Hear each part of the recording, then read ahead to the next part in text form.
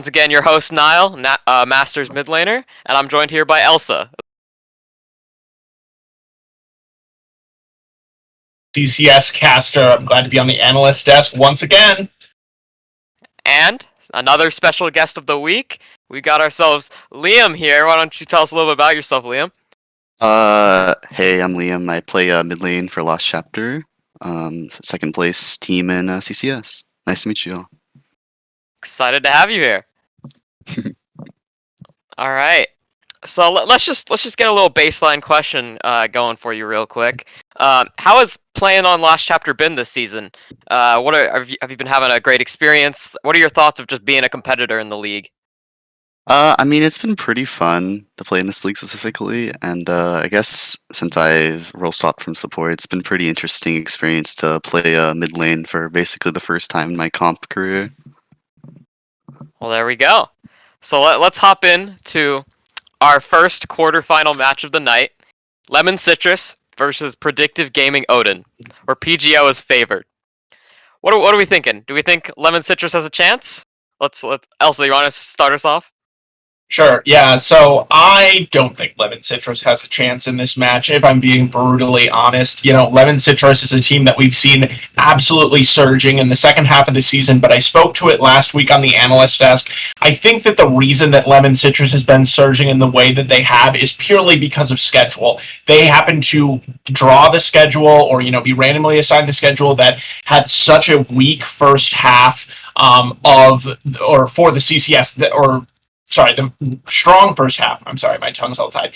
And a weak second half. So basically what that meant is I think Lemon Citrus, sure, they're a top half team in the CCS. I think that's fair. I think they deserve the spot in the playoffs that they do have. But with that being said, I think it's easy to kind of give Lemon Citrus a little bit too much credit when we look at the winning streak that they have been on. Especially, I think something that is important to look at is the fact that Lost Chapter, which is Liam's team, actually did FF their game again due to, I'm assuming, scheduling issues against Lemon Citrus. So that's if that had not occurred, we probably would be seeing Oblivion in the playoffs instead of Lemon Citrus. So yes, they're a top half team. Do they have a chance against PGO? I don't think so.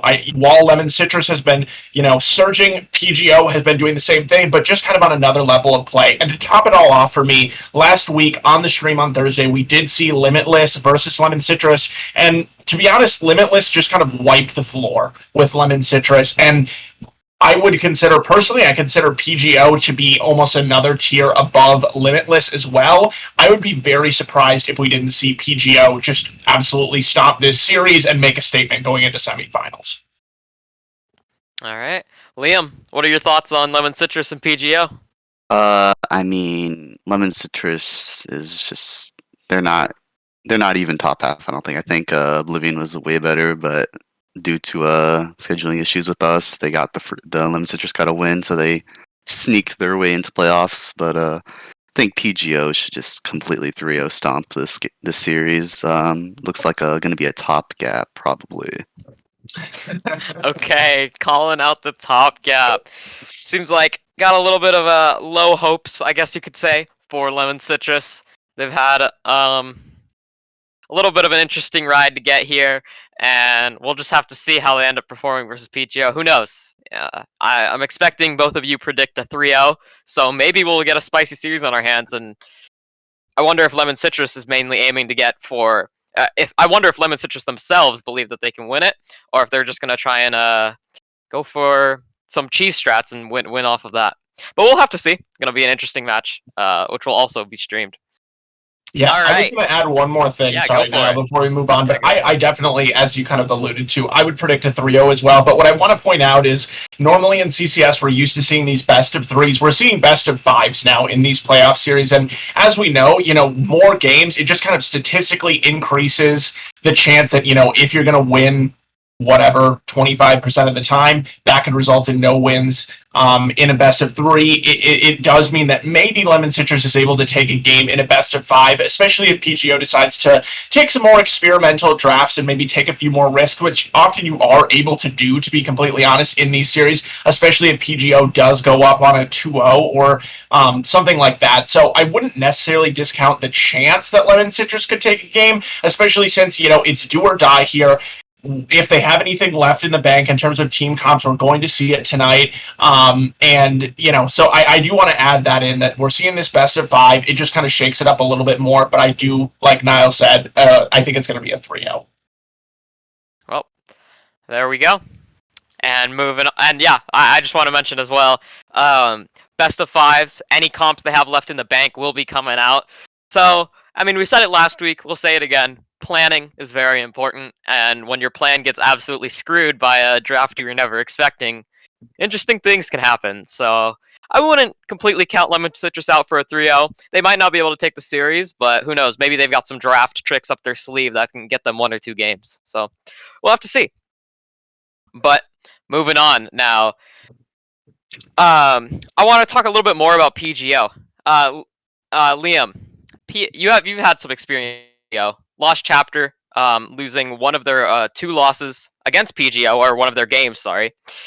So do you remember that experience, what that was like, dropping a game to PGO? Was there anything really memorable about that? Is there anything you want to say about that?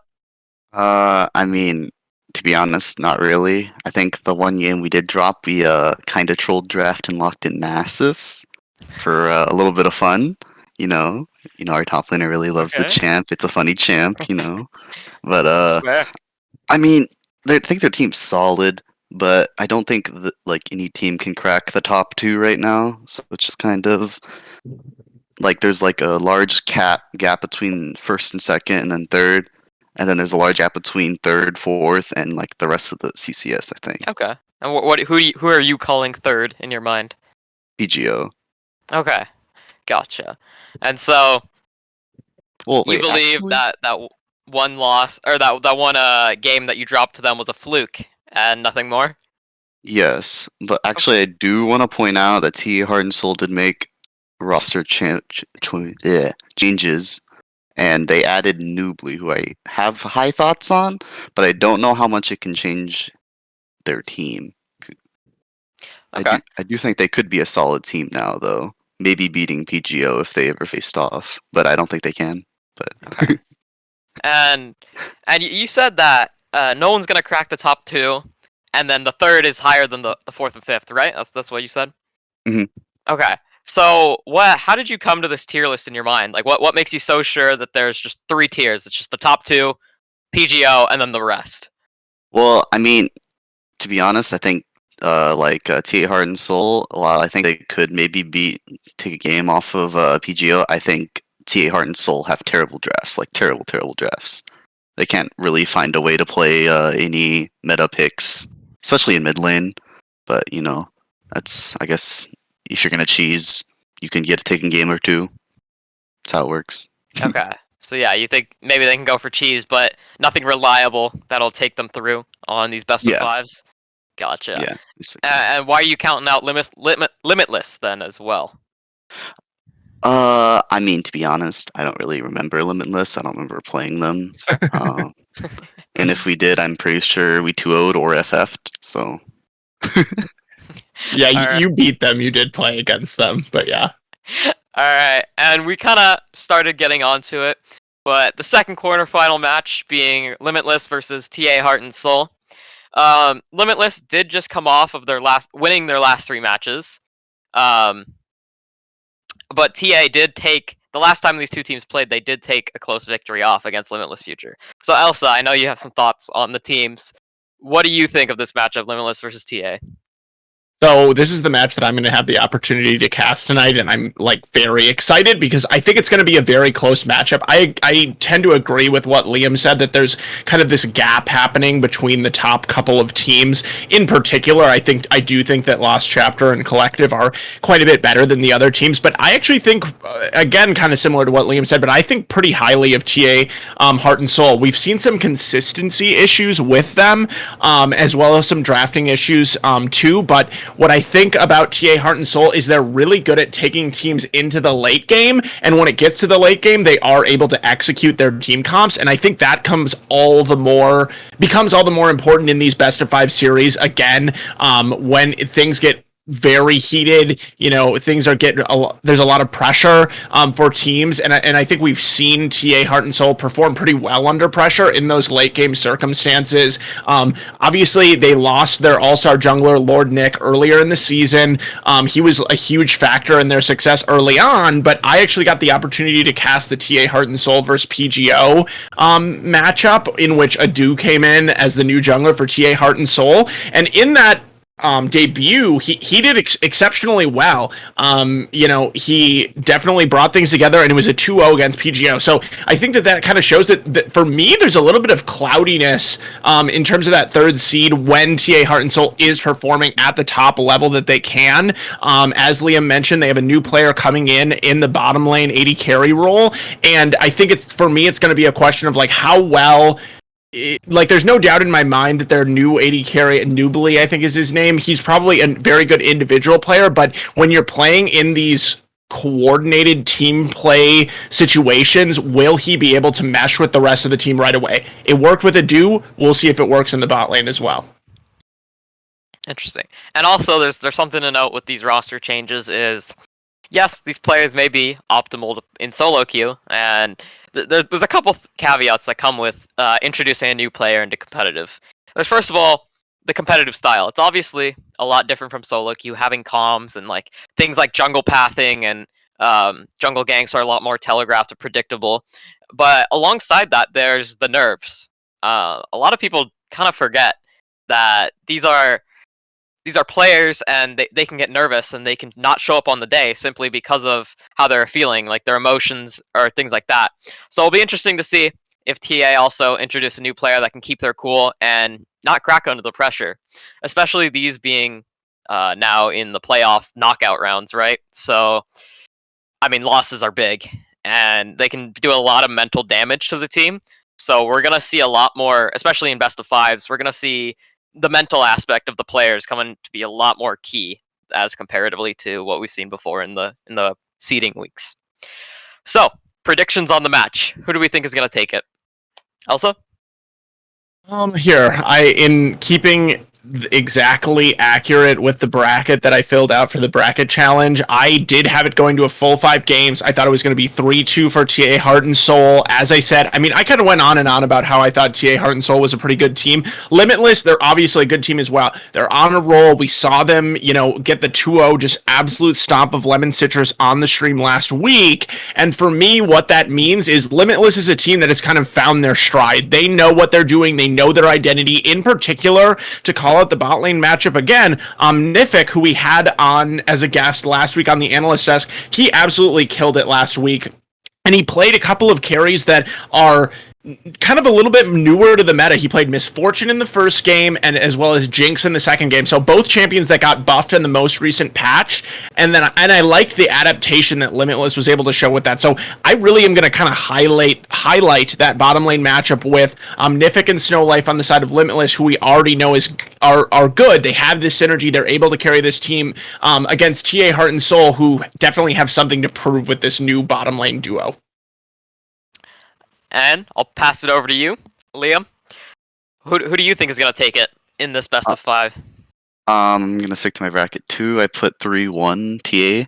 I think, except I'm going to say the same thing except in TA's favor. I think it'll be a bot gap for TA. I think I have very high thoughts on Nubly. He's had a lot of success in plat leagues, gold leagues too. So I have faith that he will pull through for TA. Hopefully their drafts are better. That's what I'm kind of worried on. That's why I gave Limitless. Is it Limitless? Yep. Yeah, Limitless a free game because I think they might troll draft 1 or 2 times. But yeah, I mean, I have full faith in TA Heart and Soul. I don't know if I misspoke or not, but I meant to say 3-2 for TA Heart and Soul. So we're on the same page in terms of who's going to win. And I mean, it seems like I'm just following the crowd now, but I'm also gonna predict 3-1 TA. Hey, dude, you said TA way back, weeks and weeks ago for the champions. So it would be really inconsistent to say they can't. Yeah, I can't go against them. I called it all the way back. No offense, Liam, in Lost Chapter. I know you guys are amazing, but I got faith in the TA. I've seen it. I've seen the potential, and I've got faith in them. So we'll have to see if Limitless can prove us wrong and leave us all shocked on the desk. But seems like a TA favored game for the night. We'll have to see. All right, moving on. Looking a little bit farther ahead to semifinals. Do we think anyone can take a series against Lost Chapter, your team, Liam, or Collective of the remaining teams? Or do we think it's just going to be a Collective Lost Chapter stomp all the way until the end? Liam, I'll let you start this one off. Okay, I mean, depending on who Collective picks, since we don't have the luxury of picking, I think there could be a crack with TA, or if TA play Collective, I think they have actually pretty good matchups there. But if TA play us, obviously I think it's going to be a smash, and then Collective will smash whoever's on the other side. But I mean, it's just depending on who Collective pick. But I doubt they're gonna ego pick TA. So. Okay, interesting take. Elsa, you got any thoughts on that? Yeah, so in general, I pretty much agree with what Liam said. I'm pretty high on the Lost Chapter team. I mean, I have them as spoiler alert, I picked them as the champions for the league. I also think that Gregorio, the jungler for Lost Chapter, he's my MVP of the season. I think he plays absolutely fantastic. With that said, I really don't see any of the teams that are in the quarterfinals being able to beat Lost Chapter. But in addition to that, I mean, we did, to be fair, see Predictive Gaming Odin take a series win against Collective Effort earlier in the season. You know, we already pointed out it's a different game in these best of fives. I think that Collective would probably argue that they were kind of playing around a lot in the drafts against Predictive Gaming.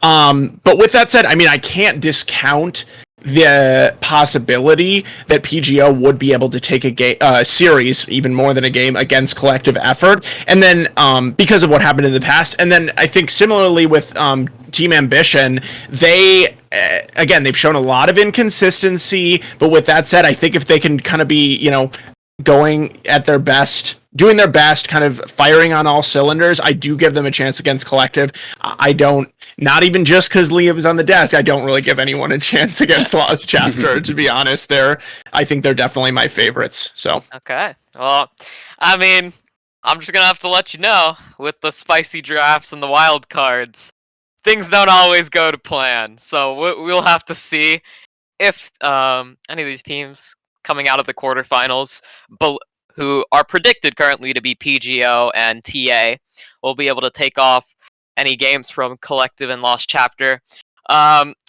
Personally, I believe Lost Chapter, yes, on an absolute tirade, running through everyone, and you'll love to see it. It's pretty amazing. But I also think that once you start winning, and once you start this momentum, you kind of get in a groove, and it can be easy to just ride the groove, and obviously you're running off this momentum, you're feeling good. But if you get punched in the face, like you drop a game that you weren't expecting, it can be hard to get up and start playing to your best again. There's a saying that you don't want to forget the feeling of losing. Now that doesn't mean you want to lose, obviously, but you have to remember what it feels like to be on the back foot. So maybe some of these teams, from being on top for so long, will have forgotten this and will kind of get what's the correct wording? I guess confused and frazzled if things start to go wrong. So that'll be definitely interesting. Liam, let's get a little bit more background on you, though.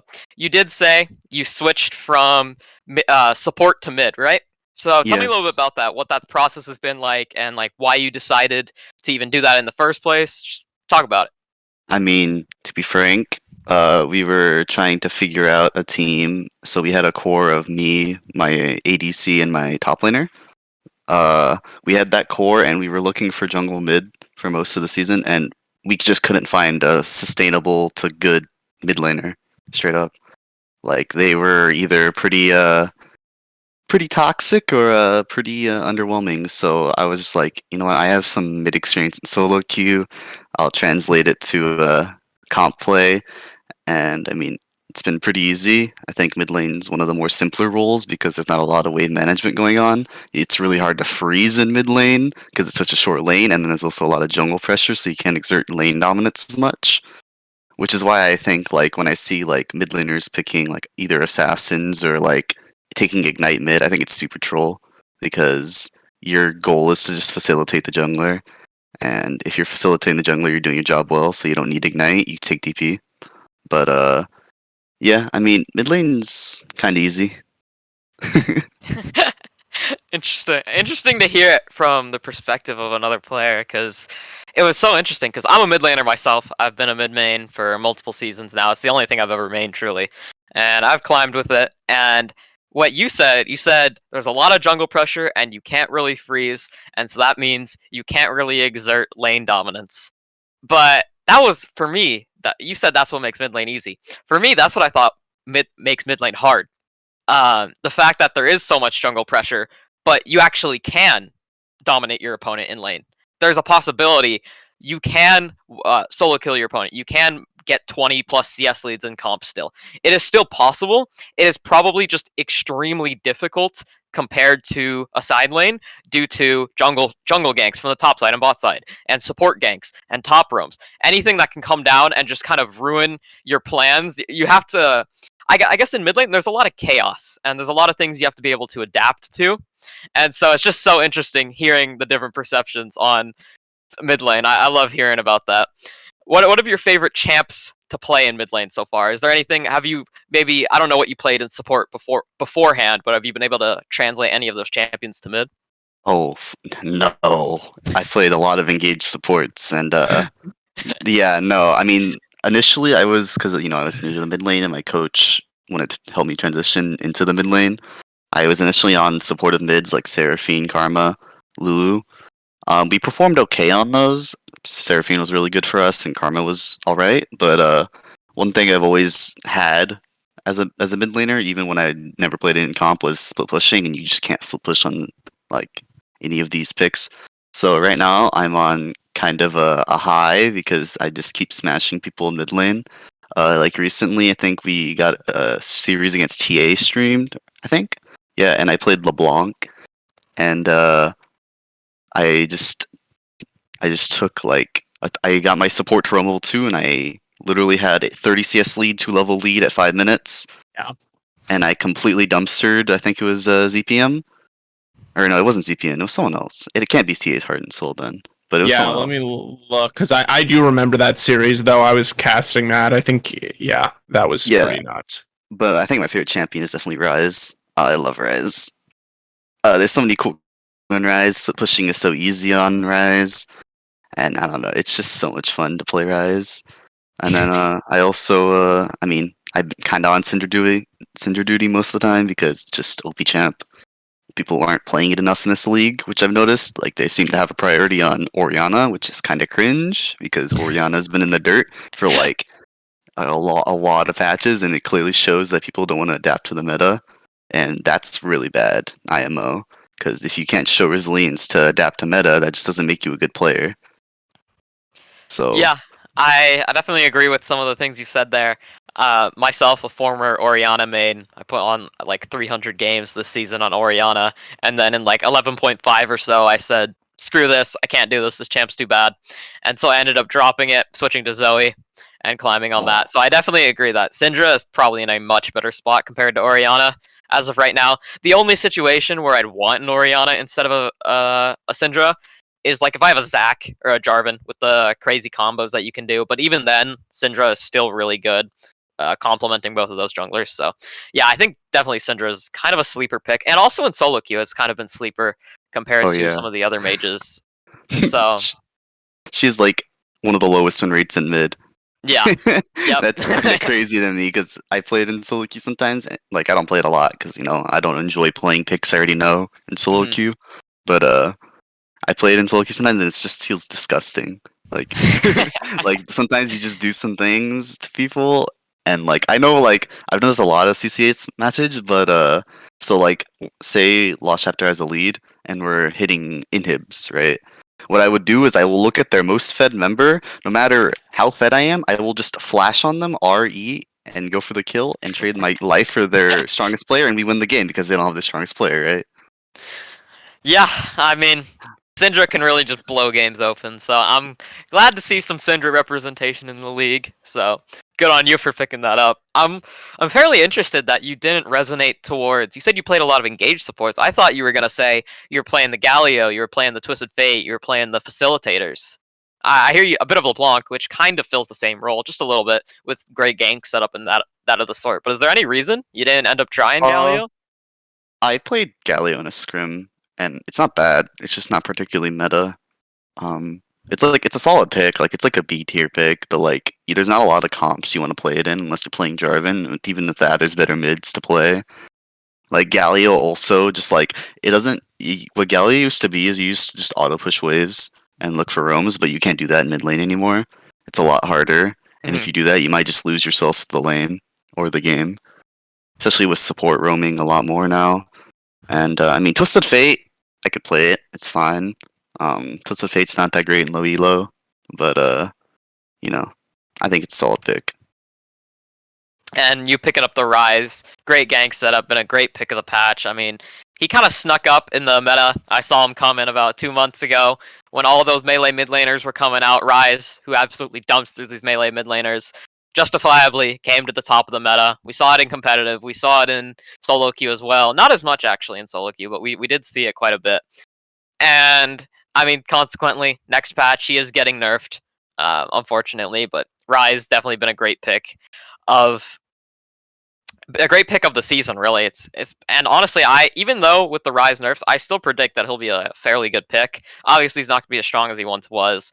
But the Realm Warp in competitive is so good. The ability to just shotgun waves and delete it at level 7. You can nullify most of the matchups. You have great gank setup. It's a really good champion if you're able to pilot it. Yeah, I mean, I don't particularly think the Rise nerfs are strong. It's like QAP ratios and like East cooldowns, which isn't even like a strong point of the champ. So it's like kind of whatever, since your E resets a lot, especially since you put a lot of CDR on the champ too. So like these cooldown nerfs aren't really gonna matter. If you're gonna hit Rise, you want to hit his Realm Warp or his W, I think. Elsa, you got any thoughts?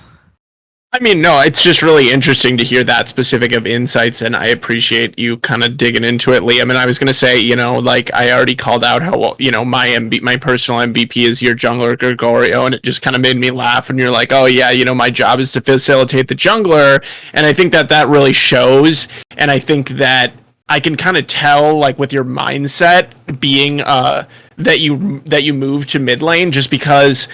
I mean, maybe this is a generalization and no offense to Niall, but I feel like there's a lot of mid lane players that it's like, it's kind of all about me or whatever, and maybe that's a lot more of a kind of a solo queue kind of mindset anyways, but when you are able to play, especially in this current meta where we see so many junglers that can kind of take over the game, being able to facilitate that is just so huge. And then also just kind of the specific champ pool you've been able to pick up, we already both of you touched on it, but being able to facilitate the rest of the team, with that Rise Realm Warp, playing the Syndra, which is something that can totally win lane on its own, but also, being able to set up that stun on multiple members and just absolutely break open a team fight. These are champions that are really multifaceted, and you spoke to too how you don't really play as much of like the Galio or the Twisted Fate. We do actually see a lot of CCS teams picking up Galio again and again, but something that I notice about the champion is that it's kind of like, yeah, you can pick up the Galio, even if you get like Galio, Jarvan, Camille, but then it's like once you dump down all of your ultimates, like you're kind of done. Like you don't really have that much more left in the tank, whereas when you have something like a Syndra or something like a Rise, yeah, there's some facilitation for ganks, but then after that, you bring a lot as well. And I just think that that's cool to watch, and I've definitely noticed it throughout your games. And by the way, I think it was Oblivion that you were dumpstering on. Yeah. Oh, to note on that, I would like to note that the reason, like, I think Galio, like the Jarvan Galio Camille comps aren't as effective is because if you look at the champions, specifically in bot lane, there are a lot of disengage. And it's really hard to just, like, press your R buttons on Braum, Ezreal, Varus. It's like you're not going to do anything if you go onto them. And, like, Syndra is also really good in the meta right now, a big disengaged champion. It's kind of just not good to pick Galio most of the time. And I think people pick, like, Galio, shit like Galio, like, like those hard engage comps, like the wombo combo comps too. I think are super bad right now. Like there was a team that went like Oriana, Hecarim, Malphite into us, and we completely dumpstered them because like you have to rely on like a 5-man combo to like even do anything. And I think particularly it's just really bad to rely on that, and then also disengage strong.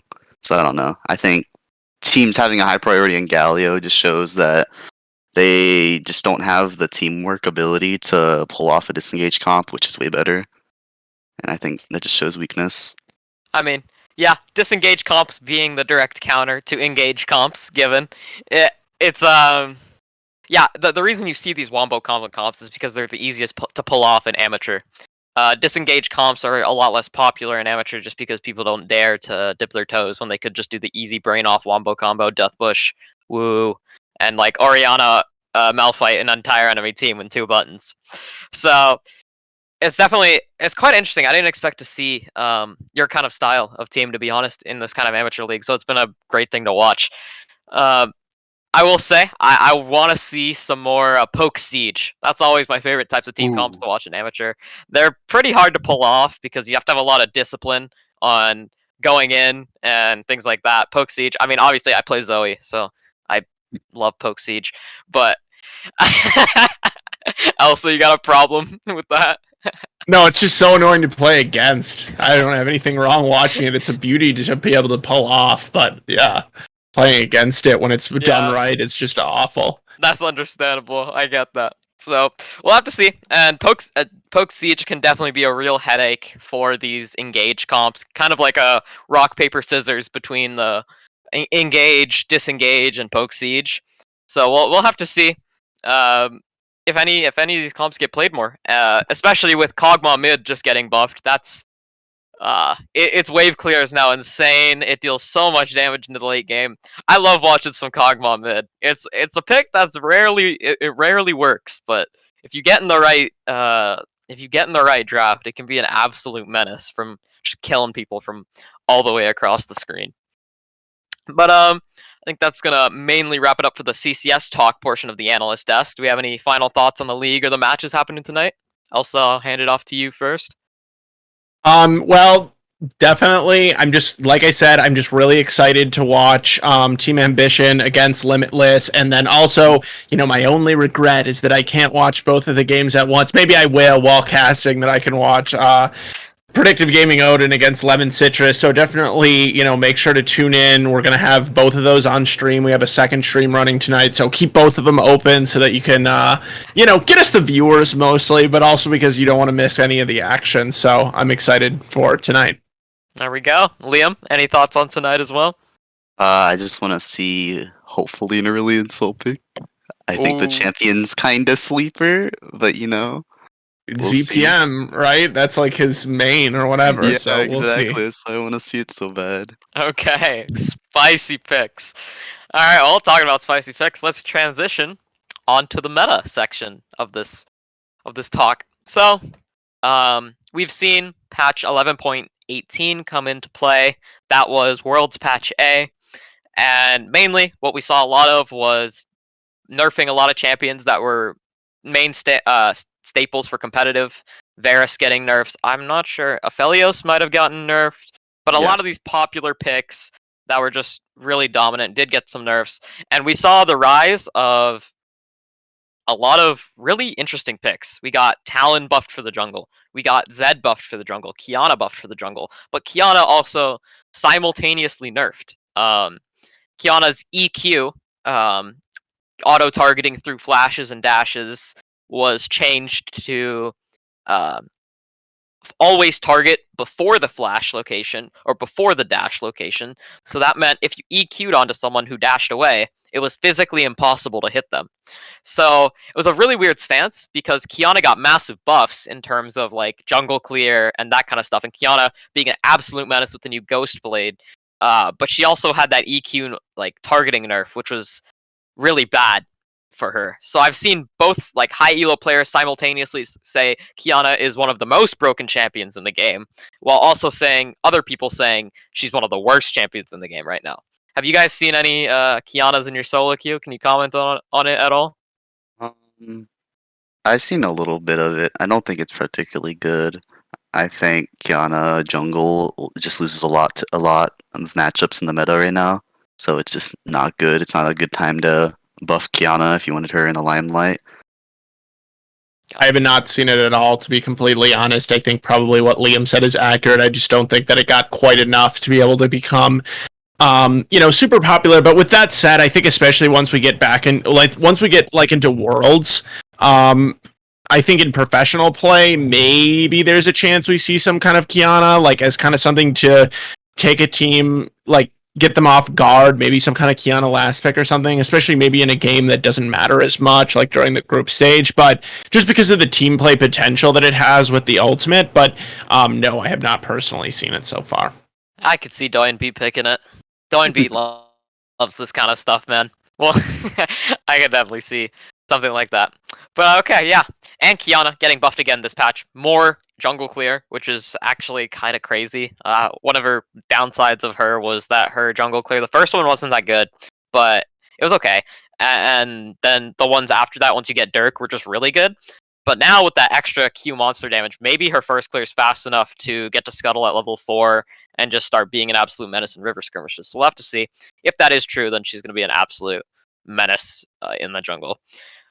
On a similar note, Zed jungle, like I said earlier, I don't know if you saw that Reddit post with his jungle clear, but he was able to full clear his jungle, be level 4 at 308 with Smite available, which is absolutely ridiculous because it means you're getting to crab 7 seconds earlier and at least 10 seconds earlier than the enemy jungler, and you have Smite up.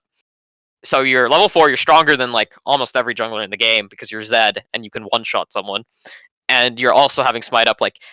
It was an absolute crazy thing to face, especially in solo queue when a lot of Zeds could also get away with going Ignite Smite because his W can function as a flash a lot of the time.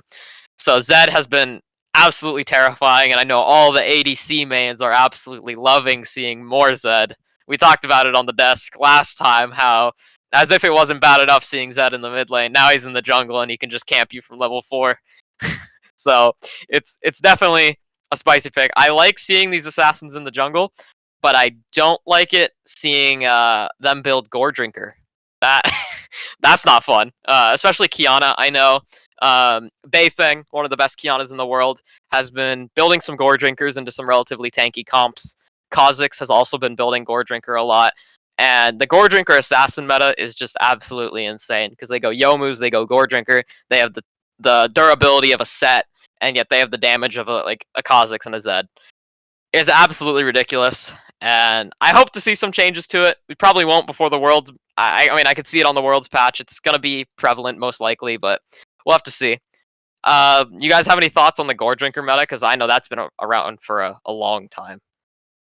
Gore Drinker is a disgusting item. It needs to be nerfed, for sure. Buff Prowler's Claw. Prowler's Claw.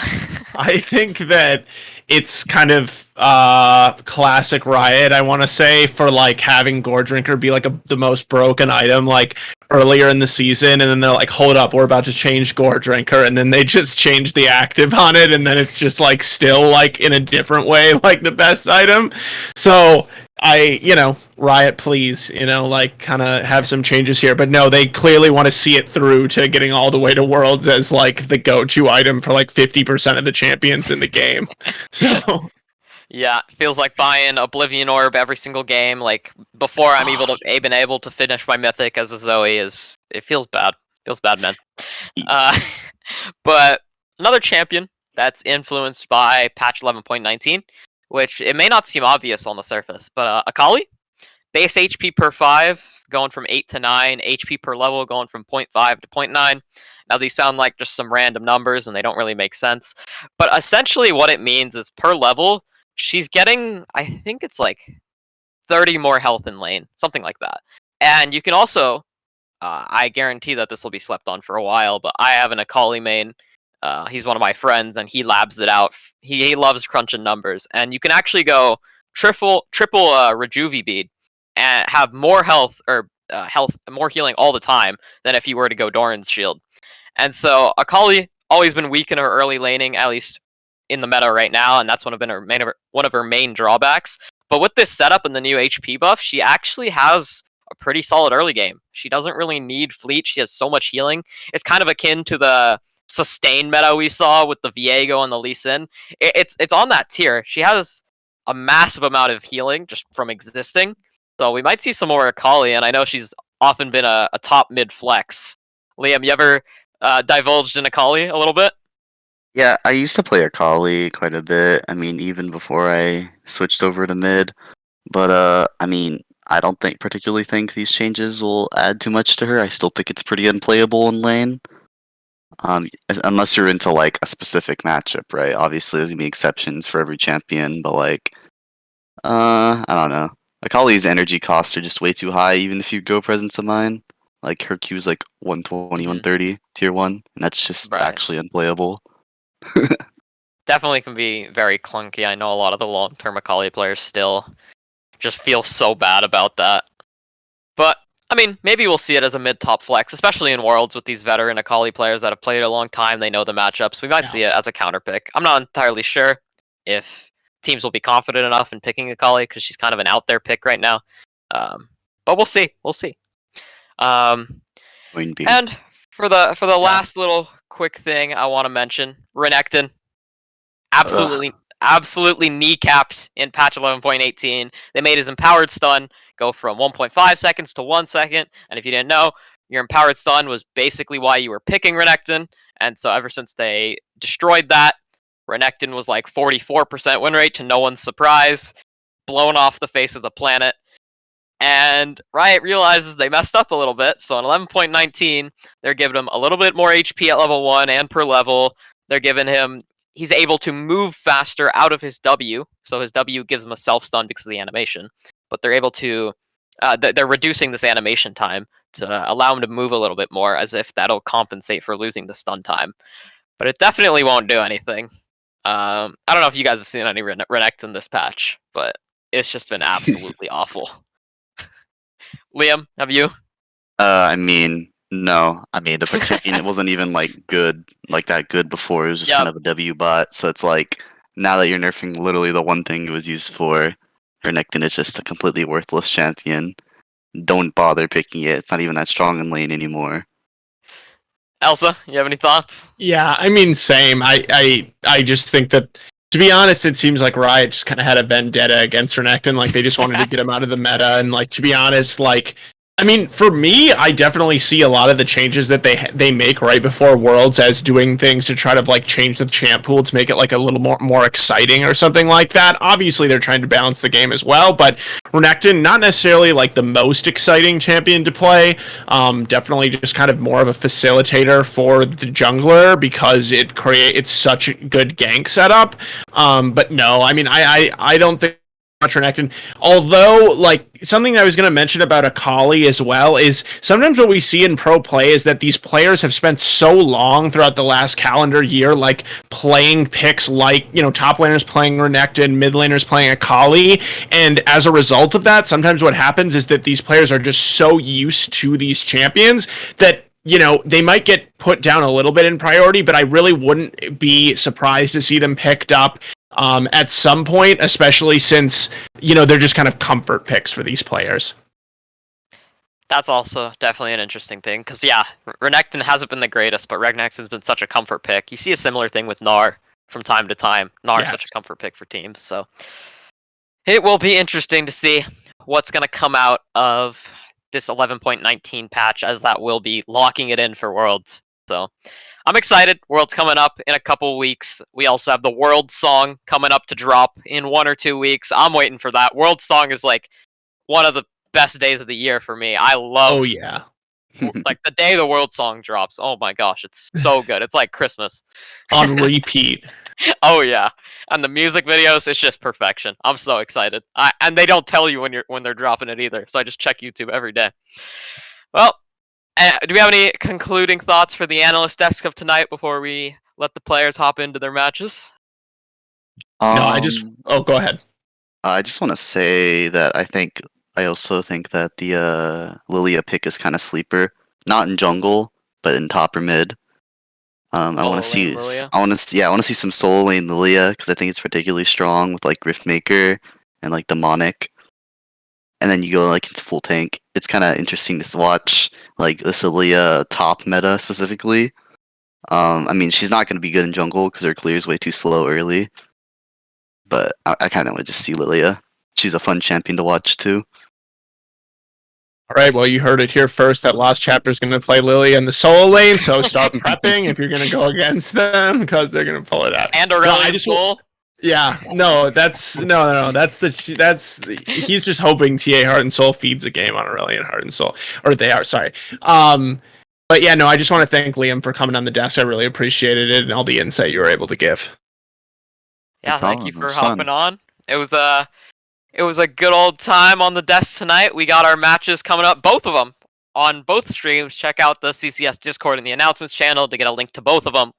And we will be right back in about 15 minutes with the matches. So don't go anywhere. See ya!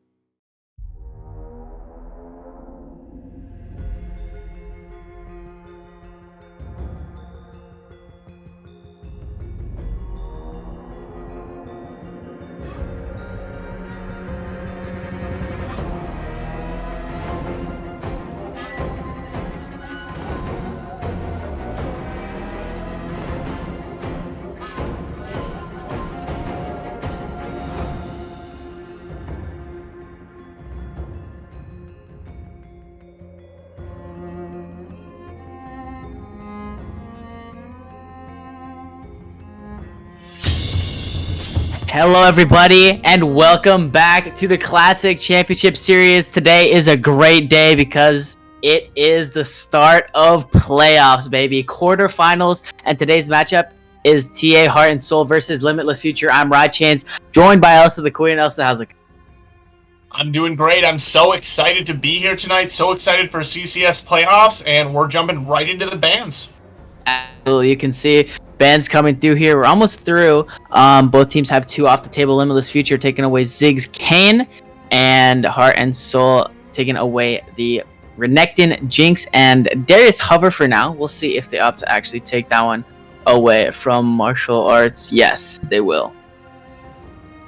It's followed by the quick Lee Sin ban away by Limitless Future, and I'm just really, with the Aatrox locked in, I'm really interested to see that the Renekton was banned away by TA Heart and Soul. We talked on the analyst desk about how Renekton just got absolutely gutted in the last patch. His stun is about like half the duration that it was before. So with this first pick Aatrox, I'm wondering if it's that they were thinking that Renekton is still kind of a counter pick to the Aatrox, because it seems like this is something that they really want to pick up, and they do get it for ASF Minor.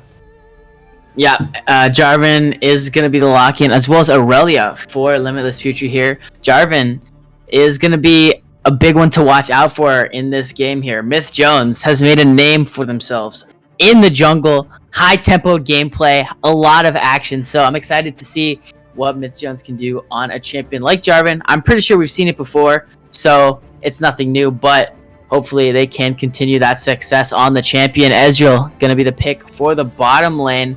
And for TA Heart and Soul, we'll see if they opt to. I believe that Aurelia is going to go mid, so they do have a counter pick mid here if they opt to take it. But it is also flex, so it could be going top lane.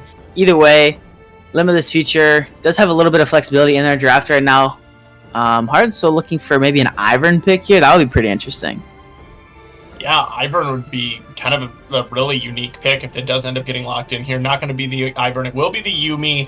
And I think that's, obviously Yuumi Ezreal is known as kind of this strong bottom lane duo. I like it against the Jarvan and the Aurelia in particular, just because of the ability that the Ezreal has to arcane shift out of that Jarvan Cataclysm. Last week we saw Lemon Citrus kind of falling prey to picking something like a Jinx and then being against the Jarvan, and that's just the Jinx ended up just getting absolutely dumpstered, as we did see Limitless was able to pull off last week. So I like TA pivoting to something like the Ezreal that brings a little bit more safety while still having this strong 2v2 duo. And then in terms of Limitless, I mean, you already talked about Ride Chains, about how the Aurelia was supposed to be this flex pick. Well, they went ahead and just picked up the Victor and as their third pick here for Limitless, and so it shows us that the Aurelia, it is going to go into the Aatrox. They consider it a counter pick, and so now we'll see if Limitless, they don't have anything actually left to counter pick, so I'm interested to see what they want to pull out here.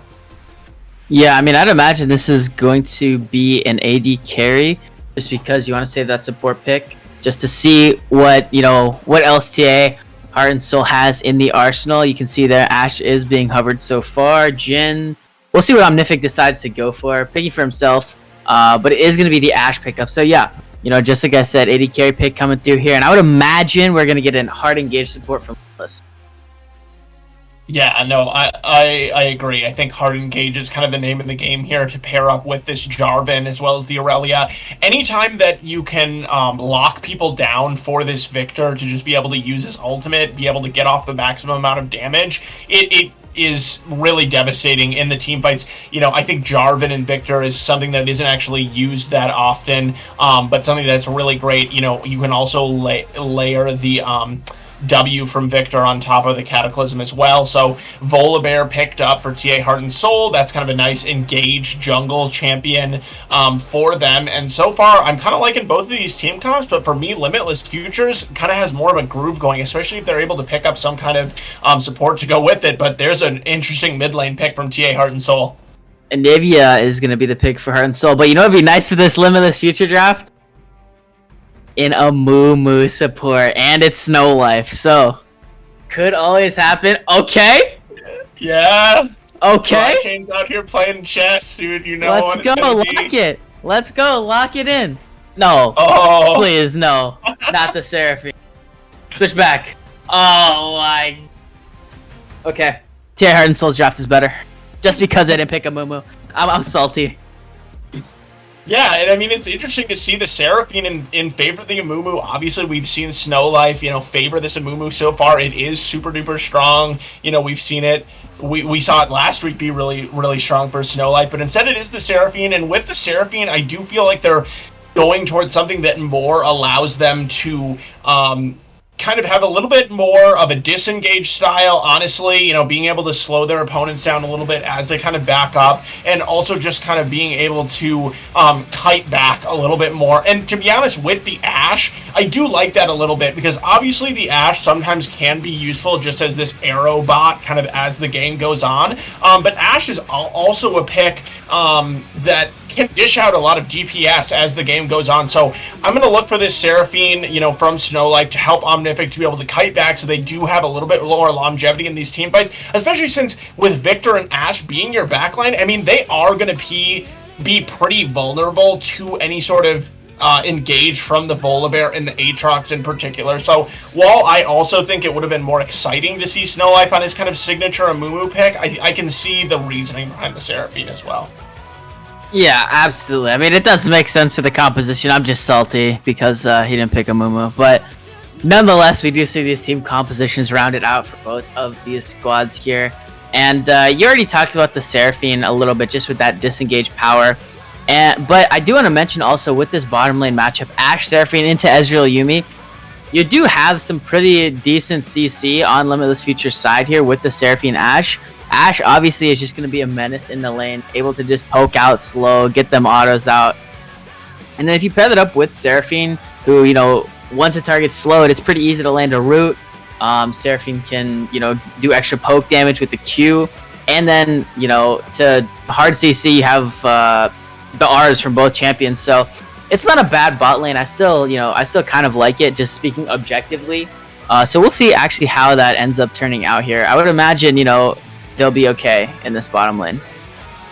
Yeah, and something else that I want to point out is we haven't really talked that much yet about the Anivia pick. Now, Anivia is something that isn't very meta right now, just not really something that we see in competitive play very often, but I actually really like it here. When you already see the Jarvan and the Aurelia, these champions that are, going to be diving all the way in deep, we know that Anivia, with her passive being able to pop into that egg form, is kind of a great counter to that, right? So I like that coming out from TA Heart and Soul. We'll see, ZPM, he has a pretty unique champion pool. I know that on the desk, Liam was calling for the Aurelion Soul to come out from ZPM, the mid laner for Team Ambition. Not going to pull out something that spicy this time, but it will be the Anivia, and it also just brings a lot of wave clear. I noticed that there's quite a bit of late wave clear in between the Ezreal and the Anivia, and ability to take games long. And if there's something that we've seen from Heart and Soul, it's that when they are able to take games really deep like they did against PGO,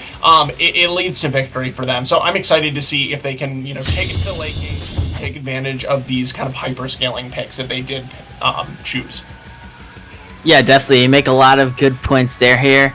And we are now fully done with the draft here. You can see all the team comps rounded out for both of these squads. And just before we we go into the spectator delay here, just a little something that we can think about as we're waiting, to get onto the Rift here. The mid-jungle matchup is the highlight of this matchup here. Myth Jones and Fonzo versus Adu and ZPM. This is going to be where a lot of the action is. I know these junglers are going to be around mid lane, and is there anything specific you're looking for? I mean, just as you said, there's going to be a lot of fighting around the mid lane. Both Volibear and Jarvan, once they hit even that level 2 mark, they have so much ability to, gank and have that pressure. So I think it's going to be kind of about snowballing. And what's interesting with that level 2 is, as I already touched on with the Anivia, it's really difficult to kill Anivia early on. But if you can pop that egg, and especially if you can kill the Anivia and get her behind before she hits that level 6, it's so critical. So, I'm going to actually be looking for Myth Jones to see if he can put ZPM behind early on.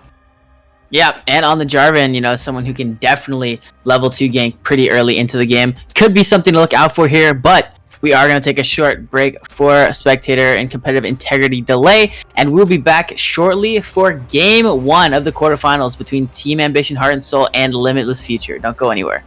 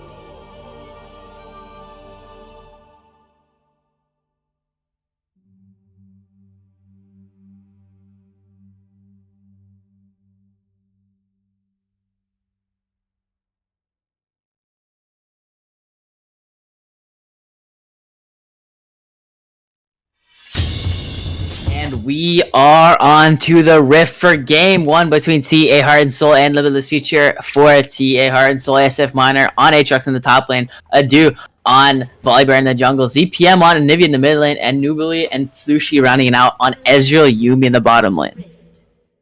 And for Limitless Future, we have Aurelia in the top lane for Martial Arts for Y, Myth Jones piloting the Jarvan for in the jungle, Fonzo on the Victor in the mid lane, Omnific playing the Ashe, and Snowlife on the Seraphine. Make sure you guys let us know who you got in the chat for this, or first for Game 1, and then after all for the series, because we love to see what you guys rocking, what sort of predictions you got going on. I don't know if the betting is going on right now, but if it is, get those bets in because, you know, we're trying to make some money here. It's gambling time. Yeah, absolutely. You got to try to challenge me. I'm pretty sure I have the most points or something like that. So maybe I don't know if that's the betting points of the channel. Subtle flex. Yeah. but both teams just kind of starting out with a safe level 1 here. Obviously, you don't want to blow the first game in a best of 5 series on some kind of, random invade that goes wrong. This isn't the regular season anymore.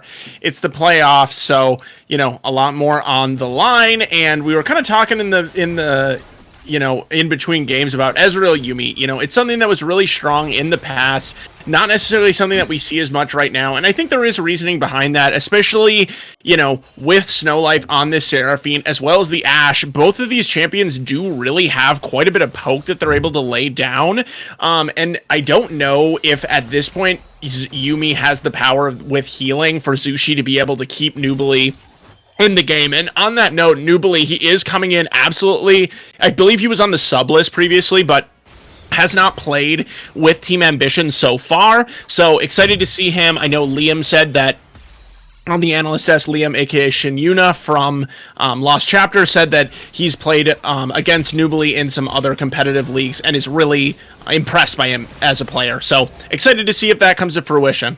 Oof, early level 2 coming through for the Limitless Future bot lane. A lot of damage traded back, though, as 3 of these members are under half HP. You're going to see early power, level 2. I've been preaching this all season. Get your level 2s early, please. You can win the lane off of it. Yeah, and, we did see some of the poke that Ezreal is able to deliver back, especially with the help of this Yuumi. And so, props to Nubly for being able to trade even early on into this bot lane. And, we'll just have to see as we see Martial Arts for Y taking definitely a really nice trade on ASF Minor. And I was kind of intrigued by the Aatrox first pick as well. Aatrox, a champion that still remains in the meta, but definitely has some champions that do pretty well against it. And Aurelia is certainly one of them. But we might see a little bit of a scuffle over the Scuttle Crab in the top river. Looks like Myth Jones on this Jarvan. He did skip his Raptors in favor of just getting to that Scuttle early. And with the push in early from Fonzo, it looks like they'll be able to have control. Yeah, a little gank coming through here, and the dude's just going to walk to bot crab here as a low, really low. But Nubly's going to try and go in. Heal is going to be nuts here, but the barrier is going to buy some time, and the flashing away. First blood goes over to Omnific. But Sushi, with that last auto, will take down the Limitless Future 80 carry 1-for-1. But the first blood going over to Omnific.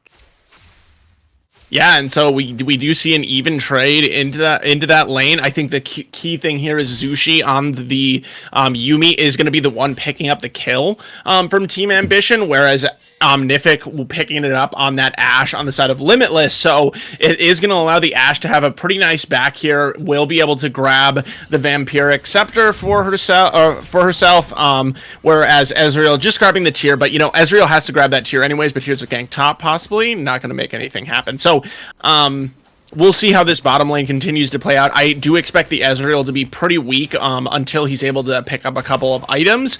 And that is something about the Yuumi, is it does enable the Ezreal to be able to play pretty safe.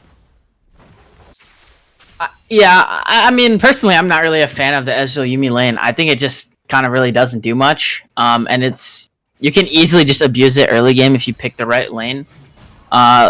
Like I said, this Limitless Future balance is okay. We'll see, though. Maybe Martial Arts is in trouble as the flash forward 2-3 comes down. And ASF Minor is going to find a solo kill. Ow. Yeah, I mean, I did mention this also when we were preparing for this, but ASF Minor, if I'm not mistaken, he's kind of an Aatrox main.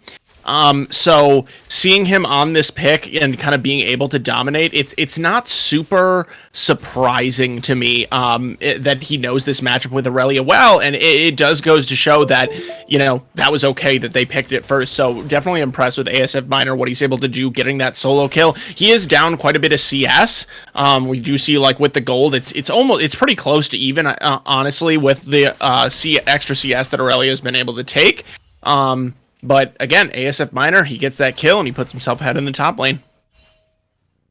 ASF Minor feeling good. Don't look at the CS numbers, okay? But ASF Minor got the solo kill, and that is what matters. That's the mental warfare, Yeah, I'm down like 18 CS, but I solo killed you, so I'm better. Either way, though, a lot of trading still in this bottom lane here. Sushi's going to be able to heal up a lot of it from Omnific. You can see Myth Jones making their way up into this top lane. But ASF Miner's still walking back from base, so nothing really is going to happen here. Maybe just a top crab take for the Limitless Future jungler. Or they might just wait and look for a gank when ASF comes back. Yeah, and it is going to be a CS lead here in the bottom lane because it's only a 5 CS up for Omnific. So when all said and done with this wave... Oh, here we go, into the top lane to go here. Stun from Aurelia is not going to land, and now Aatrox is going to bring that World Ender down. Flag and Drag is going to find the knockups, and Martial Arts will find the kill. ASF Miner goes this gank for Myth Jones. Yeah, and that's, now we see kind of some of the weakness of Aatrox. It is pretty squishy, especially early on here. Ooh, another gank to this bottom lane. ZPM in the way. Gonna find the stuns here. And that is so much damage onto Omnific. And Omnific goes down. Yeah, and that gank, it really didn't look like it should have worked out kind of because of the vision that Limitless did have. But ZPM, just like an absolutely beautiful stun coming over the wall. Kind of showing us, that he does have mastery over this champion. Absolutely, and ZPM is the first mid laner to impart their will on a different lane, getting that successful roam in. But I do want to highlight the CS in these solo lanes. 28 CS lead for Martial Arts in the top lane, and an 18 CS lead for Fonzo in the mid lane. So Limitless Future solo lanes are getting their way right now in this lane. I do want to mention, though, for Nubly, a 14 CS lead, crashing this into the tower right now. Omnific is going to be able to pick some of these back up. We'll see how well he can actually CS, though, because missing a few. And this dive now comes through. This is going to be rough here. Omnific gets stunned up onto the tower. Yuumi ultimate will go down, though. Tank one too many tower shots, and another 1-for-1 comes through, but this time, Ezreal gets the kill. And that's just a little bit sloppy, to be honest, coming out from Team Ambition, because you should be able to juggle the aggro. I mean, there was plenty of HP left in the bars of both Adu and Nubly, so, there's not really a good excuse for ending up dropping that kill, but I do overall like the dive. Overall, I'm going to say that this is still a big win on the side of TA because of the fact that Nubly, he's able to continue pushing into this bot lane. I believe he was able to pick up a plate here, and on top of that, Ashe, so far down in CS at this point, just 38 to the 54. That Ezreal has been able to pick up. But speaking of CS, Martial Arts for why he did get solo killed early on, but he's just been CSing, really, really well into this top lane, 71 at this point. Similarly in the mid lane for Fonzo sitting at 70, and we're going to see we'll fight into this top lane here as Martial Arts is just going to find another solo kill. And I was saying before the game, I don't think that Aatrox is going to be good into Aurelia. I think Aurelia is going to win this match most of the times here. But Fonzo going to get flash stunned on by Adu. Burn the flash out of his own, but the Stormbringer is going to disable the tower for the time being. Sushi with the Ignite is going to find another kill on the Yuumi. That is not who you wanted to go to. But nonetheless, that's a dead mid laner for Limitless Future. Yeah, and that's something else about the Ezreal is that it's so enabled to be able to roam as the Rift Herald gets dropped here in the top lane, but it's so enabled by this Ezreal to be able to roam around the map, and that's something that, we see being very strong with the Yuumi, just being able to jump on top of ZPM, then being able to, jump to Adu as well, and be able to provide a lot, as Nubly he is forced to flash out there, but with the first turret going down and a lot of the gold going over to Aurelia, we do see a 2,000 gold gap in this top lane in favor of the Aurelia. Oh, fighting in the bottom lane here. Omnific and Sushi are taking really low. But everyone is okay for the time being. Yeah, I was going to mention that. A 2,000 gold lead for Aurelia at 10 minutes. Bork is already completed. Oh, man. This is a disaster for ASF Miner. Yeah, and this Aurelia is just a champion that when it gets ahead, it becomes so painful to play against. Honestly, at this point, Aurelia possibly even able to 1v2 in that top lane. So even with Adu coming up there, they're going to have a really nice setup to be able to take down this Aurelia. And so now for ASF Miner, it is just all going to be about being able to freeze this wave, under his tier 2 turret or near there, forcing the Aurelia to be able to overextend and take it down. Unfortunately, if you do have ZPM move over there as well. Fonzo on this Victor, this is a champion that's so good at just, shoving into the mid lane and being able to take down those turrets. So it's kind of a lose-lose situation. I think mostly right now, if you're Team Ambition, you're just telling ASF Miner, hold on, please try not to die, as we do see some members coming over, but, very smart from Martial Arts for why. But basically, you're just telling your Aatrox, you're on an island, buddy, good luck. Don't lose 3 towers, and we're going to try to salvage the rest of the map. Yeah, look at the damage, though, from that Fonzo, Ray on the Victor. Oh my gosh, ZPM got chunked so hard, has to back.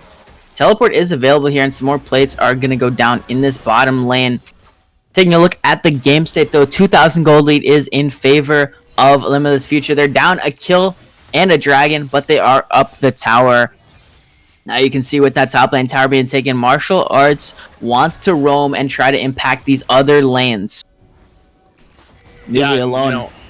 Oh my. Enchanted Crystal Arrow is going to find the mark onto Nubly, but he's playing Ezreal, so he's far enough back to where it's not going to convert into a kill. More damage coming down onto this tower here as the second dragon comes through. The root's going to land, as well as the stun from Aurelia and the Encore. And Martial Arts is looking for the kills. Omnific is going to find it, though, and that's going to be a 3rd kill onto Ashe. Yeah, and I think for Nubly, you just can't continue to be there in that situation. They know that the Aurelia's not top lane because ASF Miner is just freely pushing in that turret. So Martial Arts for why? I was just going to kind of comment on how that's kind of some of the danger of taking this turret early on, is that now Aatrox gets some free farm and it's too hard for the Aurelia to overextend, but instead she's just able to farm on the Ezreal going under the turret. And yeah, I just think if you're Nubly there, I kind of expected TA to just give up their first tier tower because it's not worth dying for. Smite goes over to Adu. We'll secure that crab in the bottom lane. Bottom side river, rather. Gold lead has increased to about 2.5k. Kills are evened up. Dragons are evened up as well. And, Martial Arts is just so far ahead right now on this Aurelia in the top lane. 14 CS lead for Fonzo in the mid lane. In the jungle, it's about a 2-camp advantage for Adu. And in the bottom lane, about 2 waves in favor of Nubly and the TA Heart and Soul bottom lane. Yeah, and I do have to say, ASF Miner, he's still very far down, but he has been able to slightly decrease the gold lead despite his AD carry kind of feeding over a kill to the enemy top laner. So he has done a nice job with kind of this wave management. And as I said, going into the game, I do really believe in the scaling that TA is able to bring into this matchup. I think that, between the Ezreal as well as the Anivia, they do get a lot stronger as the game goes on. So I think right now for TA Heart and Soul, you're just kind of trying to hang back, get as much CS as you can, and then hopefully later in the game, you'll be able to get stronger. Playing to the mid lane, Enchanted Crystal Arrow will force out the flash from ZPM. And we'll see now. Anivia with no flash is very, very vulnerable as a champion. So we'll see if Limitless Future can capitalize. Yeah, and so, without the flash, ZPM does kind of have a target on his back. They haven't been able to take down the egg yet, so he still has quite a bit of survivability in terms of that, but we see a lot of members from Limitless now coming over in this top side. I wonder if ASF Miner is going to be in trouble if he can't clear out this wave. We'll see here as Martial Arts goes under the tower. Root comes through from Snow Life, and Martial Arts goes on a killing spree. 3-1-1 now on this Aurelia. Looking and feeling good. Yeah, and the healing coming out from Aurelia is just absolutely ridiculous. We already see the Executioner's Calling being built by ASF Miner. It doesn't even matter. Martial Arts able to take multiple turret shots, and he still keeps himself alive. So I just, at this point, if you're TA Heart and Soul, you got to be so afraid of this Aurelia. There's got to be multiple people laning against her, because at this point, she's going to be pretty close to just being able to dive ASF Miner under the turret by herself. Second Rift Herald also going away to Limitless Future. Myth Jones going in here will get stunned up by the rest of the members, but going into the backline I do. Cataclysm's going to find one here, and the junglers will be traded back so far. 2-man stun from ZPM, and this could mean trouble for Limitless Future. Shurelias will get popped by the Yuumi. They're trying to chase him down here. Snow Life taking a lot of damage back. Stun's not going to land, but we'll see. Prowling projectiles, and the summon Airy is enough damage as Sushi gets the 3rd kill of the game now on the Yuumi.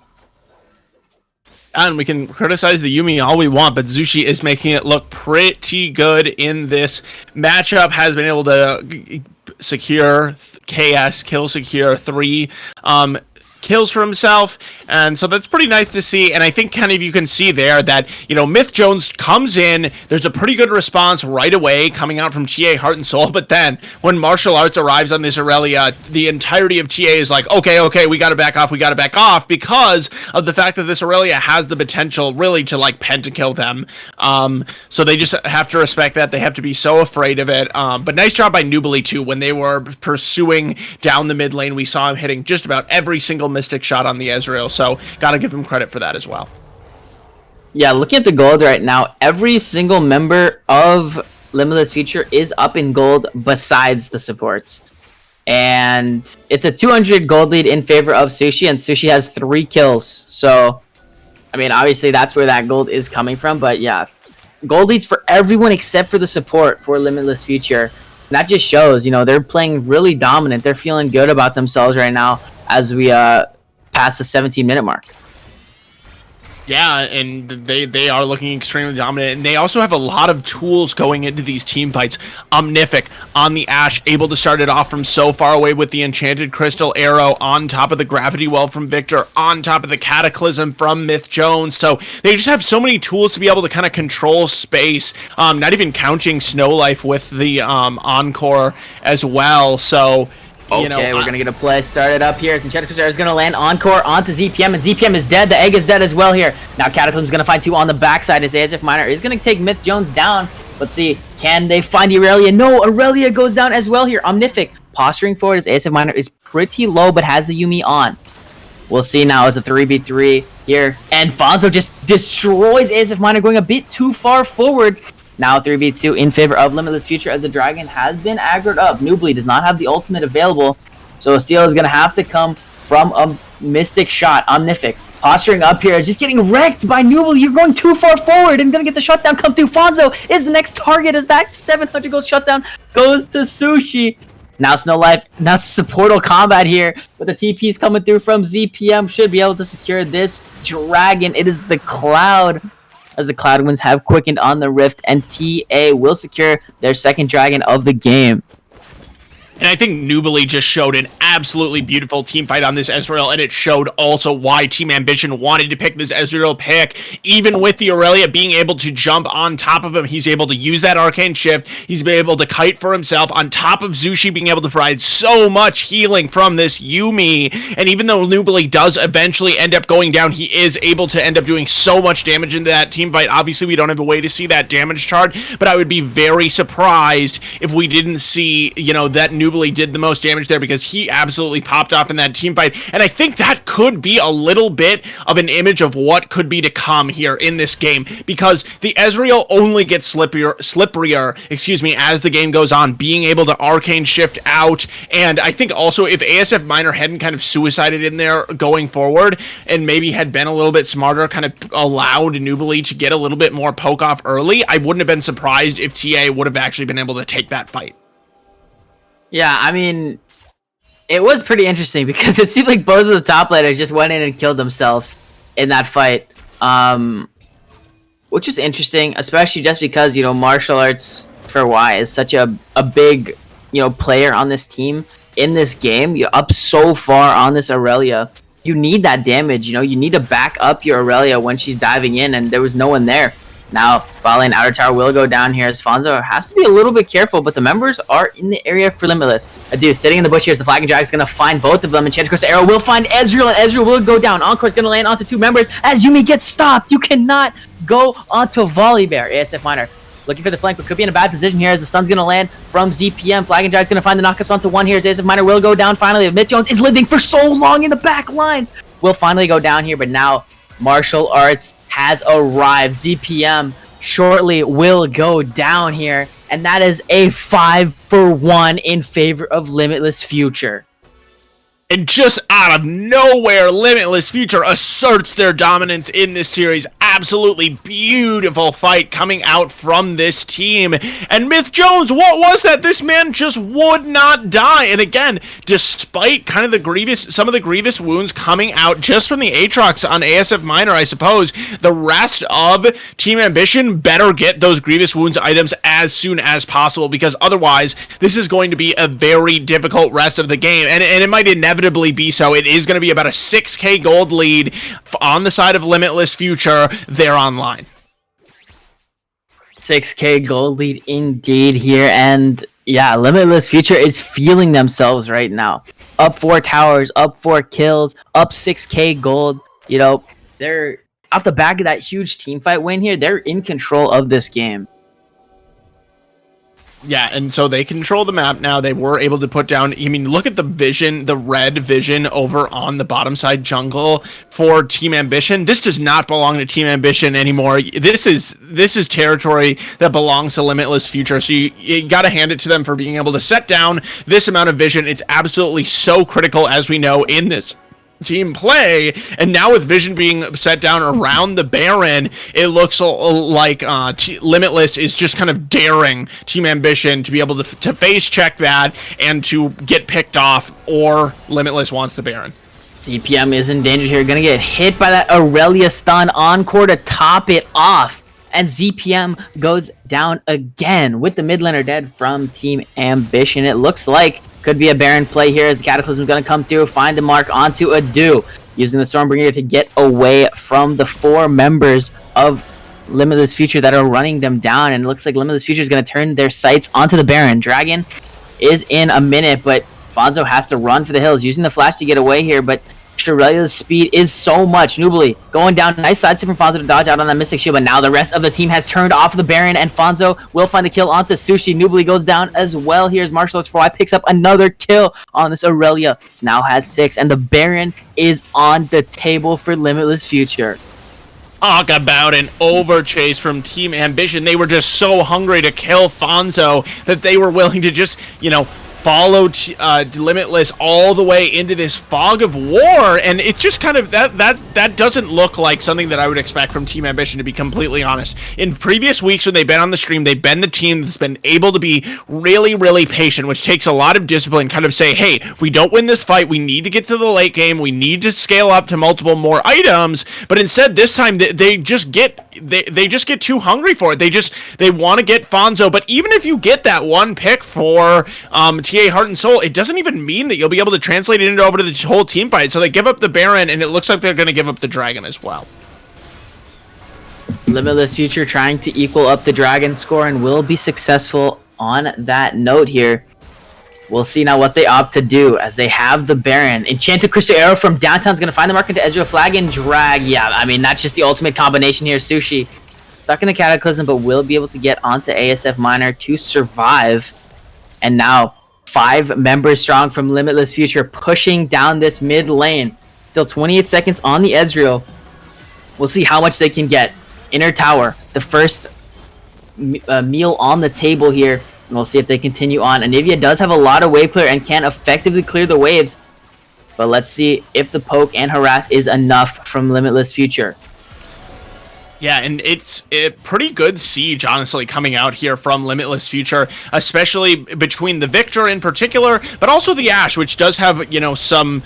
it does have some poke coming out alongside the Seraphine, so it becomes really difficult with this Baron buff for Team Ambition, to be able to defend against it, and I would anticipate probably at least one more tower going down before this Baron buff is up. Yeah, definitely this top tower should be, under siege here. It shouldn't be that hard for them to take it. You can see Martial Arts is on the bottom side of the map, but that's fine. They have the teleport. Chen Crystal Arrow is going to find SF Minor, and the root's going to land onto ZPM. Could be in trouble for the mid laner of TA. Already, Adu is down, and now ASF Minor into the backline trying to make something happen, but there's nothing to be found.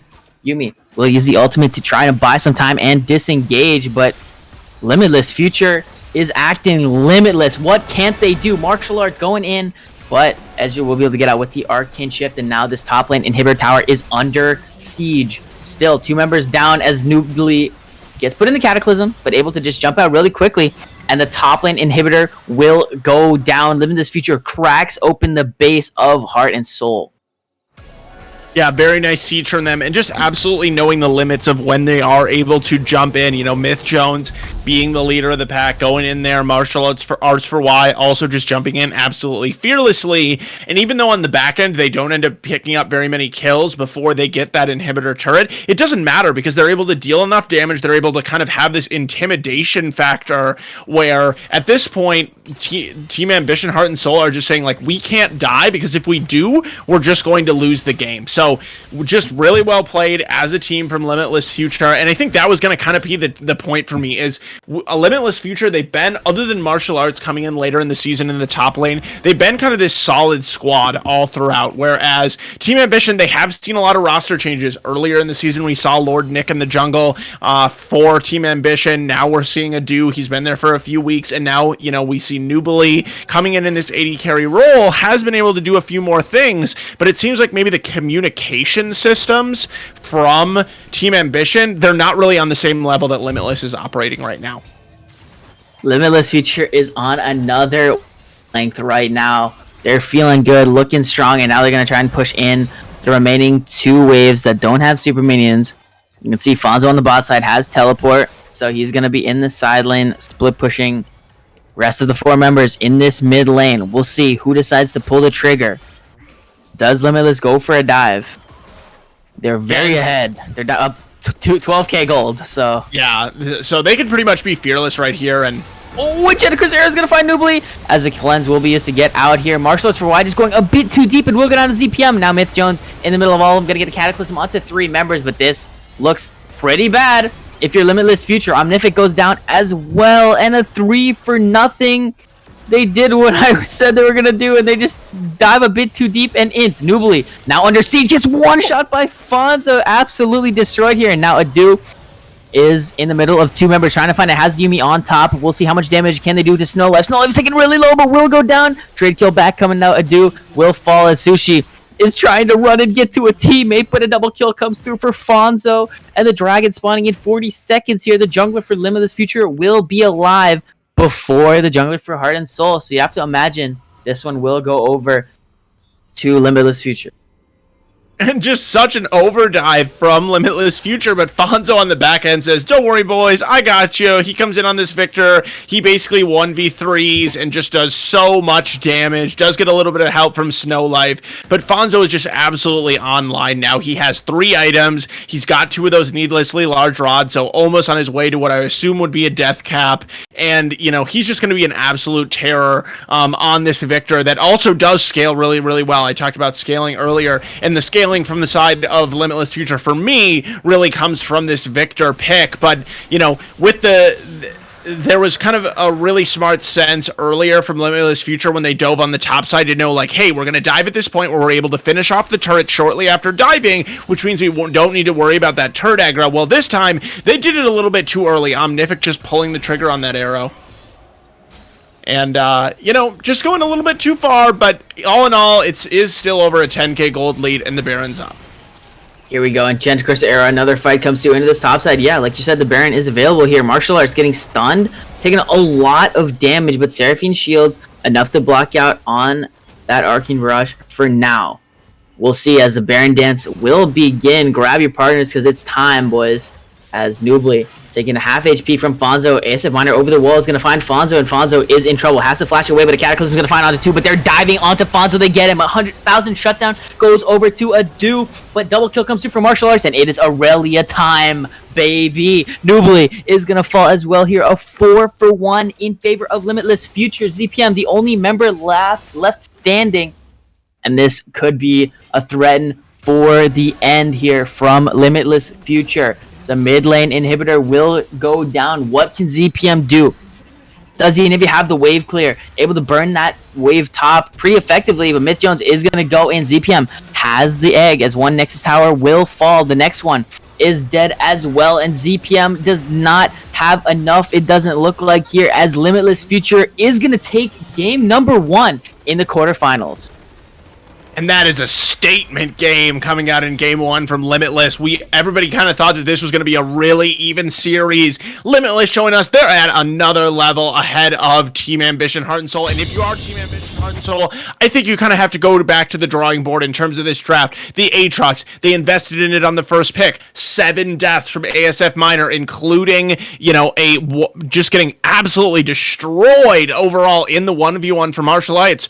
By Martial Arts, despite getting the solo kill early on. And then on top of that, this Anivia, it really did little to nothing from ZPM. And when we're looking at the damage charts here, we can see just the amount of damage that was put out by Fonzo on this Victor. He's shown such flexibility on mid laners. We saw that from him last week as well against Lemon Citrus. He played 2 different champions. Neither of them was the Victor. Both of them were blind picks, and both of them just did so extremely well. So I'm excited to see what else Limitless has in store for us, and for Team Ambition, I hope they've got something left in the tank. We will see if Team Ambition Heart and Soul can pull it back for game number 2, but we are going to go to a short break, and we will be back shortly for game number 2 of the quarterfinals between Team Ambition Heart and Soul and Limitless Future. Don't go anywhere.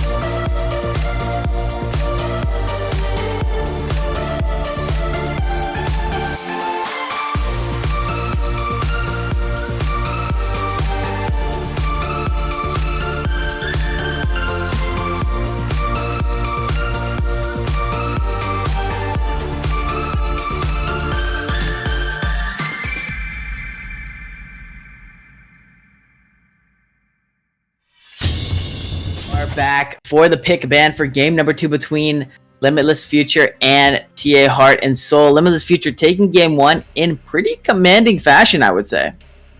Yeah, absolutely. I really liked what we saw coming out from Limitless Future in game 1. If they're able to carry this through the rest of the series, I would be honestly surprised if Team Ambition is even able to take a game, but I also would anticipate Team Ambition to be able to turn it around. And here is, we already see some of the bans coming out. I like the adaptation that we see from Team Ambition, Heart and Soul. They take away the Victor, they take away the Aurelia, and instead of taking that first pick Aatrox, which was so volatile in game 1, they just lock down that solid, safe Jarvan pick. Jarvan is going to be on the other side of the rift for this game here, but Limitless Future is getting some comfort picks here. Trundle and Misfortune. Gonna be nice. They're feeling good about that one. As I know Omnific likes to play MF a lot.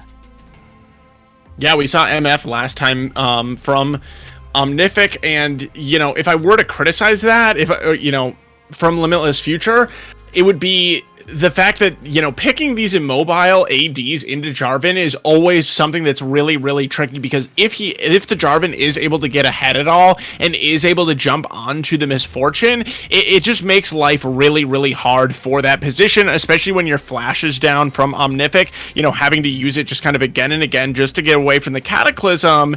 And something that we're seeing now from TA Heart and Soul is just some strong blind picks here coming out the Senna, presumably for the support. Technically could go to the AD carry position as well, but we assume that it's for the support. And then Lissandra being picked up for ZPM. I touched on it at the end of the last game, but ZPM, he just did not look very good on the Anivia pick. It was kind of this spicier pick coming in. Instead, it's going to be the Lissandra this time. Definitely a very different pick, something that's able to keep itself safe with the ultimate, but also a really strong lockdown champion, something that'll be really annoying to play from them against when you are Misfortune.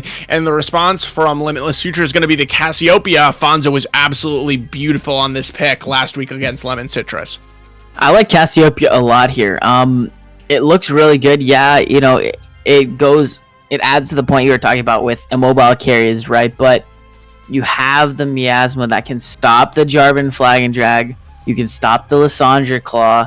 There's a lot of mobility that Heart and Soul actually relies on to make these engages that can be stopped by the Cassiopeia. So I do like this pick coming through here, and knowing that it's Fonzo is even better.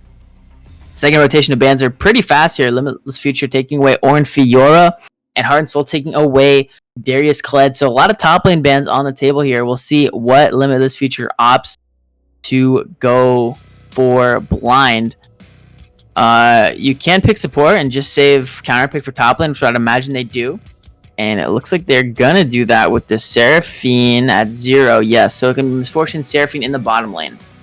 Yeah, and Seraphine was really strong from Snow Life in Game 1, so I don't see any reason to change that. Again, it assists with being able to kite back with the Cassiopeia, with the Misfortune, keeping your immobile carries alive, and Seraphine, did a really good job of that last game, and also just being able to save that last pick. I wonder if the Aatrox hover just wasn't a little bit of a taunt towards ASF Minor, saying, hey, remember when you picked this Aatrox blind? It didn't go very well for him, so we'll see what he has in the tank blind this time. Looks like it will likely be the Wukong for TA Heart and Soul in the top lane, which is another pick that definitely has some strong counters to it. So with these top lane bans already, coming out from TA Heart and Soul, 3 of them from TA Heart and Soul, 2 for Limitless Future, it did thin the pool, and I'm, excited to see what Marshall has in this game. I would imagine that Limitless Future is probably right now discussing, hey, what do we want to take in the top lane against Wukong, and they're going to leave, Ambition's going to leave the last second pick for Gangplank. So really interesting there, because this is definitely a flex. Honestly, I would be more I just don't know where any of this is going, I guess. It's gonna be Wukong bot lane, yeah, and fasting Senna. So Wukong is gonna farm while Senna just tries to stack souls. And Gangplank in the top lane. So I actually like the Gangplank blind better. It's really strong in lane. It's pretty safe. And we get Aatrox on the other side this time. Yeah, so, I mean, I think your point is probably correct. We'll have to get the confirmation once we go into the client draft for the Wukong Senna. Fasting Senna is something that we've definitely seen kind of fall out of the meta. It was quite a bit stronger earlier in the season. Haven't seen it as much anymore, but I have been actually seeing Senna pop back into the meta quite a bit. I know Predictive Gaming Odin, another team in the CCS, loves to play that Senna in the bot lane, pair it up with something a little less conventional. And, when I do think about it, this Misfortune is just going to suffer at the hands of a Wukong, right? Like, with the Wukong and as well as the Lissandra just being able to dive into that backline should just hopefully be able to delete Omnific. And so TA Heart and Soul, they're coming out with a very different sort of team comp in Game 2, and I like what we're seeing tonight. Yeah, this will be interesting here. I am interested to see how well Heart and Soul can actually play this composition. they have a lot of dive with the Wukong and the Lissandra J4. And, you know, there's a lot of immobile carries like you've already talked about on Limitless Future. So I want to see how Limitless Future can position, how the Cassiopeia and the Misfortune can position. It's going to be big to see what Fonzo and Omnific can actually do in this game, because, you know, one misstep on any of these champions and you're absolutely just one-shotted. Yeah, and I think that thinking about the top lane matchup a little bit, the Aatrox into the Gangplank, I feel like maybe it's a little bit favored over towards the Aatrox, especially if he is able to just get on top of this Gangplank. It becomes difficult for the champion to be able to get away, but Gangplank is historically kind of thought of as this champion that is a really safe pick, right? Is kind of able to just stand back, use the Q in those barrels to farm, and so I think it's going to be kind of a test of for TA Heart and Soul to see, you know, can they, for ASF Minor to see his mastery on this Gangplank, whether or not he'll be able to stay back and survive, kind of scale to this late game to the point where he use the cannon barrage on top of the Jarvan 4 ultimate to just kind of disrupt the team fights and control a lot of space. And now, as we do see, you know, we're looking at the client draft here, and with what we've seen locked in so far, looks like it, you know, Rychins, you were right, it is going to be the Wukong and the Fasting Senna in the bot lane. And so thinking about the disadvantages of that, obviously Wukong, especially against these double-ranged characters from Limitless Future, he's going to suffer early on. He's going to have to step back, you know, probably lose some of the CS, but that's kind of the beauty of Wukong, is it's all about levels. Once you hit level 6, once you're able to dive in, the Seraphine and this Misfortune, they're not going to be long for this world. Yeah, I do want to piggyback off of what you're talking about in this bottom lane, because the Misfortune Seraphine lane is a pretty classic duo that's you know, kind of been around since Seraphine actually came out. I know a lot of some pros are playing it, especially Team Liquid was playing it, because, you know, Core JJ was one of the main people who actually figured it out. But if you Encore and Bullet Time, it's a really, really strong combo, and, you know, whoever gets hit by the Encore basically just has to sit in the Bullet Time for pretty much the whole channel. So once this bot lane from, you know, Limitless Future hits 6, they can also make some stuff happen. You know, I know you talked about the Heart and Soul bot lane hitting level 6, but let's not sleep on this Limitless bot lane. Yeah, and something else about the Wukong Senna is it definitely seems like something that you would kind of want to practice, maybe in scrims or just maybe in some solo queue going into this. And while, you know, I'm sure Nubili hopefully has played some Wukong in the bot lane before this matchup, you know, it's hard to say whether or not he's been able to have that experience of doing it with Zushi just because he's so new to the team. So I think that could come into play too, is, you know, how practiced are they on this Wukong and Senna bot lane, and will they be able to use it to its maximum effect? I'm not sure, and I'm just kind of excited to get into this game just to be able to find out. Yeah, I mean, this is going to be a banger for Game 2. We're going to take a short break for the Competitive Integrity Spectator delay, but we'll be back shortly for Game 2 on the Rift between TA Heart and Soul and Limitless Future. So don't go anywhere, we'll be right back.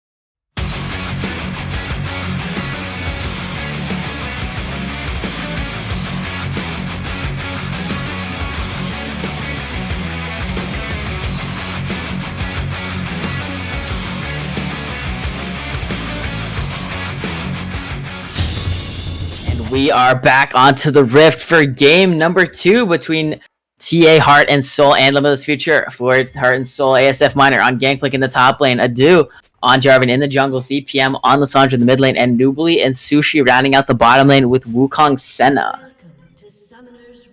Yeah, and for the side of Limitless Future, we got Aatrox in the top lane from Martial Arts for Y. Myth Jones has the Trundle in the jungle, Fonzo on the Cassiopeia, Omnific on Misfortune, and Snowlife taking the Seraphine back onto the Rift for a second time. Yeah, we're going to see maybe a little invade here with the top lane and jungler from Heart and Soul. They're going to find Myth Jones, get that ward down onto the red buff. Just some early vision coming through here. Both of these teams looking for early vision, but a sweeper comes through for Myth Jones, and that's going to mean a little bit of extra XP for the solo laners. Yeah, Martial Arts is going to be ahead in XP for that play. Going to get level 2 1 minion earlier, actually. Yeah, absolutely. So, a little bit of an advantage. We'll see if they are able to use it.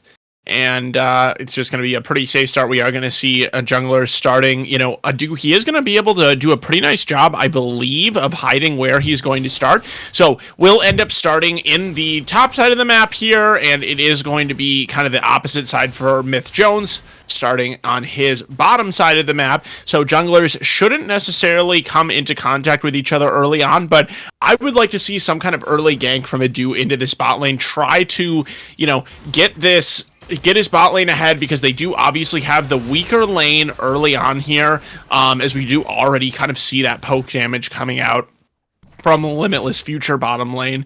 And yeah, we'll just have to see where these junglers decide to go early. Yeah, I'm going to agree. We see that Adu started on the bottom side of the map, so really it's probably not going to be the case, but look at the damage coming through from this bottom lane. Heart and Soul has to be careful of this level 2. It's going to be in 1 minion. And there we go. Level 2 comes through for Limitless Future. We'll see if they can find anything on to their enemy bot lane. Looks like no. They're too far back. So they're just going to take the HP advantage and, try to snowball that lead. Yeah, and we are going to see pretty even there so far in the top lane. A little bit of ASF Miner actually able to take pretty good trades there, and that is what you want to see from this Gangplank. Although, once Martial Arts for Y does kind of get about 3 levels in, that's where he is able to dive in a little bit easier and, kind of have those combos that do threaten a little bit more. So, looking for the play here. Martial is taking a lot of minion damage, though. Look at all the minion damage. Trying to fight in that big wave, and to be honest with you, now we'll see Myth Jones in the wave here coming through. Gonna pop that pillar up. But now in the bot lane, we're fighting as a dude now into this bottom lane. Just like you said, Flag and Drag is not gonna land as Omnific has to run. Does it? The cleanse available, but Nubly is flashing forward under the tower. Will go down, but not before securing the first blood. Yeah, and I think that that's really important that it actually went to Nubly. To be honest, I think that that's actually a pretty big advantage, just because once the Wukong does start to get some kills under his belt, he is so much better able to dive in and do, and get what he needs to get done, which is basically just destroying Omnific. And on top of that, Snowlife is the one who is able to pick up the kill. So Misfortune, not really going to be able to do much with that first recall. Repeat gank into this top lane here. SF Miner, no flash, should go down. Martial Arts will secure the kill here. And a nice job with the return play there onto this top side. And I do want to mention, yeah, this play is definitely, the play in the bottom lane was definitely good. Definitely beneficial for Heart and Soul, just because Omnific missed out on about a wave and a half of XP and gold. Yeah, and so we are experiencing a little bit of a spectator bug here. I know I'm experiencing it, and it looks like we're experiencing it on the stream as well. So I think we are going to have to put it to a break just for a second, and then we're going to come back. Sorry about that. Blame Riot. Yeah, we'll be right back.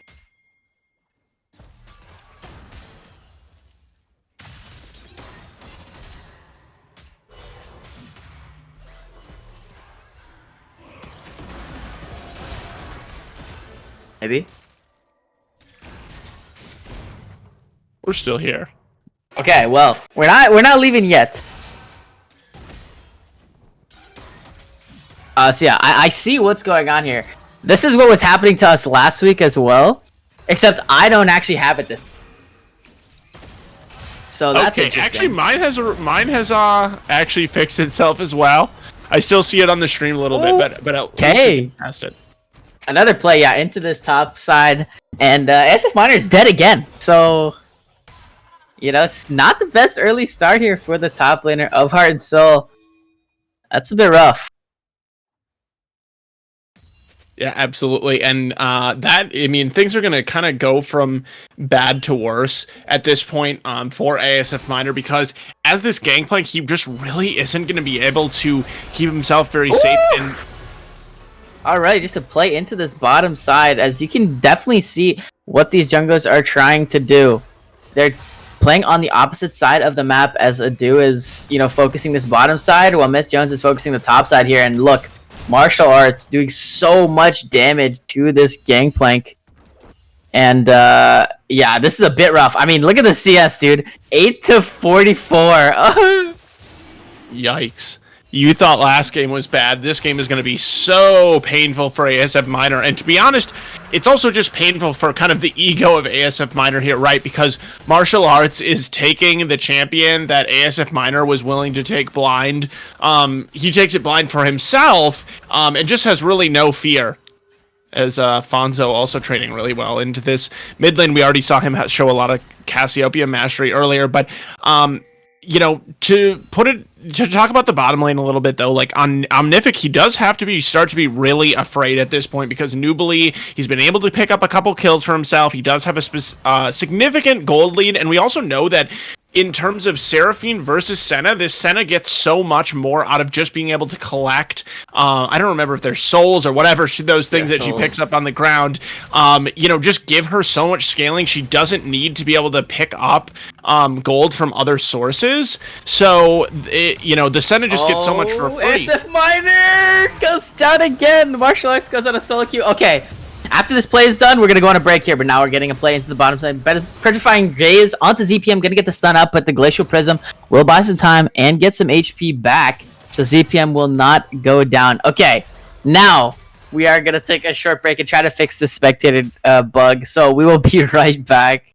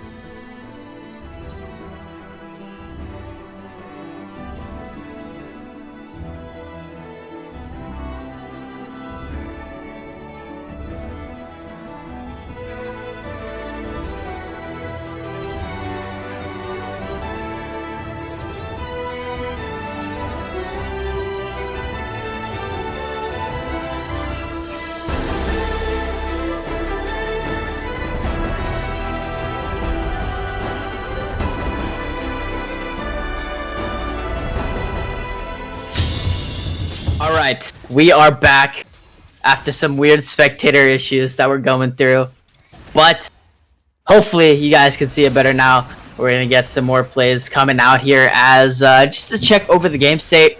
Limitless Future is up 4 kills to 2, up about 1,000 gold. However, they are down that early Ocean Dragon, which is gonna feel really good, especially on this bottom lane for TA Heart and Soul. Yeah, and now we are going to see that Nubly, he's able to start just kind of healing through some of this damage from Snow Life and Omnific. That's the point where this Wukong starts to get a lot scarier, where he doesn't have to worry as much, and here comes Nubly. Here we go, Snow Life. Aggressed on, but when you're Seraphine, you know, you have a pretty easy job of taking up that engage from Wukong, at least for the time being. You know, you have a shield, you got a lot of ways that you can get out of there. And yeah, I mean, we're kind of just chilling right now. 9 minutes into the game, gold is in favor of Limitless Future, and yeah, I mean, ASF Minor is having a rough time, but Martial Arts has just been absolutely dominant with the help of Myth Jones, of course. But yeah, you can see, I mean, Myth Jones is definitely targeting this top lane, and oh no, here we go. Cannonbrow is going to try to buy some time, but they're going under the tower. Dawning Shadow is going to give his shield for the time being, do a little bit, but it doesn't even matter because a successful top dive comes through for the Limitless Future top and jungle. Now eyes on Adu here, as maybe looks for this play into this bottom lane. Omnific, separated from the support here, kind of has to just run. We'll see if Duke goes for it. Flag and Drag's going to find the knockups onto 1 as the Charm's going to hit 3 members, and now Teleport's coming in. Flash forward is bullet time, but it's instantly canceled by the Wukong ultimate. Martial Arts is now here, is going to find 1 kill back, and we'll see if they can find anything else. As Sushi half HP from 1 tower shot. Oh my. We'll see as the Qs come through now for Martial Arts. Q1's going to land. Q2's going to find a knockup onto Adu, and a double kill comes through for the Aatrox now as Sushi is in trouble. They're going to take the blast cone over the wall into the waiting arms of Cassiopeia, and Fonzo is going to find another kill. Oh, and just too deep from Limitless Future. Really nice job by Martial Arts to be able to use his teleport to be able to back up his team, and also ZPM just being the first one to be able to roam over there. He's had control over this mid lane the entire game so far, and it did look good from Adu. You know, like I have to say, it looked really promising when he was able to get onto Omnific. Beautiful cancel of the bullet time by Nubly with this Wukong ultimate. But you know, they just went too far, and they were just too greedy for it. I honestly thought maybe Zushi could have stayed with his jungler to make something happen onto Marshall, because otherwise, you know, he was just going to die either way. But as it is, that is going to be just kind of a growing gold lead. Not, you know, could be a bigger gold lead from Limitless Future, but as all said and done, it is going to be about a 1.5k lead, about, as unsuccessful roam here into the bottom lane by Adu. But, you know, Right, Chains, you said earlier we were chilling. ASF Minor, he is not chilling, even despite the fact that Marshall used his teleport to go across the map. ASF Minor still going to be almost half the CS. And, you know, when he got dove earlier, he really played it just as well as he could for the Gangplank, but here we go again. Oh my, yeah, I mean, this is brutal here. Martial Arts looking for another solo kill. Ooh, Q1 barely missed here as the Rift Herald going to be spawned into this mid lane, going to find the first tower in favor of Limitless Future here, so that gold lead is going to increase to 3,000 now. Snow Life could be in trouble here, is going to walk into the waiting arms of Wukong. Nice route, going to buy some space and time. And Snow Life walks out with their life.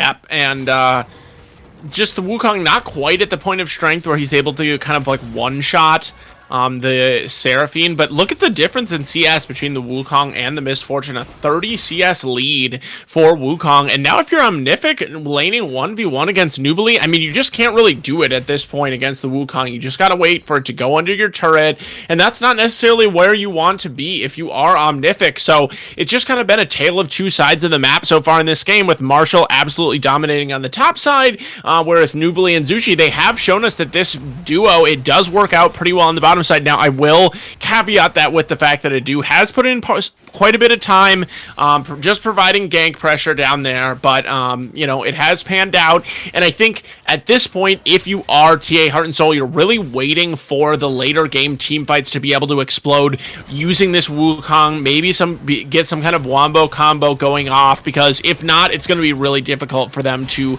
survive and to be able to take these team fights.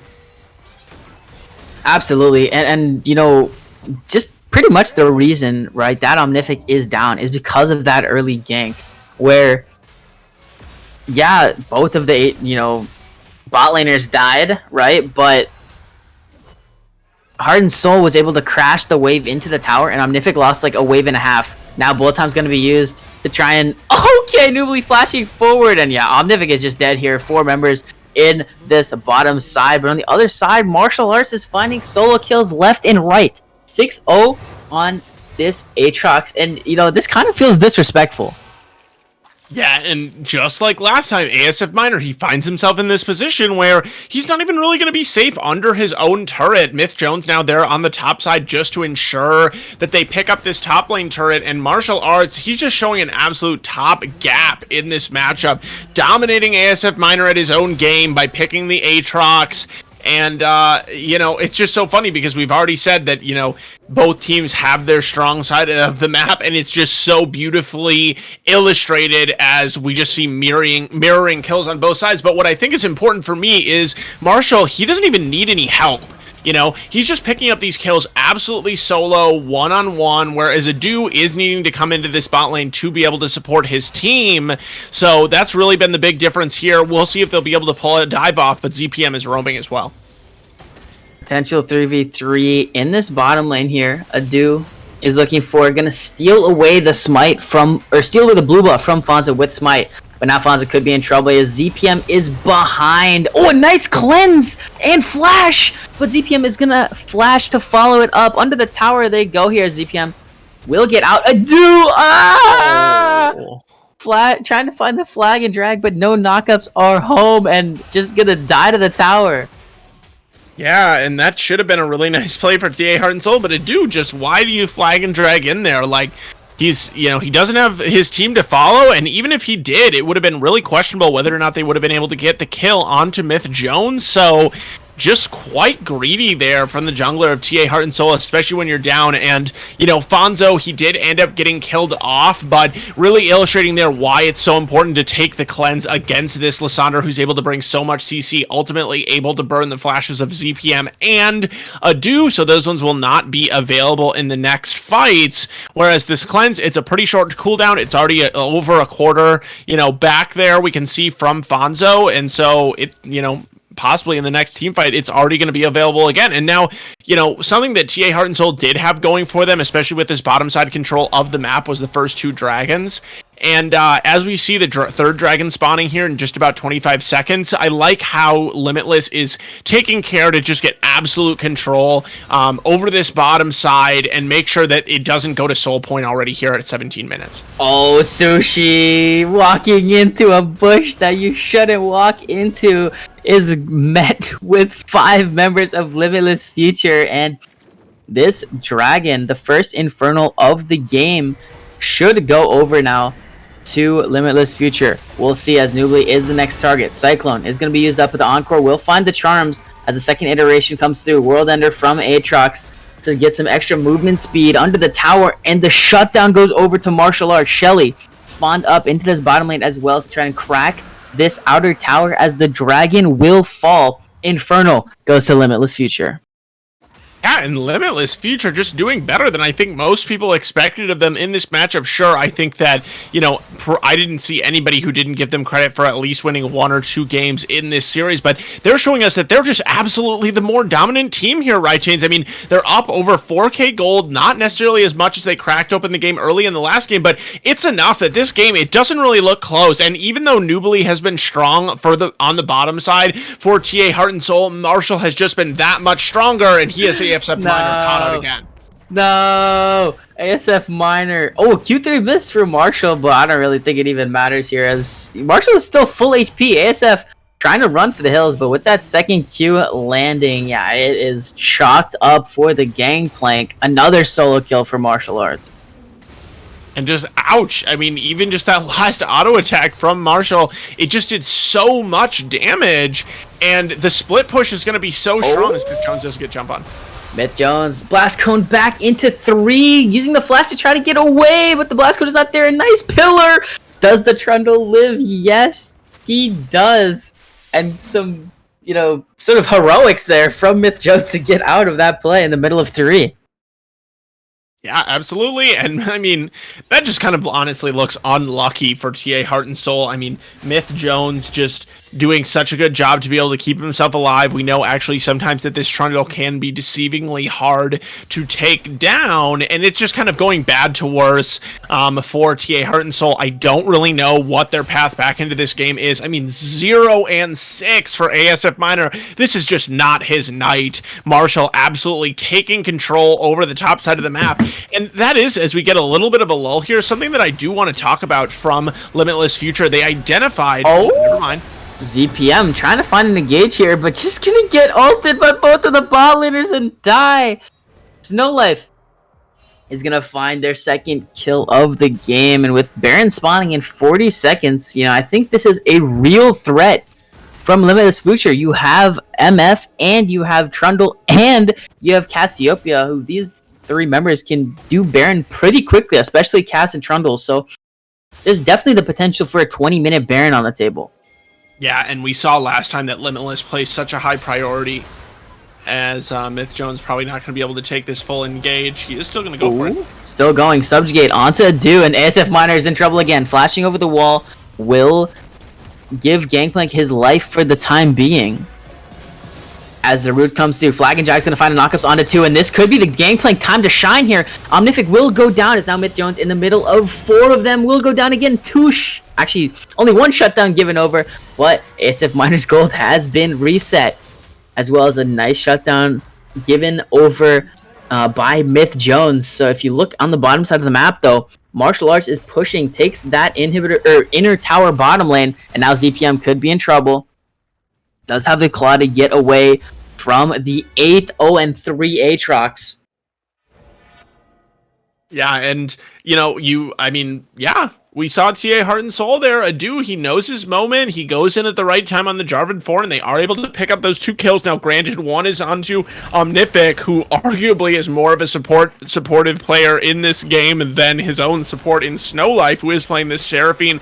Does have quite a bit of agency. Actually, when I'm looking at the gold at this moment, Seraphine actually does have more gold than Misfortune. So right now it is, that MF support, bringing the slow, and all that kind of stuff.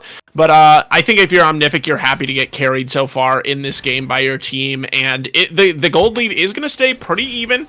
It's going to be, or not even, the gold lead is going to stay pretty steady. Sorry, I meant to say, with about a 3k gold lead, a little bit less though now, for Limitless Future. And the vision control throughout both games has been really exquisite for this Limitless Future team. It's not about the Baron, it's about the threat of the Baron, and it's about forcing TA Heart and Soul to come into that area, to be forced to face check, and then be taken down. And I think you're going to see that again with this dragon spawning in 30 seconds, similar vision control.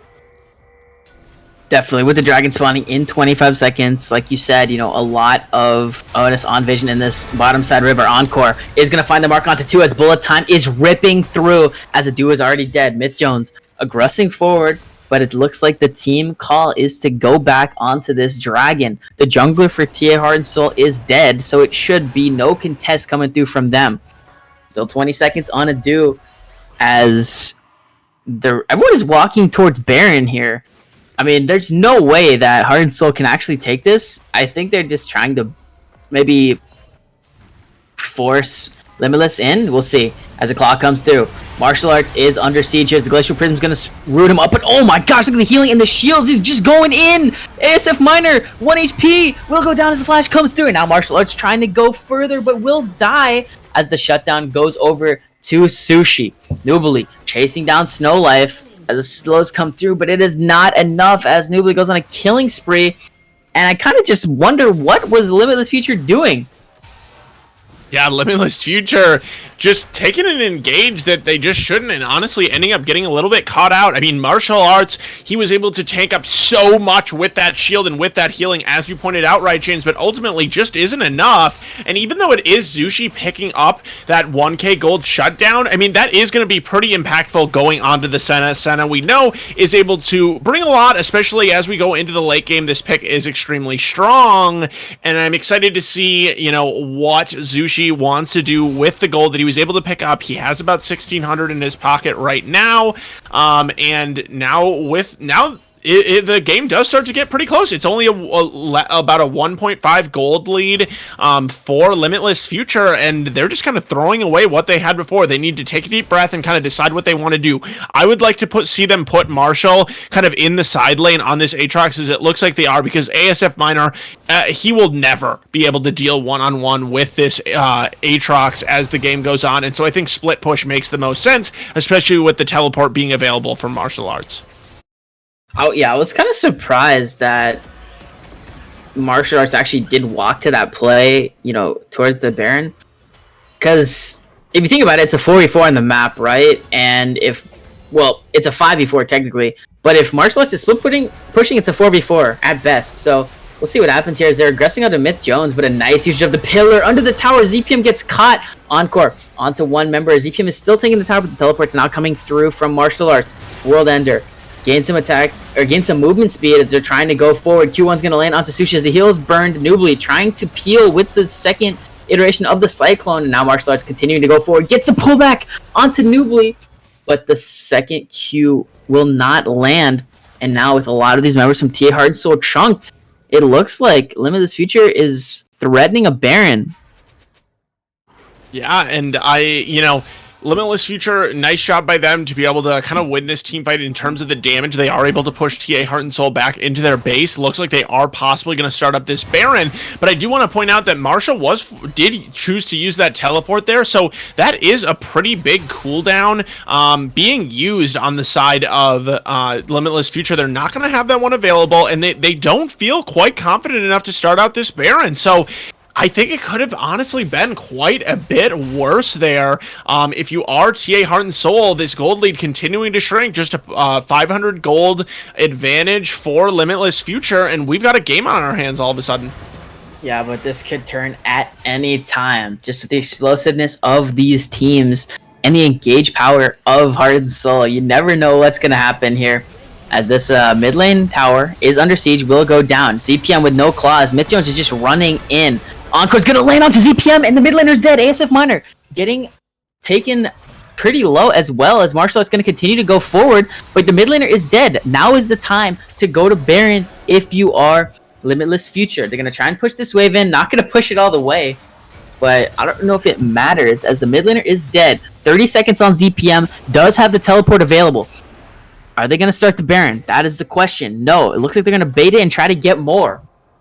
Myth Jones sitting in the bush as the flag is going to spot out the rest of the team. Nubly, oh my gosh, that's a 3-man Cyclone.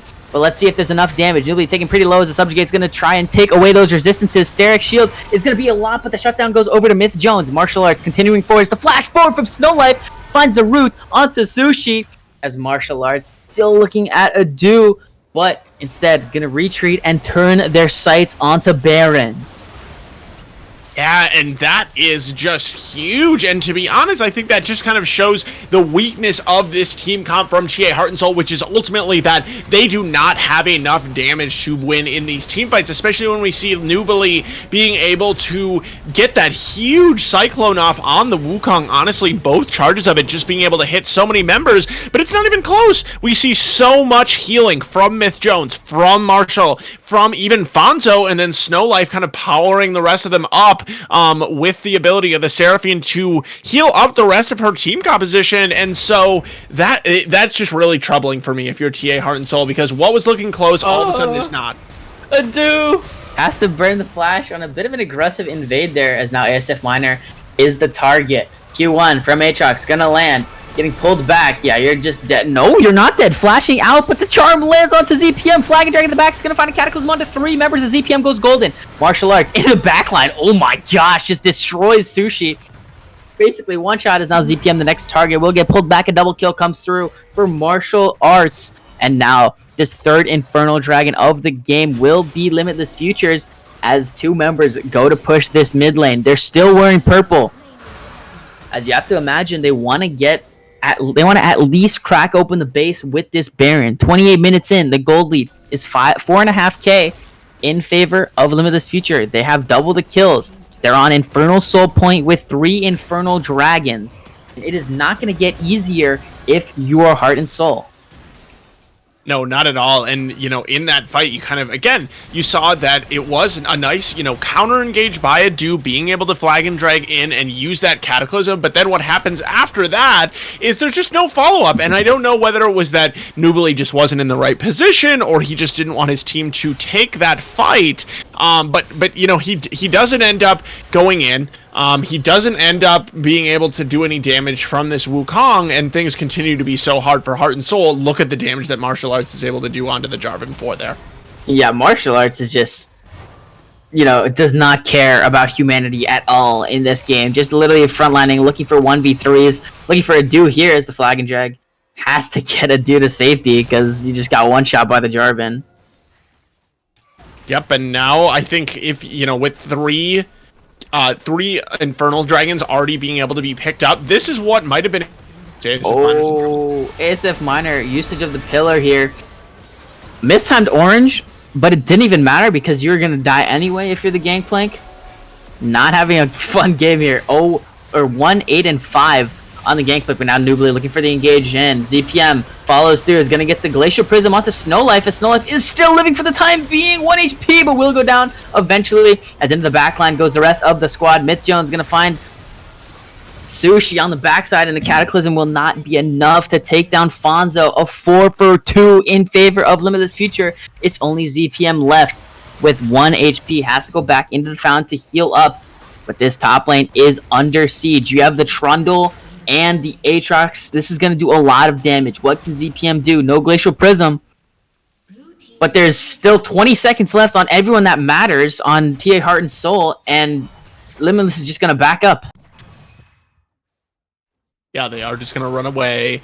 They're going to live to fight another day, and as I was saying before that fight broke out, I think that if the Infernal Soul was able to be picked up by Team Ambition, that would be really big for them in being able to put their damage over the edge. But instead, it is going to be Limitless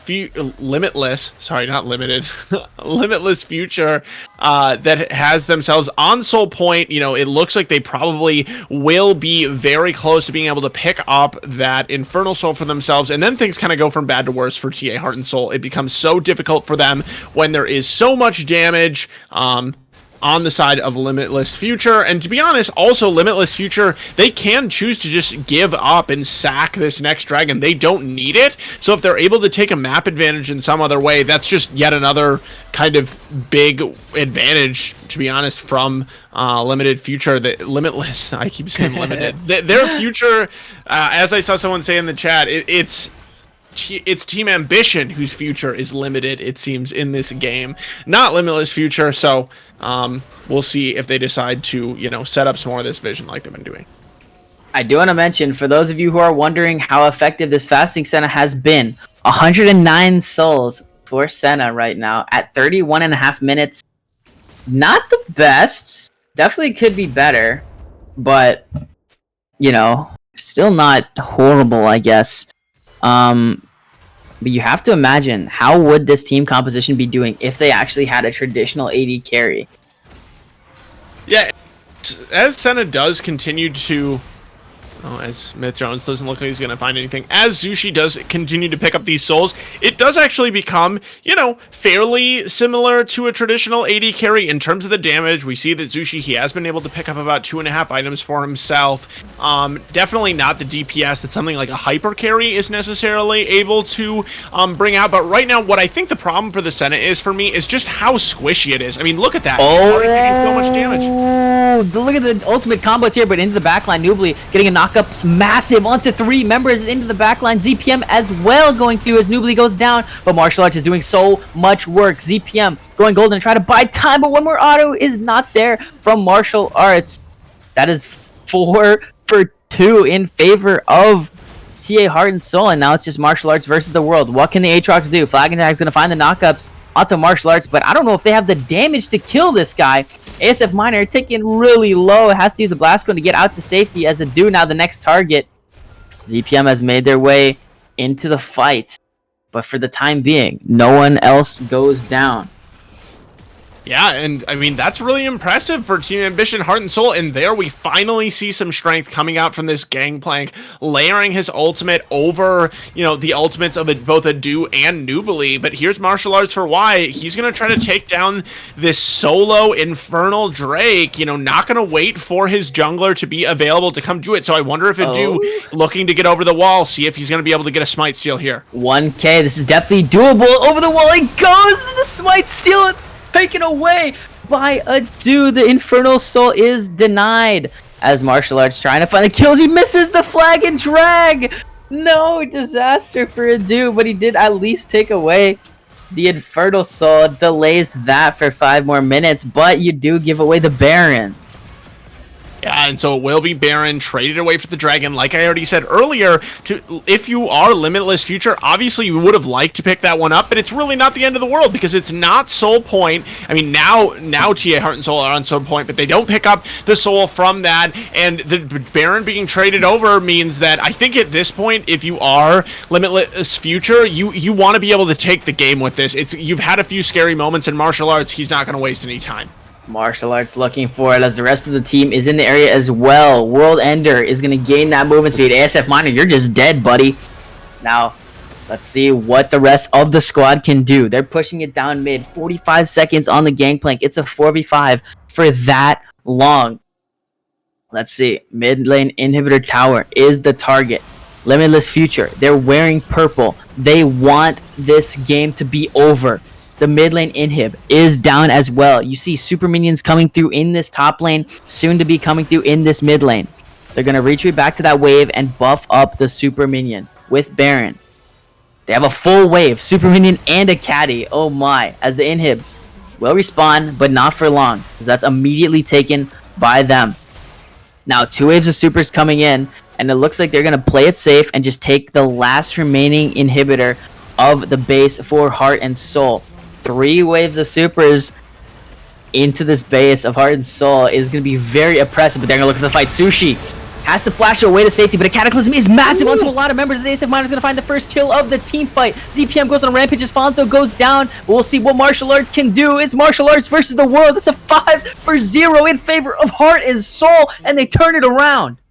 And of all people, ASF Miner comes up with the triple kill here on this Gangplank. He has not had a good time in this game, but he's able to make up for it there, able to pick up those 3 kills, and Nubili, he has got to be the MVP for me so far in this game from TA Heart and Soul, just piloting this Wukong so well. You know, it's a champion that we were spying on his solo queue while we were waiting for the game to load. We didn't see very many games on the Wukong for Nubili, but obviously he knows what he's doing, able to just get so much damage because of the way that Adu has been able to set up the players of Limitless Future just being so piled on top of each other, and somehow, some way, TA Heart and Soul finds a way to continue being in this game. It's certainly something that we've seen from them in the past, right, James? We've seen that TA Heart and Soul has the ability to just stay alive just long enough to make it count, and at this point, I think if you are Limitless Future, you have to focus, because I would be very afraid that it does hit a certain, we're at 37 minutes now, there's a certain point in the game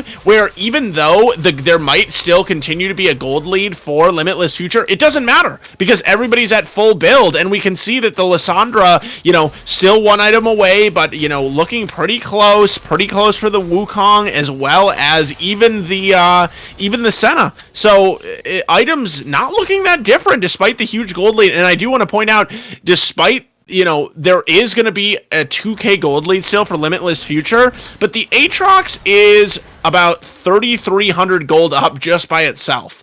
So that does account for a lot of the gold lead, and you know, it just goes to show it's still a pretty close game.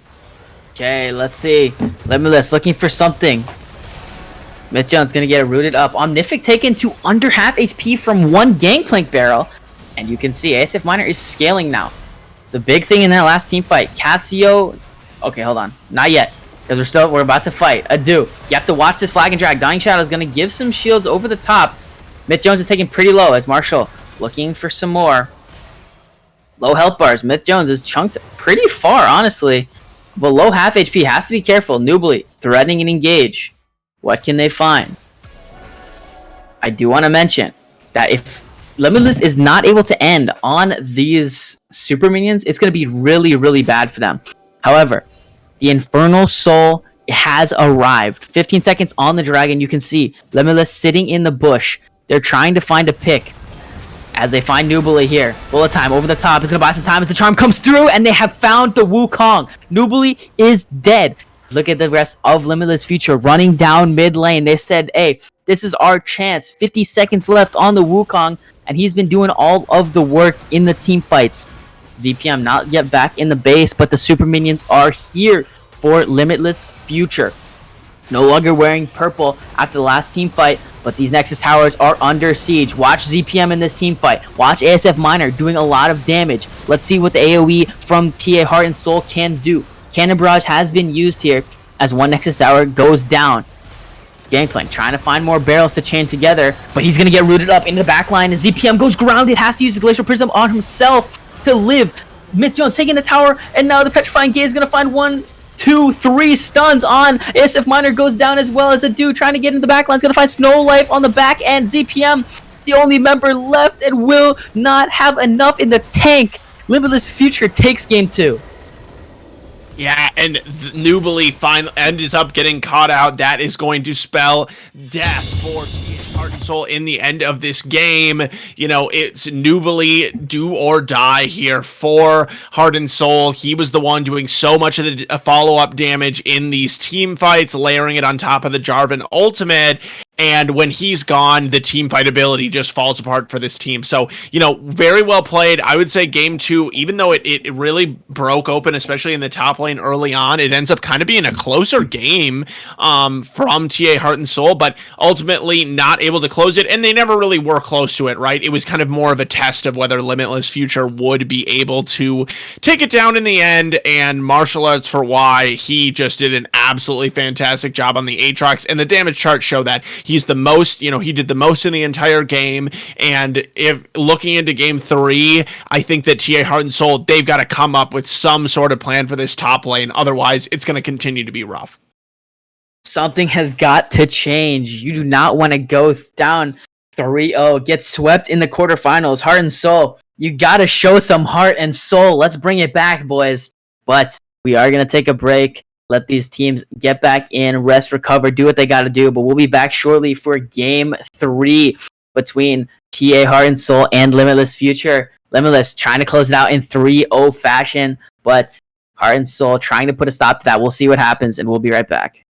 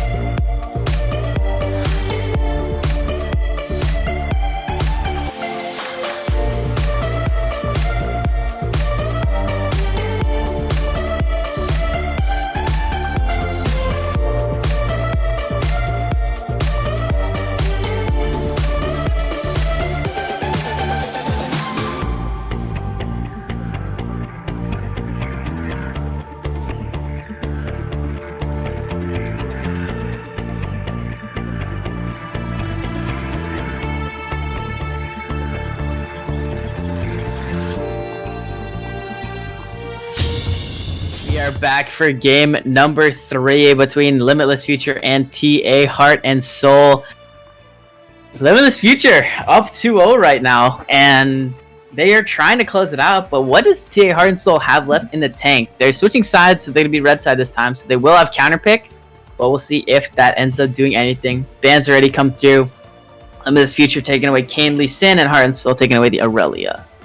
Yeah, and you already spoke to it, but TA Heart and Soul, they do have the counter pick in this matchup. Going on to the red side, I would really like to see it go to the top lane for ASF Minor, just making absolutely sure that he has something that he is able to be comfortable on against martial arts, because it's just been such a stomp fest so far in the top lane. Yes, Gangplank eventually was able to scale in that last game and have a pretty good impact, but it was just too late. You know, at that point, it was already such a big gold advantage for Limitless that it was just too much to overcome. So I'd like to see that counter pick going over to the side of the top lane for TA Heart and Soul, but we'll see what they do. TA, we'll see if they have anything else to pull out, because it is do or die. This is the elimination game for Team Ambition. Will they be able to pull it out? We'll see. Yeah, we will see here. Some more bans are coming through. Galio off the table for Limitless Future, and TA Heart and Soul is banning away the Seraphine. So I do like that adaptation here. You know, Snowlife has been pretty solid on the Seraphine through the first 2 games, and Victor is the last ban for Heart and Soul. We'll see what Limitless opts the first pick here. It's going to be the Ziggs. I wouldn't have been surprised if Jarvan came out, though. Yeah, me neither. I mean, this Jarvan has been really good for both teams. Even when Team Ambition did lose game 2, I still felt like Adu definitely did well on this Jarvan, but it is going to be the Ziggs. Ziggs was banned by... I actually think Ziggs was banned by Limitless Future in the previous 2 games, but obviously they didn't have first pick, so this time yes, they are able to pick it up. You know, is a flex pick between the mid and the bot. Typically we do see it in the bot lane, but interesting here from TA Heart and Soul, seeing the Graves. A lot of priority on this champion with the Jarvan still up and available, and I can't say I'm the biggest fan of that. Graves Misfortune coming out first, you know, a couple of takeaways, but also with the Misfortune, you know, you're taking it away potentially from Limitless Future, but Limitless, they're probably going to be comfortable to put this Ziggs into the bot lane as well. So, you know, interesting composition so put together by TA Heart and Soul. I think it will be extremely vulnerable to some kind of dive comp from Limitless Future, and the Jarvan definitely starts that off. Absolutely. I'm not really that big of a fan of this Misfortune, to be honest with you. I think Ziggs is going to have a really easy time just poking it out and harassing it. Leona for Heart and Soul would definitely help. But then again, you know, Ziggs does have the satchel to cancel out on engage from Leona. I don't know. It's kind of confusing to me, as well as this Quirky blind. I guess Fonzo's feeling the Quirky right now, but you know, you have to think Limitless says, okay, we'll pick Quirky and, you know, ban out mid laners. Heart and Soul had the opportunity to take a mid laner here for that pick, but instead are just going to hold it. And it looks like it doesn't even matter because Limitless is just banning top laners. Yeah, and it does seem that Fonzo is just totally fine with just blind picking mid laners throughout the entirety of this series, as well as last series, or at least having blind pickable mid laners. This time he goes with the Corki. Definitely something that we don't see a lot, but actually we have seen it from a few of the teams on or in the CCS, and it does kind of scale to have pretty good damage. It also has a lot of safety in the mid lane, and Heart and Soul, they are going to stick to this Lissandra. Honestly, was not the problem for them in the last game. Lissandra was able to bring a lot of CC, kind of forces the hand of the opposing team to pick up some cleanses as well. So I like ZPM going back onto the Lissandra pick. It has a pretty safe lane against the Corki, and as I kind of hoped for, TA Heart and Soul, they are going to save their counter pick for the top lane, making sure ASF Miner has something that he's comfortable on, and I'm excited to see what Limitless Future decides they are willing to blind pick here. We did see the Aatrox being taken off the board already, as well as the Aurelia, and now he's got his, Marshall has got his pick of the litter to go alongside this Thresh. I like Thresh here. Thresh is known as this kind of counterpick to Leona, where you can stop the Zenith Blade. You can basically stop all of Leona's engage. And I really like it. I think it's going to be good, especially paired up with the Ziggs. Because Ziggs, doesn't have the most mobility, but it still is going to be very good. You have lockdown, so Ziggs can hit all of his abilities. And to add some more magic damage to the composition, Mordekaiser is going to be taken in the top lane for martial arts. I like the Mordekaiser lock-in. It's just kind of been the bread and butter in this league in terms of being just a safe blind pick top laner. It really doesn't have any super bad matchups. It scales pretty well into the later game, especially with being able to use the Death Realm to just always take out one target from the fight. And I like what Team Ambition is doing here, though, to go over to the Scion, just saying, hey, ASF Miner, we want to put you on something that even if you lose lane, that's okay. You're going to be on this Scion. Just build tank, use your ultimate for engage, and we're going to be fine. And I think there is a certain point where for ASF Miner, you just kind of have to throw away your pride, just say, hey, maybe Marshall, he's a better player than me, at least at these carry champions in lane, and instead just taking something that can contribute to the team fight composition. And it does make sense kind of as we see the entirety of this team comp come together for Heart and Soul that they did pick the Graves. I would say that there's probably some damage lacking if you don't take that heavy damage jungler. Now, Graves, not something we see very much in the meta, so we'll have to see kind of how it compares in terms of clear speed and in terms of pressure to the Jarvan. Certainly not as good of a ganking champion, but it makes sense in the overall team comp for me. Yeah, looking at these compositions, it is a bit interesting. The one thing I do want to mention about Limitless Futures Draft is there is a lot of indexing into magic damage for their composition.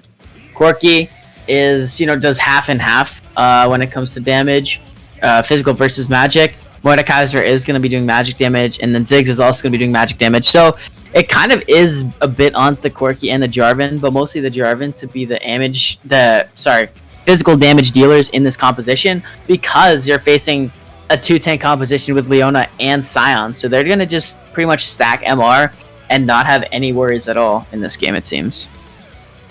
Yeah, and I mean, there is definitely a lot of potential to stack a ton of magic resist from Team Ambition. The Scion, the Leona, both able to get a ton of magic resist. So, I wouldn't be surprised to see a few Mercury's treads as well for Heart and Soul. So, in terms of the itemization, I will have to give it over to Team Heart and Soul, Team Ambition. But I guess when we're looking over to onto the other side, there is also quite a bit of physical damage coming from Heart and Soul. Certainly the Scion brings a little bit of magic damage. Obviously the Lissandra full magic damage. But neither of these are kind of going to be bringing the majority of what Heart and Soul has for the, in terms of doing the damage in these team fights, but Limitless Future also not really bringing the tankiest of composition, so we'll see which team is able to take advantage of that better. It is going to be, and we say this every time, but it's going to come down to the execution of these two teams. And I don't know, honestly, even like you've already mentioned, there's a little bit of a lack of damage for Heart and Soul. Obviously, you're going to have Lissandra, who's kind of more of a utility mage unless she can get ahead. Misfortune, obviously, we saw how easy it is to shut Misfortune down with a Jarvan on the enemy team in the last game. Omnific was pretty much useless for the most part. So it'll be interesting to see. I don't, you know, I'm wondering if Myth Jones is going to be able to, get a lot of ganks out, have a lot of early pressure, because Jarvan's a champion who can do that very easily, while Graves, on the other hand, kind of has to farm up a bit more and try to get items. There's not as much CC for gank assists, so it'll definitely be interesting to see. Yeah, and I think it's also just gonna kind of come down to whether or not this composition from Limitless Future, or at least I think it's going to be interesting to see how much poke is Limitless Future going to be able to come out with between this Corki and the Ziggs, because that's something that could start to get really annoying. There isn't necessarily the hugest amount of sustain from Heart and Soul on their carries of Lissandra and Misfortune, not really the champions that you think of being able to, like I said, sustain through that poke, be able to gain back the life that they need. And so if Omnific and Fonzo can team up to try to chunk out the carries on the red side first, it's going to turn the team fights really strongly on this towards Limitless Future. So I'm excited. I also think that another thing that's going to come into play huge here is how much Heart and Soul is able to have resilience through and show some grit after those first 2 losses, because it's hard to lose 2 games in a row, especially that second game in which they were able to show some signs of life, and then they get absolutely shut down at the end. For Heart and Soul, it's going to show whether or not their team is able to reset mentally, come through, and just show an ability to come back. So I'm excited to see what will happen. It's going to be do or die for Heart and Soul. Do or die for Team Ambition Heart and Soul here. Don't want to get swept, so they have to win this game to keep their playoff hopes alive. We're going to take a short break for the spectator delay, and we will be back shortly for game number 3 between Limitless Future and Heart and Soul.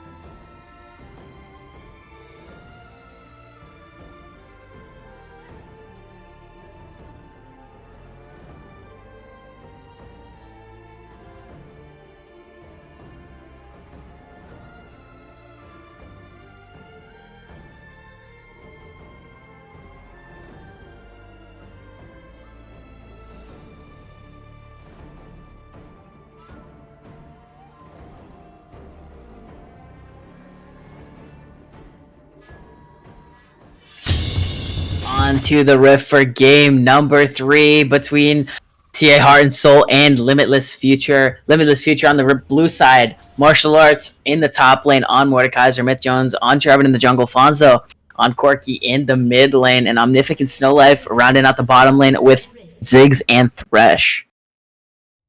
And on the red side this time, we have Team Ambition Heart and Soul. We have ASF Miner on the Scion, Adu taking up the Graves, ZPM on the Lissandra, Nubili with the Misfortune, and Zushi piloting the Leona. Both of these teams standard 5-point. Yep, yeah. Sorry, I was going to say the same thing. Jinx. Yeah, both these teams standard 5-point here. Trying to find some early vision. Seeing if they can find any information on where the junglers could potentially be starting. I don't know if they saw Adu walking over to the blue buff, but looks like both junglers are going to start on the bottom side.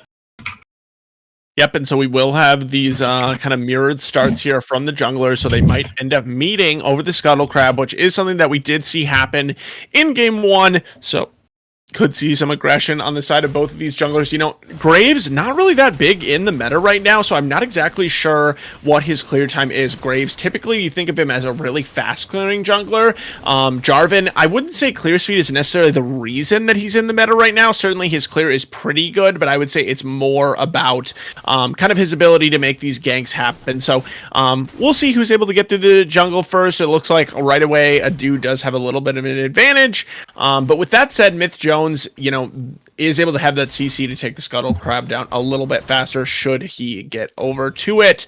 And now as we get a little bit of a look at this top lane, you know, ASF Miner, will he be able to come back in this game, do pretty well against Marshall, who has been absolutely smacking him in this matchup so far? I think that's going to be a big part of the mental for TA Heart and Soul as level 2 does come in.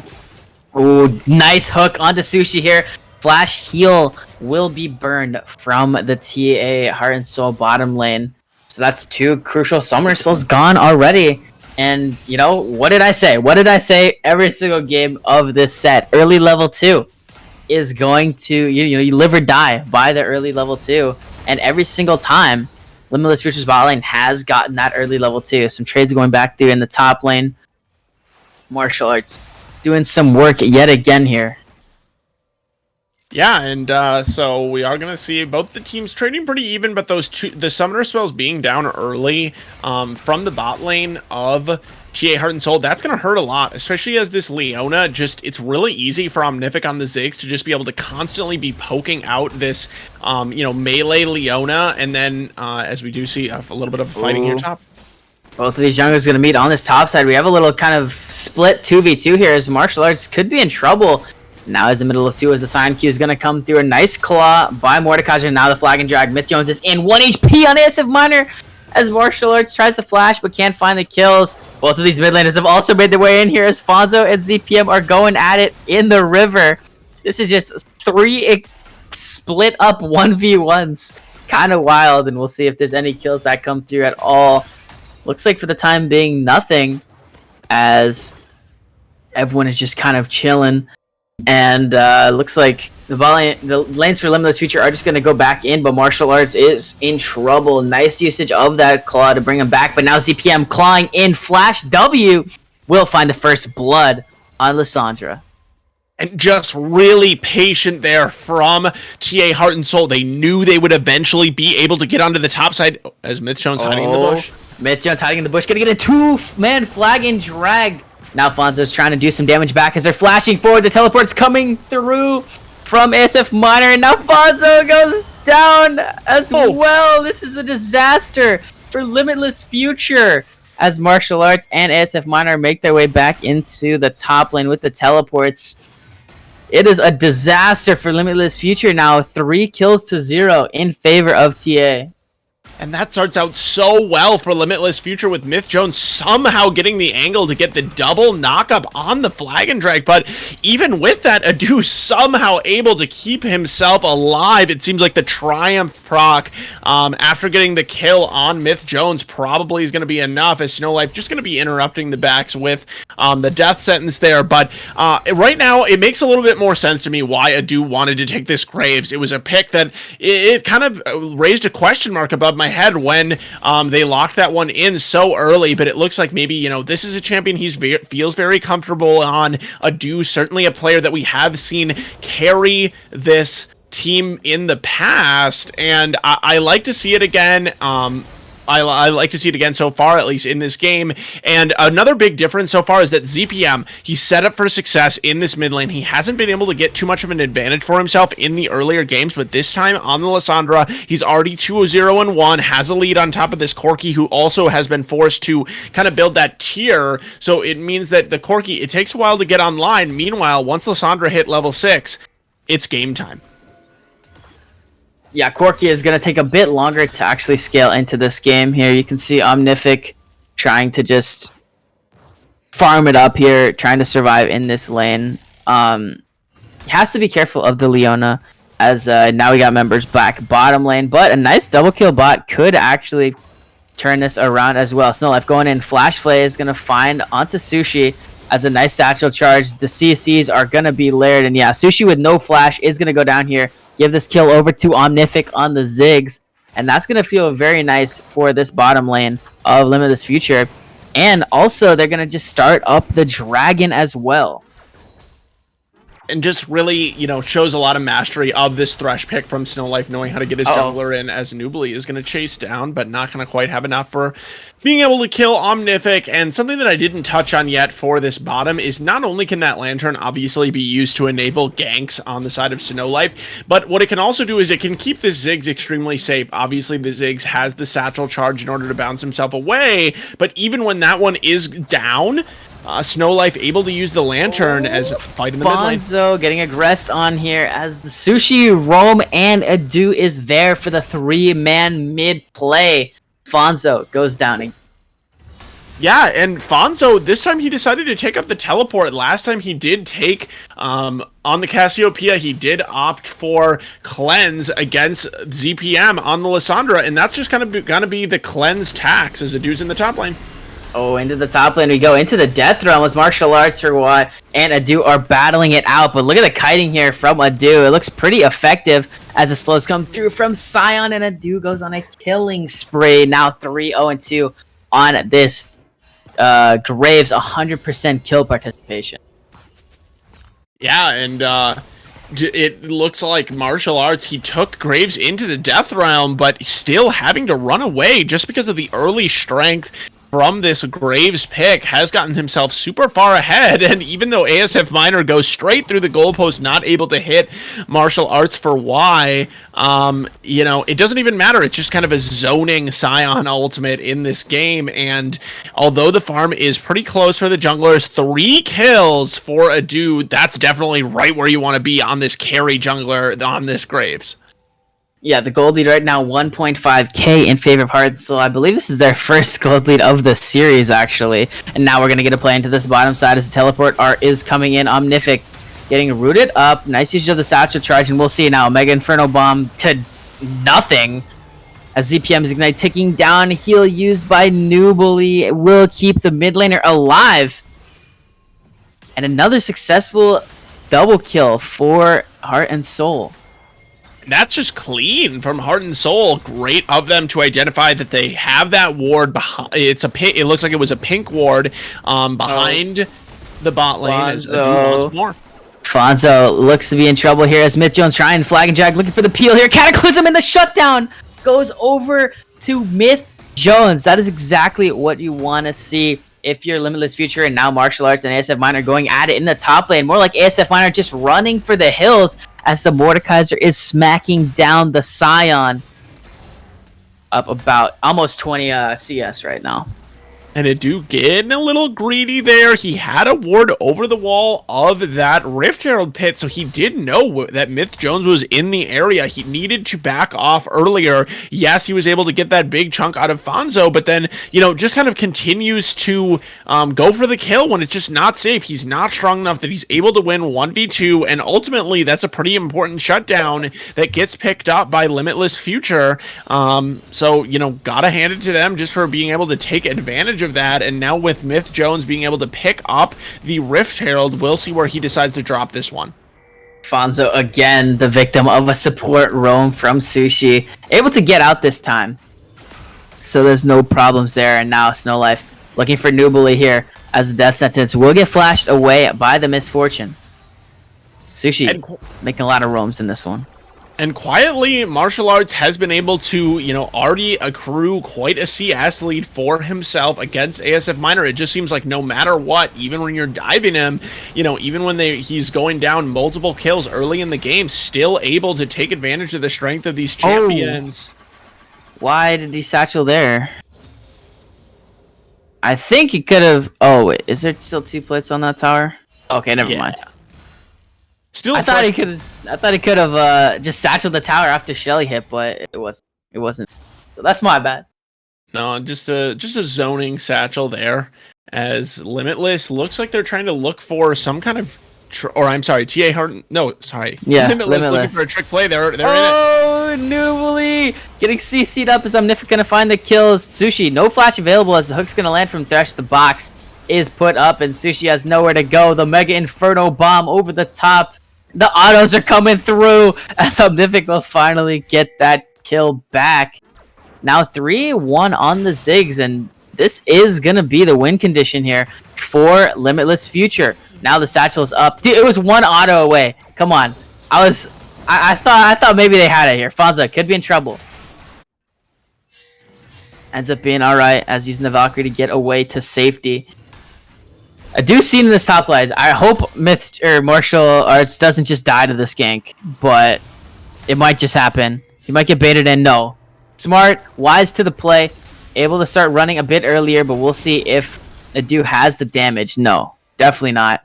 No problems at all. With the jungler showing on the top side, though, look at Myth Jones. Immediately pings onto that dragon, but the bot lane has reset, so they can't really actually take it. No. So sad for and so good rotations to be able to cover for each other as a team from TA Heart and Soul.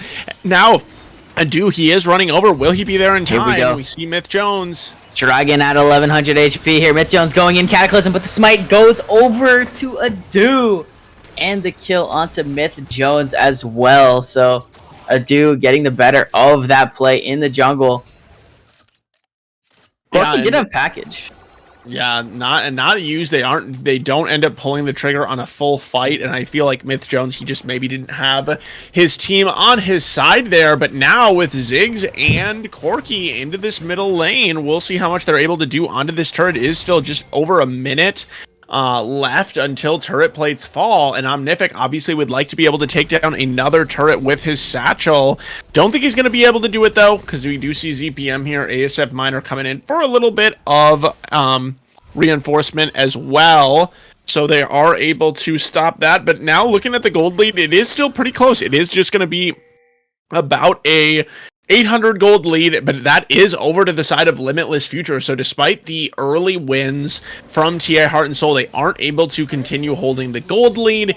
They have a 4-kill advantage, but it just kind of goes to show that the laning has been a little bit stronger here from Limitless Future. Limitless Future, you know, up in CS, you can see it in the top lane, in the mid lane, and a little bit in the bottom lane. So just kind of all across the board, they have been able to pick up more minions. So gotta give it to Limitless Future. They're that one. Omnific has to run here. His flashes are being used by supports. A nice hook from Snow Life, but look at the bullet time over the top doing so much damage as Adu. His shield bow will be popped and has to run for the hills. That was a nice job by both of these teams, honestly, countering the plays that each of the other ones were making. Yeah, so it shows how kind of tanky this Graves is. So Graves, you know, picking up the Immortal Shield Bow early on top of just kind of the, I believe it's called the True Grit passive from Graves. It makes it really interesting. Top laners going at it here. Marshall has had, the better of every single lane in this series. Even up 28 CS right now after getting, killed twice. Yeah, this time he is able to show that he still has ability to be able to be very, very, stick with it in the lane. That's the thing, is he is down almost 40 CS now, but the thing about Sion is it doesn't really matter that much. He has been able to pick up one item, and it's going to be more of a question of whether or not ASF Miner is able to hit his ultimates, but we might see a fight here. Fight's coming through here as the Scuttle Crab is going to go over to Myth Jones, I believe, as the reinforcements are coming in, having to bring the flash to try to get away. But we'll see now as the teleport's coming in. Both teleports as the Soul Flare is going to find the stun onto martial arts only. Flashing forward, trying to find Nubali, but will not find it using the Gale Force. As EPM goes on a rampage. Omnific is in the enemy lines right now. As into the Death Realm, again, martial arts is not going to win against Adu. And another 4-for-0 in favor of Heart and Soul. And that's huge. It didn't seem like that fight, it almost was a little bit quiet. It happened kind of so subtly, but all of a sudden 4 kills in favor of Heart and Soul, and being able to take down this mid lane definitely opens up the map. It allows for a lot of vision control to be able to come out from Team Ambition, and that's definitely what you like to see. And I don't know. For martial arts, it's hard to say whether or not it's worth it to bring this Graves into the Death Realm. On one hand, the Graves is certainly probably the most ahead character from Heart and Soul, so you want to take his damage out of the fight. But on the other hand, martial arts, he hasn't been able to survive these trips to the Death Realm. It has been death for himself using his own ultimate, so, just hard to say whether or not that's worth it. And now the Herald going to be picked up by Adu, and so nice to be able to, first of all, just deny that away from the Ziggs, who does have the ability to finish off those turrets so easily with the satchel charge, but also being able to hopefully start snowballing the gold as it has swung back over to the side of TA Heart and Soul. We will see as the next dragon is spawning in about 40 seconds, and there's going to be a fight at that. But yeah, Adu does have the Rift Herald in the inventory right now. I would imagine they might use that just to get pressure and prio on this dragon to force someone from Limitless Future to have to match Shelly in a lane. We will see as now Martial Arts and ASF Miner are going at it in the top lane again. Both of them have their mythic items, as the Riftmaker is the option for Martial Arts, and Frozen Gauntlet is the option for ASF Miner. Both taking about half HP. As Myth Jones is on the top side of the map, which means that this dragon is going to be a free one for TA Heart and Soul. Flag and Drag not going to land, but they go into the Cataclysm as ASF Miner could be in trouble, canceling autos 17.5 times, but it's okay because Myth Jones will find the kills. Marshall has to be careful of that Scion passive, but it looks like he will be okay.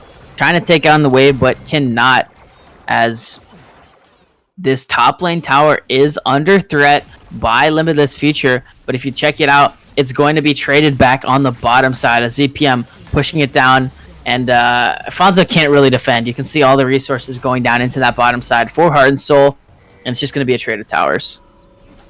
And despite a lot of these wins from Heart and Soul, it hasn't really been expanding their gold lead very much, just because of the structures that have been taken down by Limitless Future, just between the Ziggs as well as the Corki, that just gives them so much strength to be able to take down these turrets and to be able to retain their gold lead. And I do like that, despite the fact, even though Myth Jones, he wasn't there on the bottom side to be able to contest this dragon, he didn't try to go, half-assed and go down there and try to get something done and not be able to do it. Instead, he just goes into the top lane, easy gank onto ASF Miner, and it is nice to be able to pick up that kill on the Scion and be able to take down that turret, because it means that martial arts is starting to be able to maybe make some kind of split push. Obviously, it is going to be hard to take down the Scion as he does start to get more and more tanky, starts to pick up some magic resist.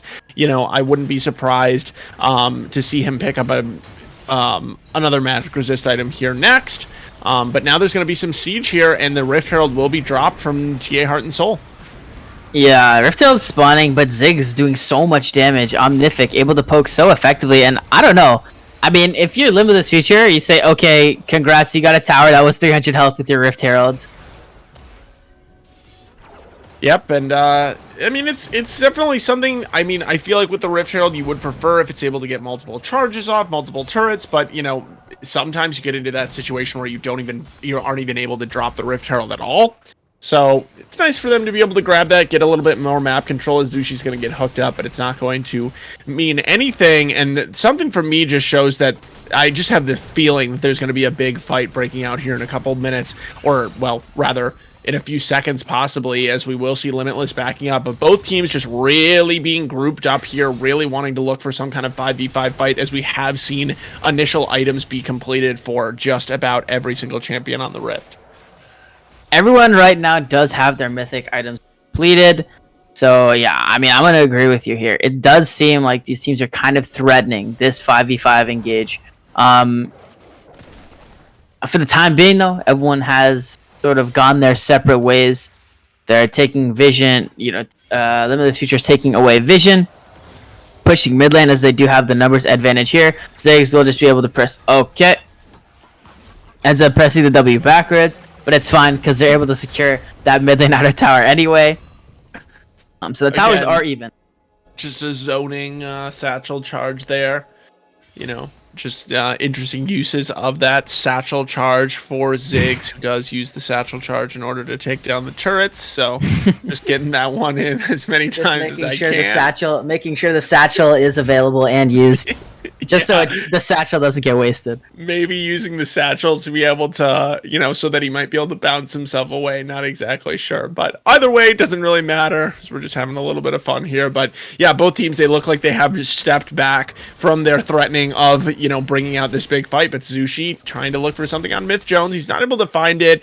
And, you know, doesn't look like they would be able to set up a dive on martial arts, especially with that ultimate from the Mordekaiser. It does make him exceptionally difficult to dive, and we do get a little bit of a stalemate here. I mean, both of these teams have pretty good wave clear. Obviously, Ziggs known for his incredibly annoying wave clear, being able to extend games quite far, but also pretty nice or from the side of TA Heart and Soul, even the Graves, when he is able to go into that lanes, he can throw out his Q, brings quite a bit of wave clear, and, you know, the Corki as well. So we'll see which team decides to kind of pull the trigger and go in for a fight first. But for now, both just trying to pick up a little bit more gold, and I can't help but think that it's going to be around this dragon in about 30 seconds. This is a potential soul point dragon for TA Heart and Soul. If you're Limitless Future, you don't need to contest this, but it does, you know, feel pretty bad stacking mountain dragons on champions with the likes of Sion and Leona and Graves. These champions who are just going to get really, really tanky. You don't want to just give them increased shielding and resistances if you don't have to. So like you see, we're going to see a fight here. Corki does have the package available. We'll see if he opts to go for it.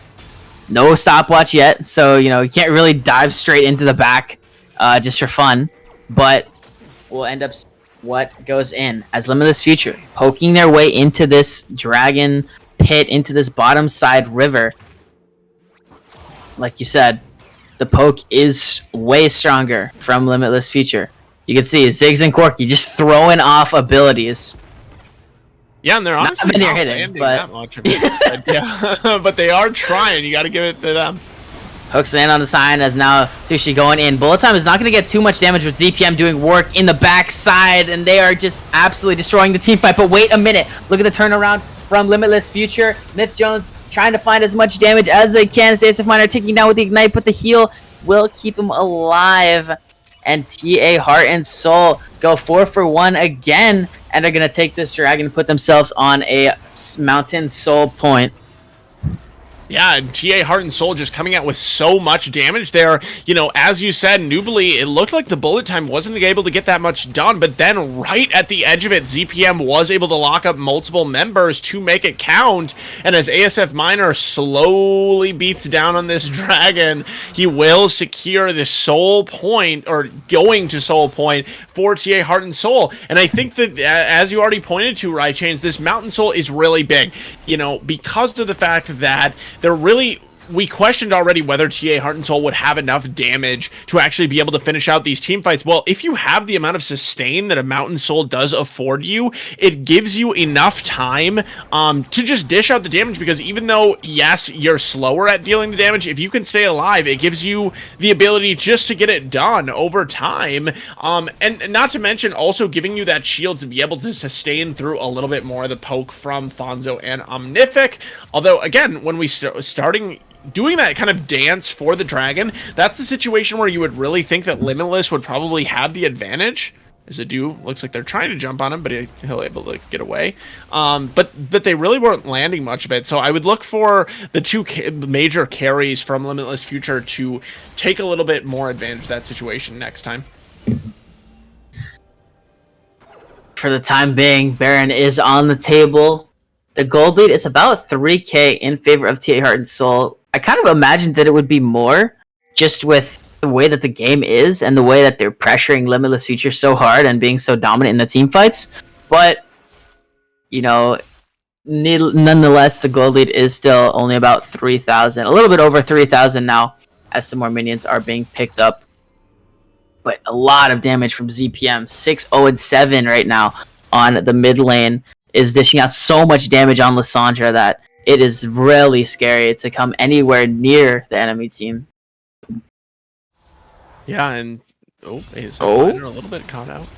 ASF Miner could be in trouble. You're playing Scion though, so it doesn't really matter how you're positioning. Yeah, and that's kind of the beauty of this Scion pick, as we've already said. But Scion, you can just afford to have a much higher margin of error. Only one death so far here for ASF Miner, just because he's on this champion that is so incredibly tanky.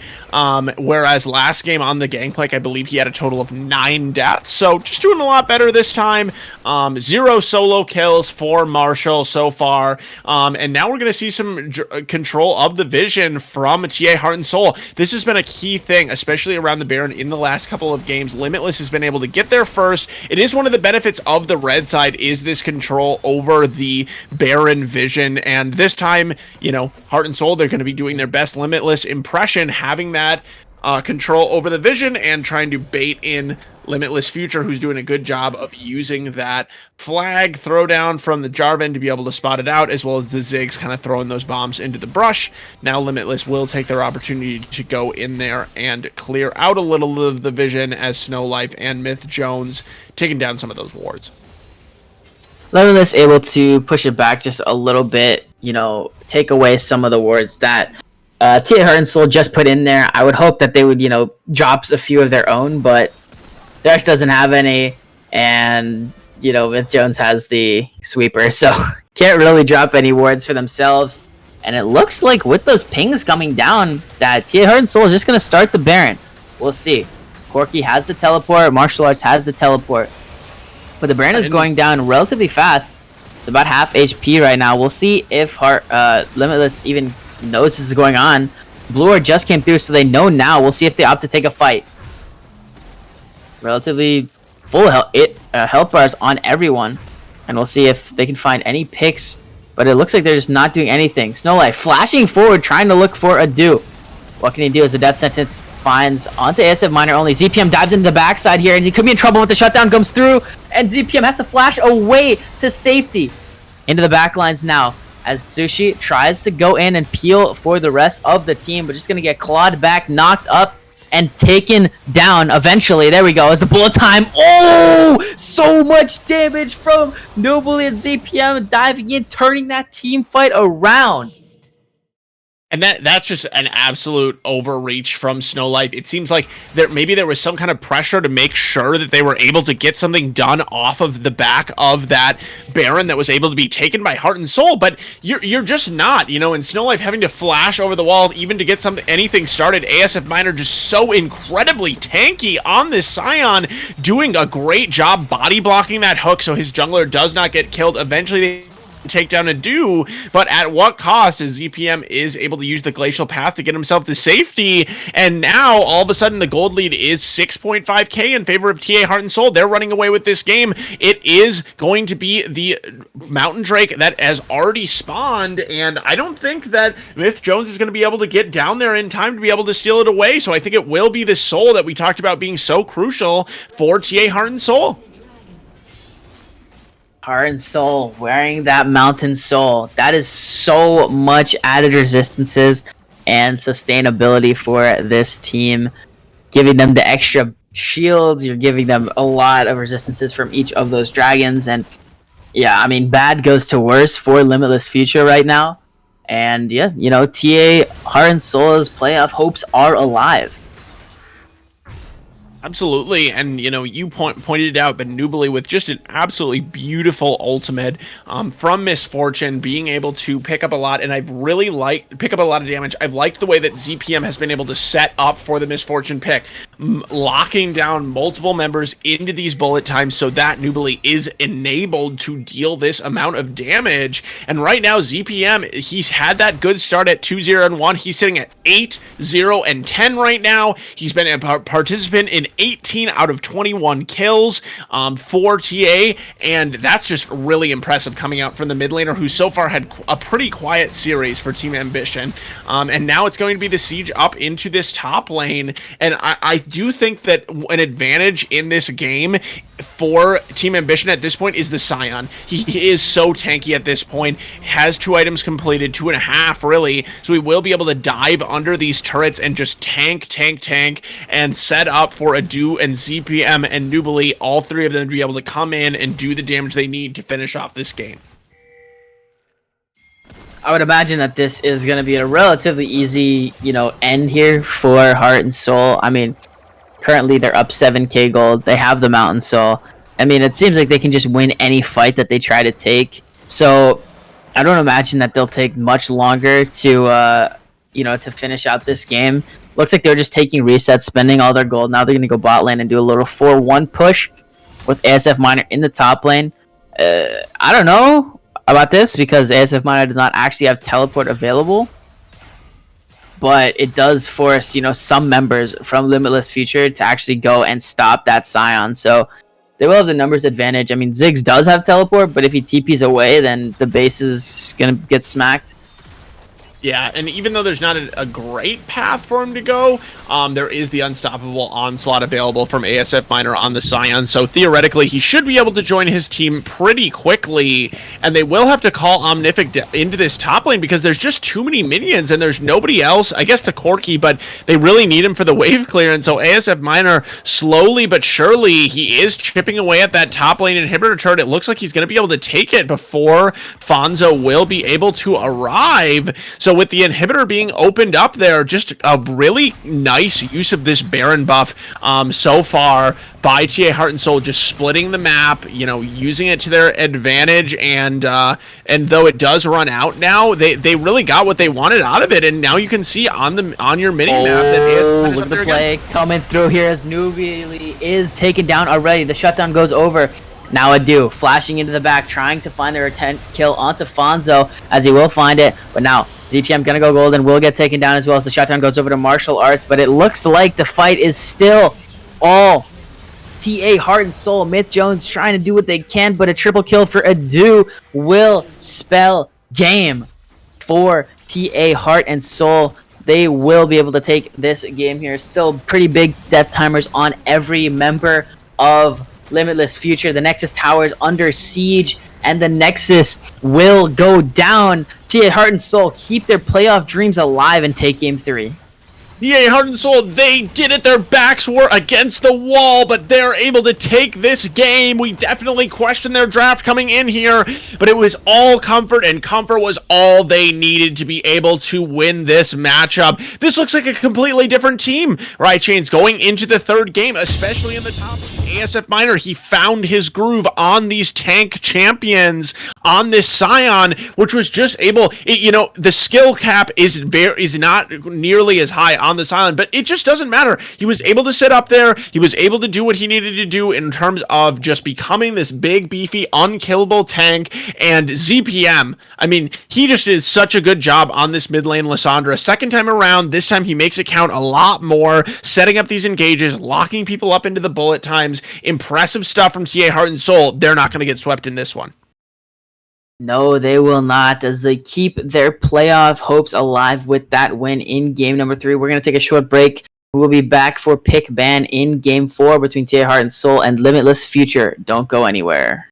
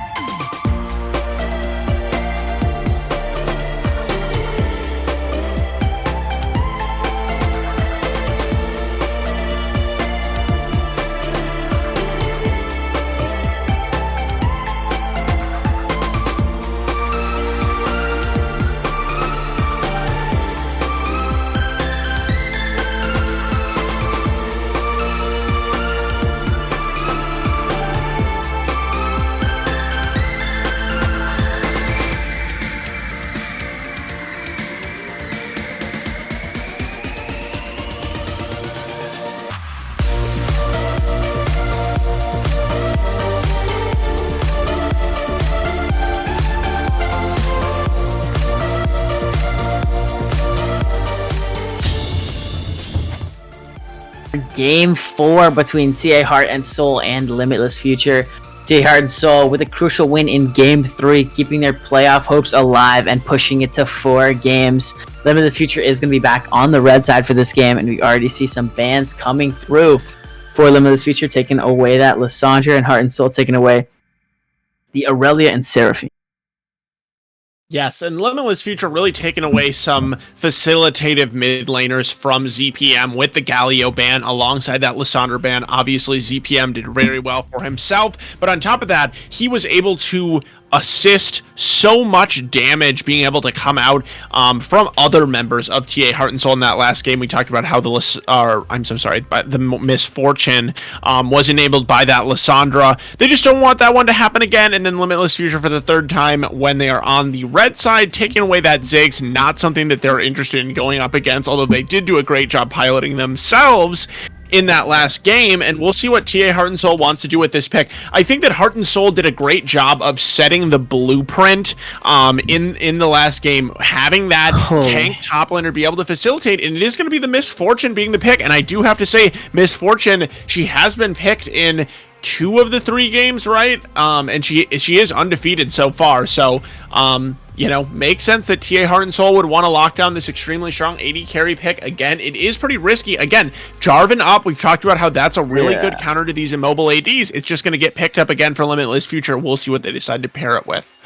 I don't think that Misfortune is a first pickable champion, but that's just me. I think it's not that good, but it's looked good, but I don't think it's actually that good. Jinx and Jarvan, the other 2 picked up for Limitless Future, and this is what I like to see here. This is what I'm looking for. I believe it was last week we saw Limitless Future on the stream as well, playing both Jinx and Jarvan, so they were able to come back from a ridiculous gold deficit and end up winning that game off the back of Omnifix Jinx. And I believe Martial Arts had a 4-man Darius hook that was just ridiculous. So we'll see if they opt to go for that strategy again. I was a big fan of that team composition that they built. Very big AoE, very big team fighting potential, prowess. So we'll see if they opt to go for it. I do like the Jinx pick into MF. I think it's very nice. You outrange her, you outdamage her, you scale better. So a lot of good opportunities there. And then again in the top lane, it's going to be Sion for ASF. Sorry.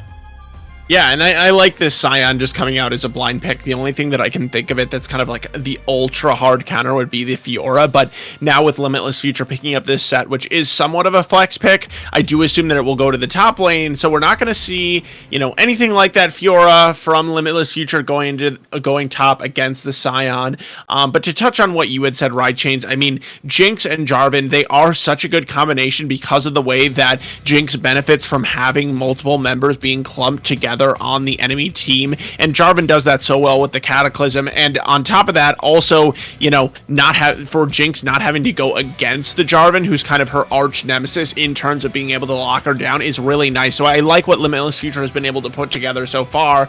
On the side of TA Heart and Soul, I do agree that generally Misfortune not the most first pickable of champions, but what we see within these best of 5s oftentimes is that kind of a meta establishes itself within the series itself. And so because Misfortune has shown herself to be so valuable, it is something that becomes, really valuable. And Limitless Future here, they are going to ultimately pick up the Vigar. They had also, hovered the Lux and the Xerath. We did see Jinx and Lux last week from Limitless Future. We really didn't like that coming out from the draft, but it did end up functioning pretty well. And with the Vigar being locked in here, I'm curious to whether or not this is going to be some kind of Vigar support or Vigar mid. It's definitely a flex either way, and I wouldn't be surprised if both Fonzo as well as the support for Limitless Future as well as Snow Life are ready to play it. And Kayn. Wow, Kayn is going to be the pick for the jungle for TA Heart and Soul. I mean, hey, you can go through walls with Kayn, so Jarvan ulti doesn't really mean anything to you. So we'll see how it goes. Another one of those champions that can clear pretty fast, can get their ganks off, and if Kayn gets rolling, it is very, very hard to stop him. So we'll see how Edu can play this Kayn, and then Orianna is going to be the final pick for TA Heart and Soul in the mid lane. Yeah, and I think ZPM probably just reaching for something that's safe to blind pick, something that you know could go against the Vygar, but also isn't going to get absolutely dumpstered, against something else. He was probably too afraid to take something that's just a straight counter to Vygar because of the fact that it is just this kind of flex pick that can go down to the support role as well. But one thing that I do have to question from TA Heart and Soul, with Malzahar being locked in by Limitless Future, but why did TA Heart and Soul not just go back to the Graves? Honestly, it looked really good in the last game, and it paired up well with this Leona Misfortune Scion, which was the same. So kind of interesting to see them pivot, even though they weren't forced to. There's no ban on Graves coming out, and with Limitless Future finalizing their team comp with this Malzahar, I do like this pick. It provides lockdown onto the Orianna or the Kayn or the Misfortune. You mentioned that Kayn, he doesn't really care about Jarvan 4. He can go straight through the walls with his E. He's a very slippery champion. No one's slippery against Malzahar. He's able to just lock them down with his ultimate, make sure they're getting killed, and also with the Vygar, that means Vygar is going down to that support role, and we'll see what that means for Omnific and Snowlife in the bottom lane. So I'm pretty sure that Malzahar actually is completely fine in this matchup into Orianna. Malzahar is going to be able to push the wave just as good, if not better, than Ori, and then also you have the spell shield to block out on any sort of engage. And I mean, it's not really any hard CC, right? And Malzahar's biggest issue is being CC down. So this mid jungle for TA Heart and Soul, yeah, there's a lot of potential for damage, but there's not really much CC to lock down any of these members who have to kind of step up a little bit farther. And that's what the Leona's there for. But either way, I think if you're Limitless Future, you're very happy with this draft. I agree, and I think something else that Malzahar does is he can bring a large amount of damage, but he's also very good at facilitating this Jinx to be able to survive. So should this Kayn become strong going into the mid to late game stages, it can kind of be the bane of Jinx when you have a Kayn coming through. We've all been against that blue Kayn specifically build that's able to just kind of drive by one shot you when you're playing something like the Jinx. So having that Malzahar by your side to just be able to lock down the Kayn is so critical. And so, as always, when you're going against Malzahar as TA Heart and Soul, will TA Heart and Soul choose to pay, the Quicksilver Sash tax? Because that's something that's always very important. Will Orianna or Misfortune or even this Kayn choose to pick it up? It's so useful and kind of gets rid of the biggest part of Malzahar's kit, but it also is that 1200 gold stop in the road before you're able to pick up more damage. So always a big decision. We'll see if they decide to take that one. We are confirmed here in the client draft that it is going to be Malzahar going into the mid lane. For a second I was questioning myself, thinking, well, it could be Malzahar into the support role. Obviously not quite as common, but Vygar support instead is something else that we don't see very often. Yeah, I mean, I think it kind of makes sense, honestly. You're playing into Leona, and if Leona ever walks up, you can just put Cage down, and even if Leona hits an E, the Cage will stop the E travel, so seems good to me. You put it down over Misfortune, and she has no way to get out besides flashing, so I mean, within a mobile AD carry, Vygar is very, very good, and it's also Snowlife, so he's known for, picking these crazy picks. Yeah, no, certainly I do like the Vygar pick and the amount of zone control that it can create. We don't see any sort of blink abilities from TA Heart and Soul, which means that they have no one has any ability to get out of the cage. Talk about being able to stop Leona from engaging and being able to get on Misfortune. Well, you can do the same thing to Orianna, so, might even see some support roams from Snowlife early on, see if he's able to get out of lane, be able to use that cage. So it's going to be all about playing around that cooldown for Heart and Soul. When the cage is down, that means it's go time, but as long as Snowlife is able to hold that to the right moment, it is such a powerful zoning tool. And honestly, out of all of the games that we've watched so far, for me, these team comps they're really pretty even. I think the one thing that I want to see is if Limitless Future is able to scale, if they're able to get into the later part of this game and have the Jinx. We already saw last week, as you mentioned, Rychains, Omnific is absolutely fantastic at this late game Jinx. Jinx. And that's when Jinx obviously comes to shine. So I think if these games kind of follow suit like before and we get to kind of that 30-35 minute mark and the Jinx is able to pick up, 3, maybe even 4 items, that's when you got to be really scared of Limitless future. Absolutely. We will see how game 4 goes, but we are going to take a short break for the spectator delay, and we will be back in a few short minutes for game 4 between TA Heart and Soul and Limitless Future, so don't go anywhere.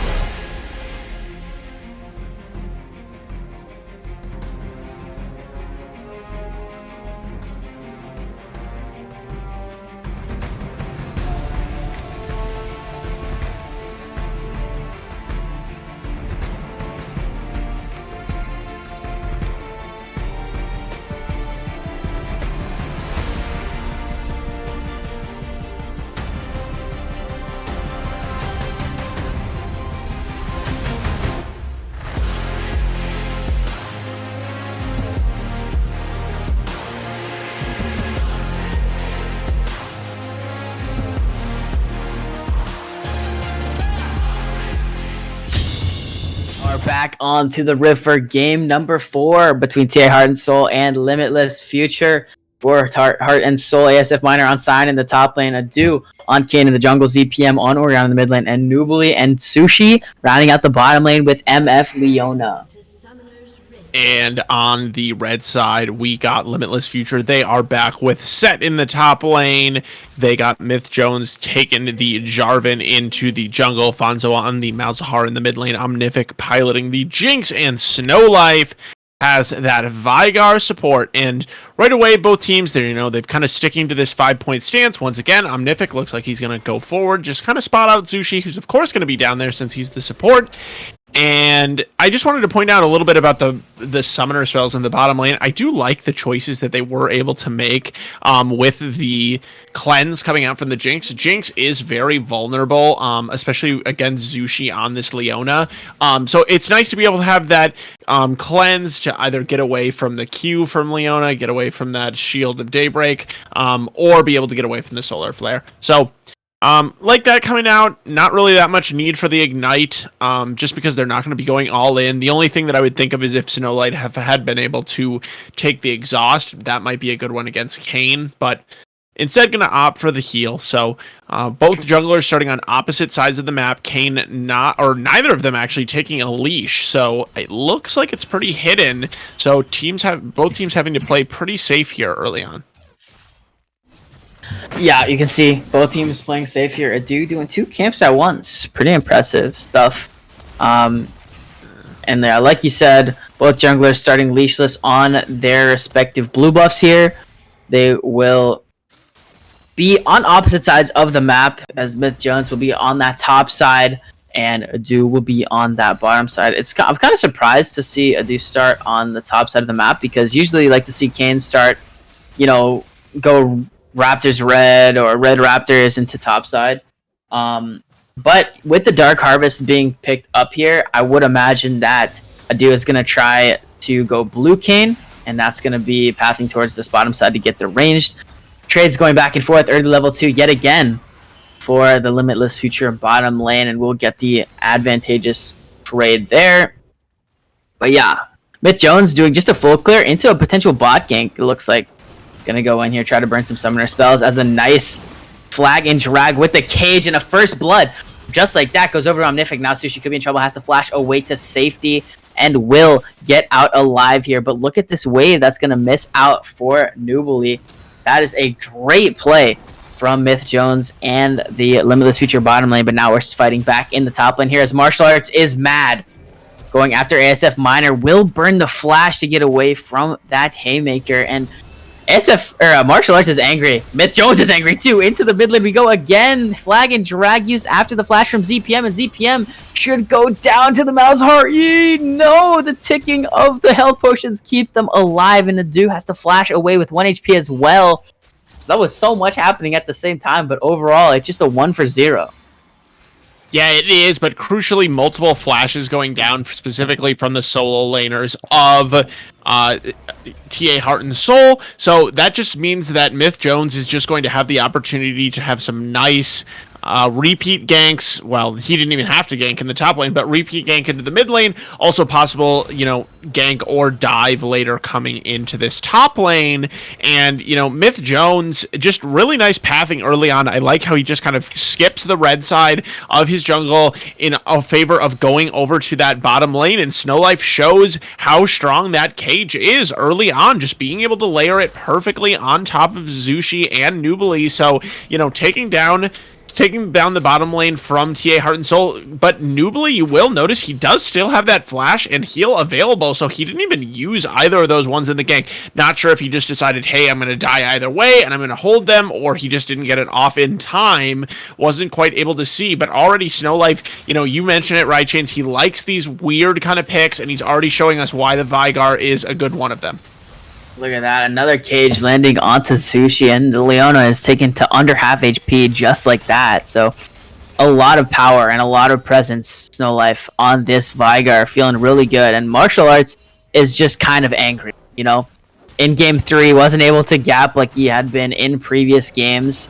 And you can tell, just playing super aggressive, trying to get as much of an advantage as they can over ASF Miner. Yeah, and one of the things about this set... Nubly's going to be trapped again. Nubly in the cage again here. Omnific is shooting at him, shooting him down. We'll see. As Sushi still taking pretty low. Heal is available and will be used by Nubly there. We'll see if there's a continuation play, as now Adu is in his bottom side. Now Omnific has to be careful getting Zenith bladed on Nubly. 1 HP, but will not go down as the kills come through. But now Fonza teleporting into the play. Adu could be in trouble, but is able to just walk it out completely. And a teleport burned from the mid laner of Limitless Future, but the kill is traded back. Oh my gosh, wait a minute. They might be extending a bit too far. Not good usage of the cage there from Snowlife to prevent any further aggression, but overall, yet another 1-for-0. Yeah, and what I was going to say before that fight broke out is between the matchup between the Set and the Scion, something that's interesting is the Set is able to use the Facebreaker to interrupt the Scion being able to channel the Q, the Decimating Smash. So what that means is the Q is a huge amount of damage for this, especially this tank Scion. And, you know, if Marshall times it right, he should be able to cancel the vast majority of that damage. And it just allows him to take, you know, huge advantages in trades. You can already see he's 17 CS up. And so definitely getting something this time into this Scion, having his choice of counter pick that is a little bit stronger into this tanky top laner in particular. So I'd like to see whether or not Marshall will be able to continue to push ASF Minor to his limit before the Scion is able to get tanky enough that it doesn't really matter. But Myth Jones looks like he's camping into this bot lane trying to look for some kind of gank. Noobly does have flash and the cage just missing there. Now, if the cage hit, that surely would have been a dead misfortune. But able to get out of that player alive, and now we're getting a fight into the top lane here. Showstopper used backwards, but look, Adu is in the area, so we will see if Marshall's able to find the kills back. Does get one, but will likely go down for his life. Oh no! The flash missing, failed over the wall. That is unfortunate, as that summoner spell is now down. Yeah, and Marshall, if he had been able to hit that flash, that would have been absolutely beautiful for him, picking up the 1v2 kill and being able to get out alive, but instead, he does whiff it. That's a really difficult place to be able to flash. Oh no, Omnific gets hit with the Zenith Blade, and ZPM is there, absolutely destroyed, but Myth Jones will be able to secure the dragon here as the flashes come through from all of these members. Martial Arts is in the middle of 4 members, as we'll find one for his troubles, but will go down shortly after. Myth Jones now going back into the play, but it looks like none of the team wants to join him. Will just go down yet again, and Fonzo has to run from this angry Scion who's chasing him down, but will be able to get out alive, and a blue buff steal will come through for TA Heart and Soul. And just overreaching there by Limitless. They, you know, I don't really think they even needed to expend the teleport. Yes, Marshall is able to pick up 1 kill, but at what cost, right? I mean, they are losing multiple members off of that, and it's just not a very coordinated dive in. Maybe if Marshall and Myth Jones are going in at the same time, they're able to make something happen, but as it is, they both kind of just went in one by one to die, and that just really doesn't look good. It really doesn't bode well for Limitless. You know, at the beginning of the fight, when the Jinx Omnific is just getting absolutely exploded by that shockwave, I think that should signal, if you are Limitless Future, as bullet time doing a lot of damage. But I think that should signal for Limitless Future that you just have to back off. You don't have your Jinx. It's not worth it. It's the first dragon of the game, and, you know, it's just not really something that you need to continue fighting over. It is a cloud, like you said. So just really not worth the fight, and just kind of a lack of discipline when really they need to exhibit it. Yeah, 100%. I mean, once your AD carry dies, just give the dragon. It doesn't matter. Like, it's Cloud Dragon. Who cares, you know? Yeah, either way, yeah. Really not a big deal. But we'll see. You know, not that huge of a gold lead. It is going to be about 1.2k over to the side of TA Heart and Soul. And you do have to give TA, you know, give them some credit. They really are coming back mentally as Marshall misses the Facebreaker. And ASF Minor making this matchup not look too bad so far. Yeah, Conquer's stacked up, though. So we'll see. Marshall ends up deciding to not take the play. Does have the Showstopper available if something were to happen, but as you can see, Sushi roaming up into this top side, so Marshall smart on the play to not go in there because they would have been met with ace support. Now Myth Jones might be walking in a bit scary here, gonna get knocked up by the Scion Q as the unstoppable onslaught will CC him up. Cataclysm will not get fully channeled, so Myth Jones just gonna go down again. Myth Jones just getting absolutely blown up. Not looking very good on this Jarvan, who he did put a lot of priority on. We have seen priority on this Jarvan throughout these drafts, and now as the Rift Herald does go over to TA Heart and Soul, they have about almost a 2k gold lead here built up, and hopefully they'll be able to use the Rift Herald to be able to further that. On top of that, good things happen when ZPM goes ahead. Right now he's 2-0-1 on this Orianna. We saw, I believe, the exact same score. Oh, Flash, but we saw the same score on Lissandra in the last game. Yeah, Nubly could be in trouble here, as a Cage will buy some space and time into the traps, into the chompers. She goes, and the shutdown comes through for Snow Life. Oh, ZPM finds the last tick of damage onto Omnific, who tried to get out with the cleanse, but to no avail. A 1-for-1 play, and TPs and Flash expended from ZPM. Yeah, so it is going to be a lot used from ZPM, on this Orianna who is immobile. He will now find himself being a lot more vulnerable, not having that cooldown of the flash available, as well as not the teleport. And I'm really looking for Fonzo to start to make something happen here on this Malzahar. We haven't really seen him do much of anything. He has his level 9, so he's had that... He has had that ultimate available for quite some time, so we'll look to see. I'm looking to see if Myth Jones and Fonzo are able to team up and try to get some kind of pick, because between the Jarvan and the Malzahar, they should have a lot of pick potential. But martial arts. Ooh, into the bottom lane they go, as Sushi might be a bit too deep as the Zenith Blade lands under the tower, and Omnific is going to find the kills there. Now it's a 4v3 in favor of in this bottom lane, as Adu is running the flash forward. Nether's grasp. You have to give this kill to your Jinx. Yes, a double kill for Omnific. As a nice play there by Fonzo to get that going. Now Shockwave stuck in the box here as another kill comes through for Omnific as he is running through the team. It's time to get excited, as a triple kill for Omnific puts this Jinx very far ahead. And that's exactly where you want the gold, as you already pointed out, right, Chains, for Limitless Future Omnific. He is so good as the game goes on at playing this Jinx pick, being able to position in such a way where he is able to be aggressive, but also, not going too far forward so he doesn't go down, and being able to grab that extra gold is absolutely so crucial for this member. And ZPM, we had already called out about how there was going to be a consequence of expending that teleport and flash into the bottom lane, and Limitless, they make him pay very quickly, going down there. Finally, we did see Fonzo just flashing forward to get that ultimate ability off as the Malzahar, and he does make it count. So Limitless Future definitely helping themselves come back into this game. They've grabbed the gold lead for themselves now. Gold is, technically like 1 to 200 gold in favor of Limitless Future, but it's about even. The kills are 7-7, and they have rotated their bot lane into the mid lane here. Little lane swap action coming through as the plates will fall 2 dragons to none in favor of Limitless Future, and Omnific. Eyes on him here. 4-3-2 on this Jinx.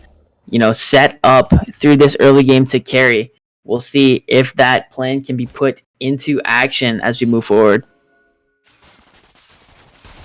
Yeah, and now we have a little bit of a stalemate, but ultimately I'm going to say that I think that Limitless kind of takes the advantage with this, because their win condition is just totally on this Jinx being able to get fed. Yeah, sure, Orianna has been able to get some amount of gold for herself as well, but Orianna definitely not the champion that she kind of used to be. She hasn't been in that kind of position of that insane scaling mid lane pick in a while, mostly just because if ZPM is going to be able to carry the team fights, he needs to hit that ultimate on multiple people. If he whiffs that ability, it's such a huge loss of damage for TA Heart and Soul, whereas Omnific, first of all, you can't miss auto attacks, and second of all, you got a lot of them. So much bigger margin for error, I would say, in terms of the winning strategy of team fights. Oh, they caught Sushi with the cage, and Snow Life is going to get credit for that kill. Now 2-0-3 on this Vigar, And skilling Vigar and skilling Jinx is not something that you want to mess around with right now if you're Heart and Soul. And I was just gonna say, I mean, Vigar, obviously, it's gonna happen a lot slower from the support position than in the mid lane, but Snowlife is gonna be able to get a lot of damage. Oh, I do. Looking for the play, but Cataclysm is going to be burned, and this is kind of bad, actually. Myth Jones honestly kind of trolled his AD carry there. He got caught in the Cataclysm, and that just left Kayn to sit on melee range, pretty much. Martial Arts trying to find a kill here. Flashing forward, going to get the Showstopper down, and Nubly will go down. But let's see, as the Solar Flare finds the stuns, and now this looks like a dead set. As a dude going to get credit for that kill. And somehow, some way, TA Heart and Soul, they find a way. They seem to do it time after time. Even in that second game that they lost, they are able to pick up some kills here. And now, all of a sudden, you know, as you said before, the gold is still pretty close, but they are able to take a little bit of the lead on the blue side here. They are up about, 500 gold, so a little bit of an advantage they're finding for themselves. And even though Zushi did get caught out earlier, Myth Jones, what are you doing with that Cataclysm? He's trapping his own player, Omnific, into there. Adu, he has multiple ways to get over those walls. He doesn't mind. He can just use his Q or his E on Kayn. It doesn't really matter to him, but it sure does matter to Omnific. And Omnific just ended up being trapped in there, does end up going down. Nice job by Adu on this Kayn. And that's going to be kind of Kayn's job in this game. He's going to be on Jinx duty. Will he be able to just, jump in there and be able to get those kills? I believe he did go blue Kayn, it looks like, and that just increases his ability to be able to one-shot these squishy carries from TA, or from Limitless Future.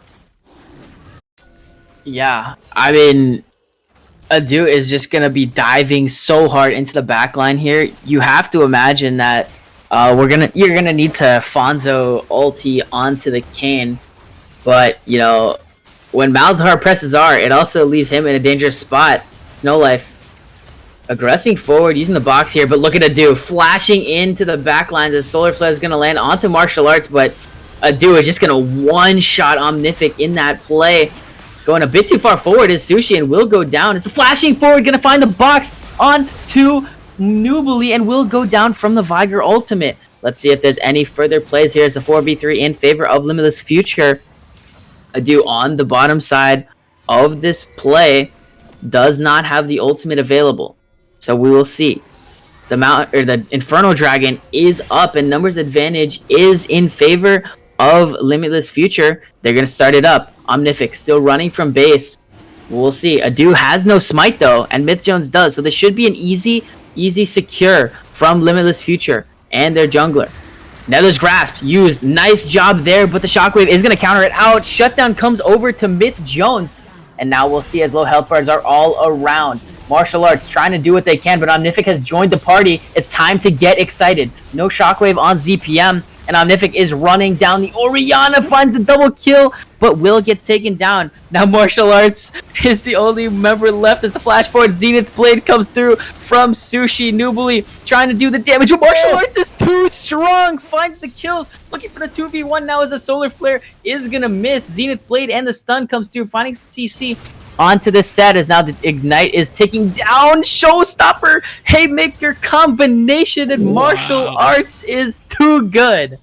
Wow, Martial Arts just showing some absolutely stunning mechanics, honestly, both between that earlier play where he was able to push Zushi under the turret with the Showstopper, but also here in this game, or here in this next fight, just being able to 1v2 near the dragon, and we're not done fighting over it. Yeah, teleports are coming in now. Snowlife gonna get knocked up. ASF Miner is frontlining for the team, but there's no one else there. Cataclysm used, but you gotta watch it do. Omnific, nobody, you're dead. You're gonna get one shot by the Kayn, unlucky, but the nice Shockwave cancels out immediately on the Nether's Grasp, but the Malzahar, he will have the damage to take down, I don't remember who it was, someone. As we are still back onto this dragon. 3v3, but Fonzo has to back, so it's just Snowlife and Martial Arts for the time being. No Shockwave available, but the box will CC down Sushi for the time being. Martial Arts stepping forward, looking for a big Haymaker. 670 true damage onto Sushi, and now he's eating a face full of bullets because it is bullet time, baby. Nubly trying to run forward as Martial Arts has gone down. The tower will fall in the mid lane in favor of Limitless Future. So the gold lead is about 400 still. But it is still crazy. We've been fighting around this dragon for like 3 or 4 minutes. And the dragon's still up. Nobody's even taken it yet. I was about to say, oh, this could be potentially such an early soul point from Limitless Future when they take it at 16.5 minutes. But now all of a sudden it's almost 21 minutes. And still, as you said, Chains, no one has even taken it. It is going to be started up again by TA Heart and Soul. And it might go down, but I don't think that Limitless is going to let them go without a fight. Yeah, I would imagine they wouldn't, but like, yeah, it seems that they just will, you know? TA Heart and Soul able to just take away that dragon. You had a set TP. I would imagine that, you know, they would have been able to get into that play. Yeah, and still just 500 gold separating these two teams. One thing, though, is, you know, as we already had alluded to earlier, Adu is becoming such a menace for Omnific. Omnific got so fed early on this Jinx, but unless they're able to do something to deal with Adu, it just seems like this Jinx is just not going to have any functionality whatsoever for Limitless Future. Now 7 deaths, and most of them have been at the hands of this Kayn. You know, this blue Kayn who just does such a great job, and you had already called it outright, Chains, but Fonzo just needs to be saving his ultimate to lock down Adu on this Kayn, because I think that if you're able to let Omnific, you know, hit more from the backline and stay alive, it's going to go such a long way. But that being said, if ZPM does such a good job like he did last time to be able to cancel out this Malzahar ultimate right away, that's going to be very difficult. Play into the top lane, onto ASF Miner here. There is no one on his team even near. Nice job blocking out on the mouth, or the ultimate, but he's just too tanky, able to just walk it out. Fonzo has to be careful as the dude is chasing. Press R, yes, nice, good job. Now this grasp used onto him, a bullet time. Oh my gosh, that is so much damage with the bullet time shockwave combination, and a double kill comes through for Nubili. And ZPM, again, another game where he has just been absolutely on point. These shockwaves have just been so powerful. And once again, just like he did on the Lissandra, he is enabling Nubili to be able to do the maximum amount of damage that he should be able to do on this Misfortune pick. Because ZPM, that time, I believe he caught at least 3 members into that shockwave, was able to catch 3 members again before. It just delays them from being able to run away, and it means the Misfortune is doing so much damage. And, you know, still not that huge of a gold lead, but it is kind of these team fights being played out really, really well. And the scariest thing about it is, you know, you said, Fonzo, press R. He pressed R right at that moment as if you almost had you in your ear, but martial arts, he's looking for a flank. Here we go. Looking for the showstopper. That's going to hit 3 members as a stun comes through, and the shutdown on to ZPM. A double kill for martial arts for the time being. The flash forward. Looking to do, though, onto Omnific. Will go into the Umble Trespass, but a nice usage! Oh no! The Decimating Smash from Sion will find the kills here as Cataclysm forces Nubili to back out. Sion looking back in, trying to go for the play, but ends up canceling it early. As with no AD carry, Limitless Future is just going to run it down and try to push this mid lane tower. Bullet time. Going to clear out the wave pretty effectively. Now we'll see if there's anything further. Snow Life catching ASF Miner in the cage. Able to just walk it out for the time being. 22 kills to 22. The gold lead is 1.5k in favor of TA Heart and Soul. The Dragons are 2-1 in favor of Limitless Future. Yeah, and we definitely just have seen here that ASF Miner is just such a hardy frontliner again for TA Heart and Soul, just so difficult to take down. And even though he's not doing the majority of the damage, it does make a difference because he is soaking up, you know, a lot of these different skill shots, a lot of this damage that Limitless Future is trying to put into the front line. And I will say in that fight, you know, Adu, he does go about, you know, he's about 10 damage short of being able to take down Omnific. It will be finished off by ASF Miner, but those extra couple of auto attacks that Omnific were able to get out, they did make a huge difference in this fight. And it's going to be all, I mean, I keep harping on it, but it's going to be all about, will they be able to keep this Jinx alive and stop Adu from getting on top of him? It's been a really strong battle so far, but it seems like Adu comes out on top time and time again. Yeah, Adu has been, you know, getting the better of the plays so far, able to just one-shot Omnific, and the team is not ready to help. Cage gonna trap up onto Zushi as the Solar Flare is gonna find the stun onto one, but look at Adu here going into the back lines as we'll get a 3-man Shockwave from ZPM. That is massive, and that is the team fight victory, 3-0 in favor of TA Heart and Soul. Adu looking for more. What can the Kane find? He's going in, trying to find Fonzo, taking out the spell shield. We will see as the dragon spawning in 9 seconds will go over to TA Heart and Soul. At ZPM, he just continues to just be on fire. It seems like he can't miss with these shockwaves. Another 3-member shockwave there coming in, and it allows Adu to also actually get out a fair amount of AoE damage on this Kane using his Q and W ability. And now this Orianna also just becoming a huge problem. I mentioned earlier that there's this large margin of, or small margin of error for Orianna. If she misses her shockwave, then, you know, you're missing so much damage. Well, ZPM isn't missing them this game, and as long as he can continue to be this on point, I do not see a way where the team fights don't go the way of TA Heart and Soul. And now the Baron has been up for quite a few minutes, but it starts to become a little bit realistic for these teams to take it, and Adu, he wants more going in, not being able to take anything down, but the vision control is going to go strongly in the favor of TA Heart and Soul around this Baron pit. The Baron is on the table, and like you said, you know, TA Heart and Soul is setting up around this objective. Myth Jones trying to sniff his head in. Gonna cancel out that recall on ASF Minor, but the gold lead right now is almost 5k in favor of TA Heart and Soul. Let's not forget, though, Limitless Future was in this spot just 1 week ago.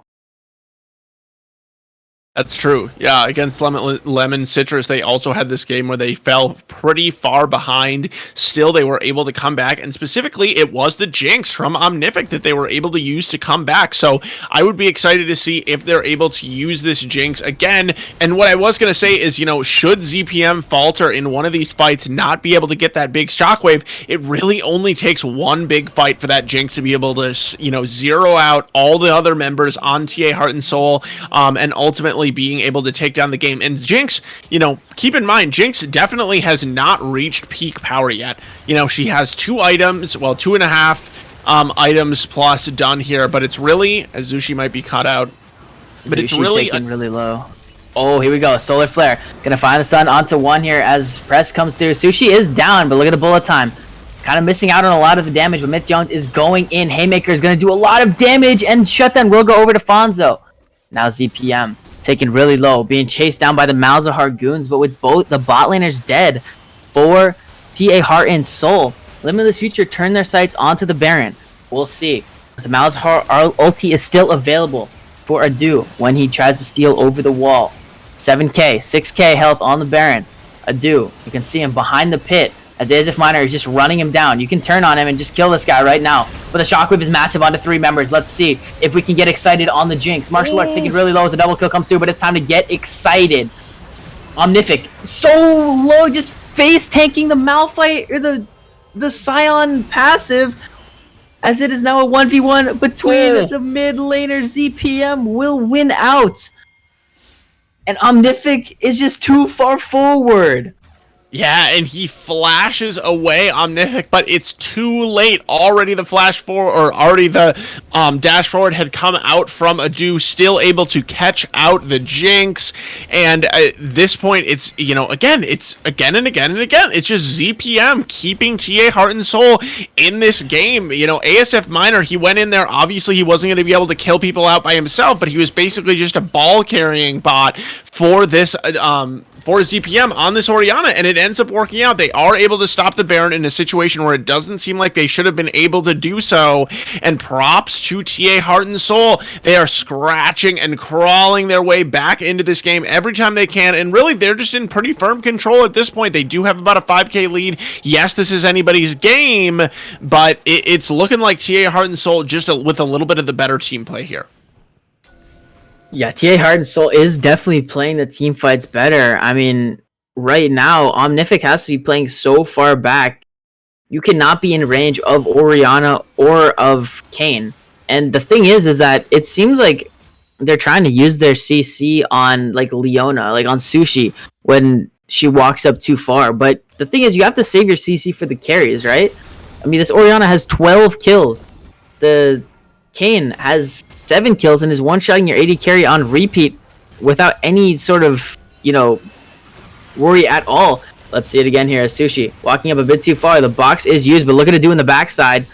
Able to turn it pretty quickly as the Solar Flare finds no stuns onto anyone, and both top laners have TP'd into the play.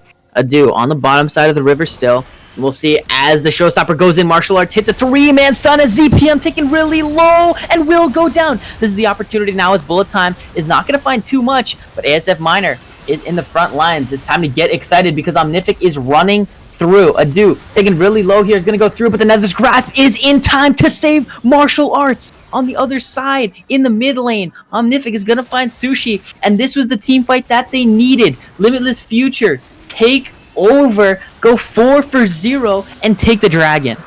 A flawless engage by Martial Arts. He came in on this set, hitting multiple members with that Facebreaker ability, able to pick up the CC that they needed. Myth Jones was able to follow it up after that, and crucially, TA Heart and Soul was not able to kill Omnific. As long as this Jinx stays alive, it is so difficult for you to be able to win these team fights just because of the sustained damage that they're able to do. So that is going to be Soul Point. They're going to get to Soul Point here being picked up by Limitless Future. They're also able to pick up the Baron, and finally things swing back into some momentum for Limitless Future. It was so difficult for them earlier on, as we are going to see the wasted stopwatch, I believe, or was it a... Yeah, stopwatch. It is going to be... That definitely feels bad. That definitely feels bad for Omnific. I mean, actually, that feels really bad, to be honest, because when you're the Jinx, you're not going to be building this. Obviously, you're not going to be building Zanya's Hourglass. You're not going to get a second use out of that stopwatch, and that stopwatch could have been kind of the do-or-die winning factor, being able to keep himself alive from this Kayn, or maybe even being able to use it against the Shockwave from Orianna. So, I mean, not the end of the world, but just a straight up waste of 600 gold from Omnific. It's going to be a long time until he is able to change that into a Guardian Angel. So that one just feels bad, and maybe a little bit of nerve showing from Limitless Future here. Yeah, I mean, you can tell this game is on a knife's edge right now. I think he was trying to move it, but let's see. Oh, Adu got caught in the box. If they can pull him back here, going into the Umbral Trespass. Look at the damage onto Sushi already, though, as Adu. Gonna come out, will survive, but look at Myth Jones into the backside here. Shockwave is gonna be used onto only him, and look at the health bars. They're so low, as Nubly will finally go down. But let's see, it's time to get excited. Can we get excited? Umbral, another Grass Fuse onto Adu, and Adu's dead, but it's Jinx time, baby. Double kill comes through for Jinx, and now it's ZPM and ASF Minor versus the world. Here's Snow Life, kind of nuts with it, flashing forward, not finding the cage onto anyone. But Omnific has to be careful. Very low. 1Q hitting from ZPM would be enough to take down the Jinx, but they are wearing purple for the time being, trying to pressure the waves into this mid lane, but it looks like instead they're going to turn the sights onto top and try to secure that top lane outer tower. Yeah, and as always, TA Heart and Soul keeping these fights really close. That time the bullet time from Nubly does actually end up doing a lot of damage, but ASF Minor looking like he's in a little bit of trouble. Luckily, he has ZPM on the backside there to help him out. ZPM does have a huge threat, and at this point, the Orianna is kind of hitting this mark where the QW combo onto something like a Jinx, it's not going to zero her out, but it will be doing about half of her HP bar. So, Omnific just having to be really careful when running around this Orianna, and it does become a bigger puzzle. But again, we see the central part of these team fights being Adu versus Omnific, and there, when Adu gets caught out early and he is forced to, expend his ultimate in order to keep himself safe, instead of using it to take out the Jinx, then the fight becomes, impossible really for TA Heart and Soul to be able to fully take. They are able to, have a pretty even fight, but it's really hard when they can't kill the Jinx right away to just take it as a straight fight. And the next kind of mark that I'm looking for is that when this Infernal Drake spawns in a little over a minute, that's going to be the sole point for Limitless Future, and there's no way Heart and Soul is going to give that one up without a fight. Yeah, I do want to mention Omnific just finished that Guardian Angel. So now we'll have a second life in the team fights if Kane dives into ult and, basically just try to suicide for the Jinx. We'll be able to come back bigger and better than ever. Look at this, though. Dragon in 45 seconds, and Limitless Future is setting up the bush. Malzahar, Fonzo, looking for it. Has the Nether's Grasp available. All of the ultimates are on the table for all of these teams. Limitless Future needs to not get caught in an Orianna Shockwave with the bullet time combination. Alright. That will be brutal. Sushi taken to about half HP just from Malzahar. So you can see the damage that Fonzo is doing. Martial Arts and Myth Jones just frontlining. Omnific trying to find some autos here and there. Is going in. ZPM taking really low again and just one-shotted already. But watch the bullet time here. Cataclysm on to Nubili will buy some time as Myth Jones has to flash out. Does have the Guardian Angel available, and look at the box here. ASF Miner is caught. Another 3-man stun from Martial Arts. Sushi is 1 HP, will go down, and it's time to get excited. Omnific is running through, gonna find ASF Miner, and watch Adu on the last member left of TA Heart and Soul. Can find the Dragon Steel, can find a pick if given the opportunity, but look at Snow Life. Good job of zoning it out. Gonna land, go into the Umbral Trespass, into the box we go though, as Snow Life will survive the initial play. Myth Jones over the wall, but the W from Kane is enough to take the shutdown over and take down Snow Life, but the tail of the tapes is the Infernal Soul taken by Limitless Future. There's still a lot of time on these death timers, and they are pushing down mid lane. This inhibitor should go down. Yeah, and this is going to be at least one inhibitor here. You see that huge wave that's already gone on the top side. It's about to take down that turret, so I think it's going to be 2 inhibitors taken from Limitless Future. And finally, ZPM with that, low capacity for making mistakes. He isn't able to get his ultimate off at all there, and you see the huge difference that makes when they're able to take down the Orianna before she's able to get damage off. And Martial Arts, he has just had such a good game finding these engages over and over again for Limitless Future, and if it wasn't for him on this set, I don't think that they would be in the same place they are here. Myth Jones, he's really just been riding on the back of the engages that Marshall has been able to find on this set pick. Has been following it up on it pretty well, but, the Jarvan hasn't been the ringleader, hasn't been kind of the raid boss here. It's been Martial Arts. Absolutely. Martial Arts getting insane engages, getting the showstoppers onto the Scion, just doing so much damage onto those backline members, and getting 3-man stuns twice in that team fight. Yeah, and so we'll see as the Baron is up now, and again, both teams have done a really good job at controlling the vision and drawing the other team to the Baron, and Limitless, they're just going to start it off right away. They're so fast at doing it with this Jinx. ASF Miner frontlining so far forward here as Solar Flare is going to find the mark, and Shockwave is huge onto 3 members at the bullet time. But look at the Cataclysm into the back lines here, trying to stop what he can, but Omnific has to flash away. Zenith Blade is going to find the mark here, and so far, it is a 3-for-1 in favor of TA Heart and Soul. But look at the minions in the base. Adu trying to find the kill onto Myth Jones, and will get onto him, but we'll see if he can take the damage. Yes, as the Umbral Trespass damage is enough to take it down. Yeah, and just another huge team fight, and ZPM, this time he does get the Shockwave off. It seems like every time that ZPM is able to get the Shockwave off, TA Heart and Soul can win the team fight, as it looks like maybe they're going to look to start up the Baron here. It is really long death timers for Limitless Future, with only Martial Arts being left alive. And this can kind of be the problem for me with Guardian Angel as an item, as we did see it being popped for Omnific after he gets destroyed by that Shockwave. But, he's just, after that, it allows the enemy team to just be able to center around the player that did go down with the Guardian Angel, as Baron will go over to the side of TA.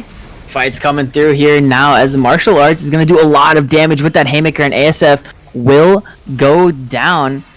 So Baron only on 4 members now of TA Heart and Soul, not on that tanky top laner. As with numbers advantage for about 50 seconds, let's see if Limitless Future can get anything. And earlier in the series, I talked about how TA Heart and Soul, they are a team that's really comfortable playing into that ultra late game. They've showed us that earlier in the season. So it's very hype for me that TA Heart and Soul is still in this matchup. They're able to use that late game advantage that they're able to have as a team with that team play. And they're going against Omnific, who's shown himself to be such a strong late game carry on champions like this Jinx, as we are going to go into a pause. Not exactly sure what's going on here, but, both teams, this is a very tense moment. Yeah, it looks like the top laner for... Wait, who? Hold on. Looks like the top laner for Limitless Future DC'd. Water break. Yeah, we're getting water here. Speaking of, thank you. Good reminder. Strategic timeout. Absolutely. As I was, luckily able to sip some water there. It has been a crazy game. 41 minutes. What an absolute banger. We're getting ready checks from the team. We're getting calls for game 5s in the chat. I still haven't eaten dinner yet, but you know what? Let's do it. It's midnight. What's another hour? Yeah, absolutely. And I'm just really, this is just such a hype matchup. Even if the series ends here, this game, I don't think we've ever seen more than maybe like a 3 or 4K gold lead in one side or the other, as we do get back into the game. And that's what's just made it so interesting. All right, let's see as they aggress onto Sushi. The Elder Dragon is 2 minutes away, but look at ZPM. Could be in trouble as my game is frozen. Same. Okay, everyone's game has been frozen. Let's go. Let's go. Small indie company. Pause champ. Yo, pause champs? Pause champs? Any pause champs? Okay. Okay, we're good. We're good. We're good. All right, we're back. We're back. At least we had the sinking freeze. Yeah, so. we're all synced up, so that's good. But yeah, Elder Dragon spawning in a minute 45. Super minions pushing into the top lane and mid lane for TA Heart and Soul.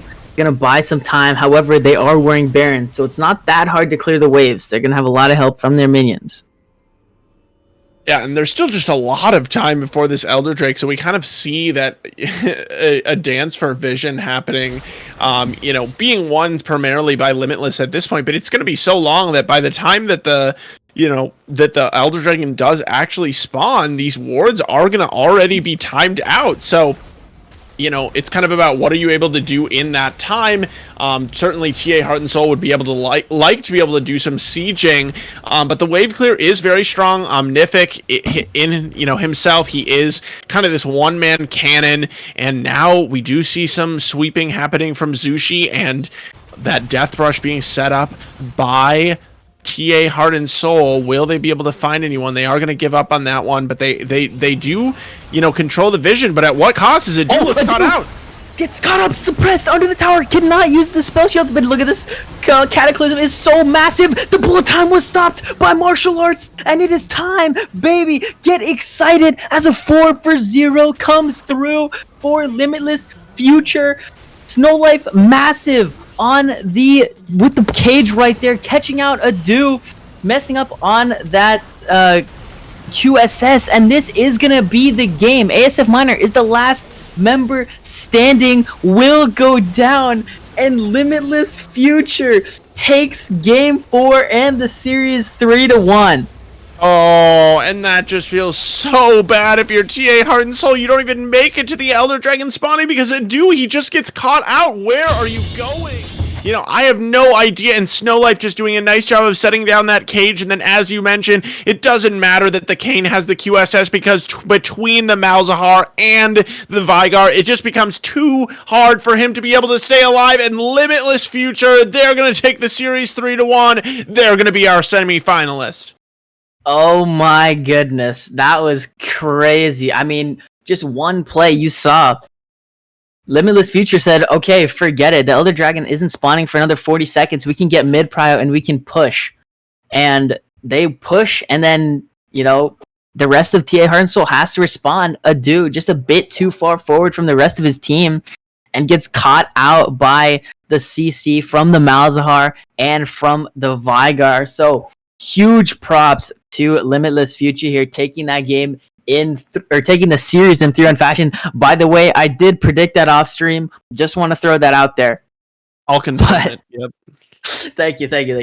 It got confirmed. You already know. I'm reading the script right now, actually, and that's what it said.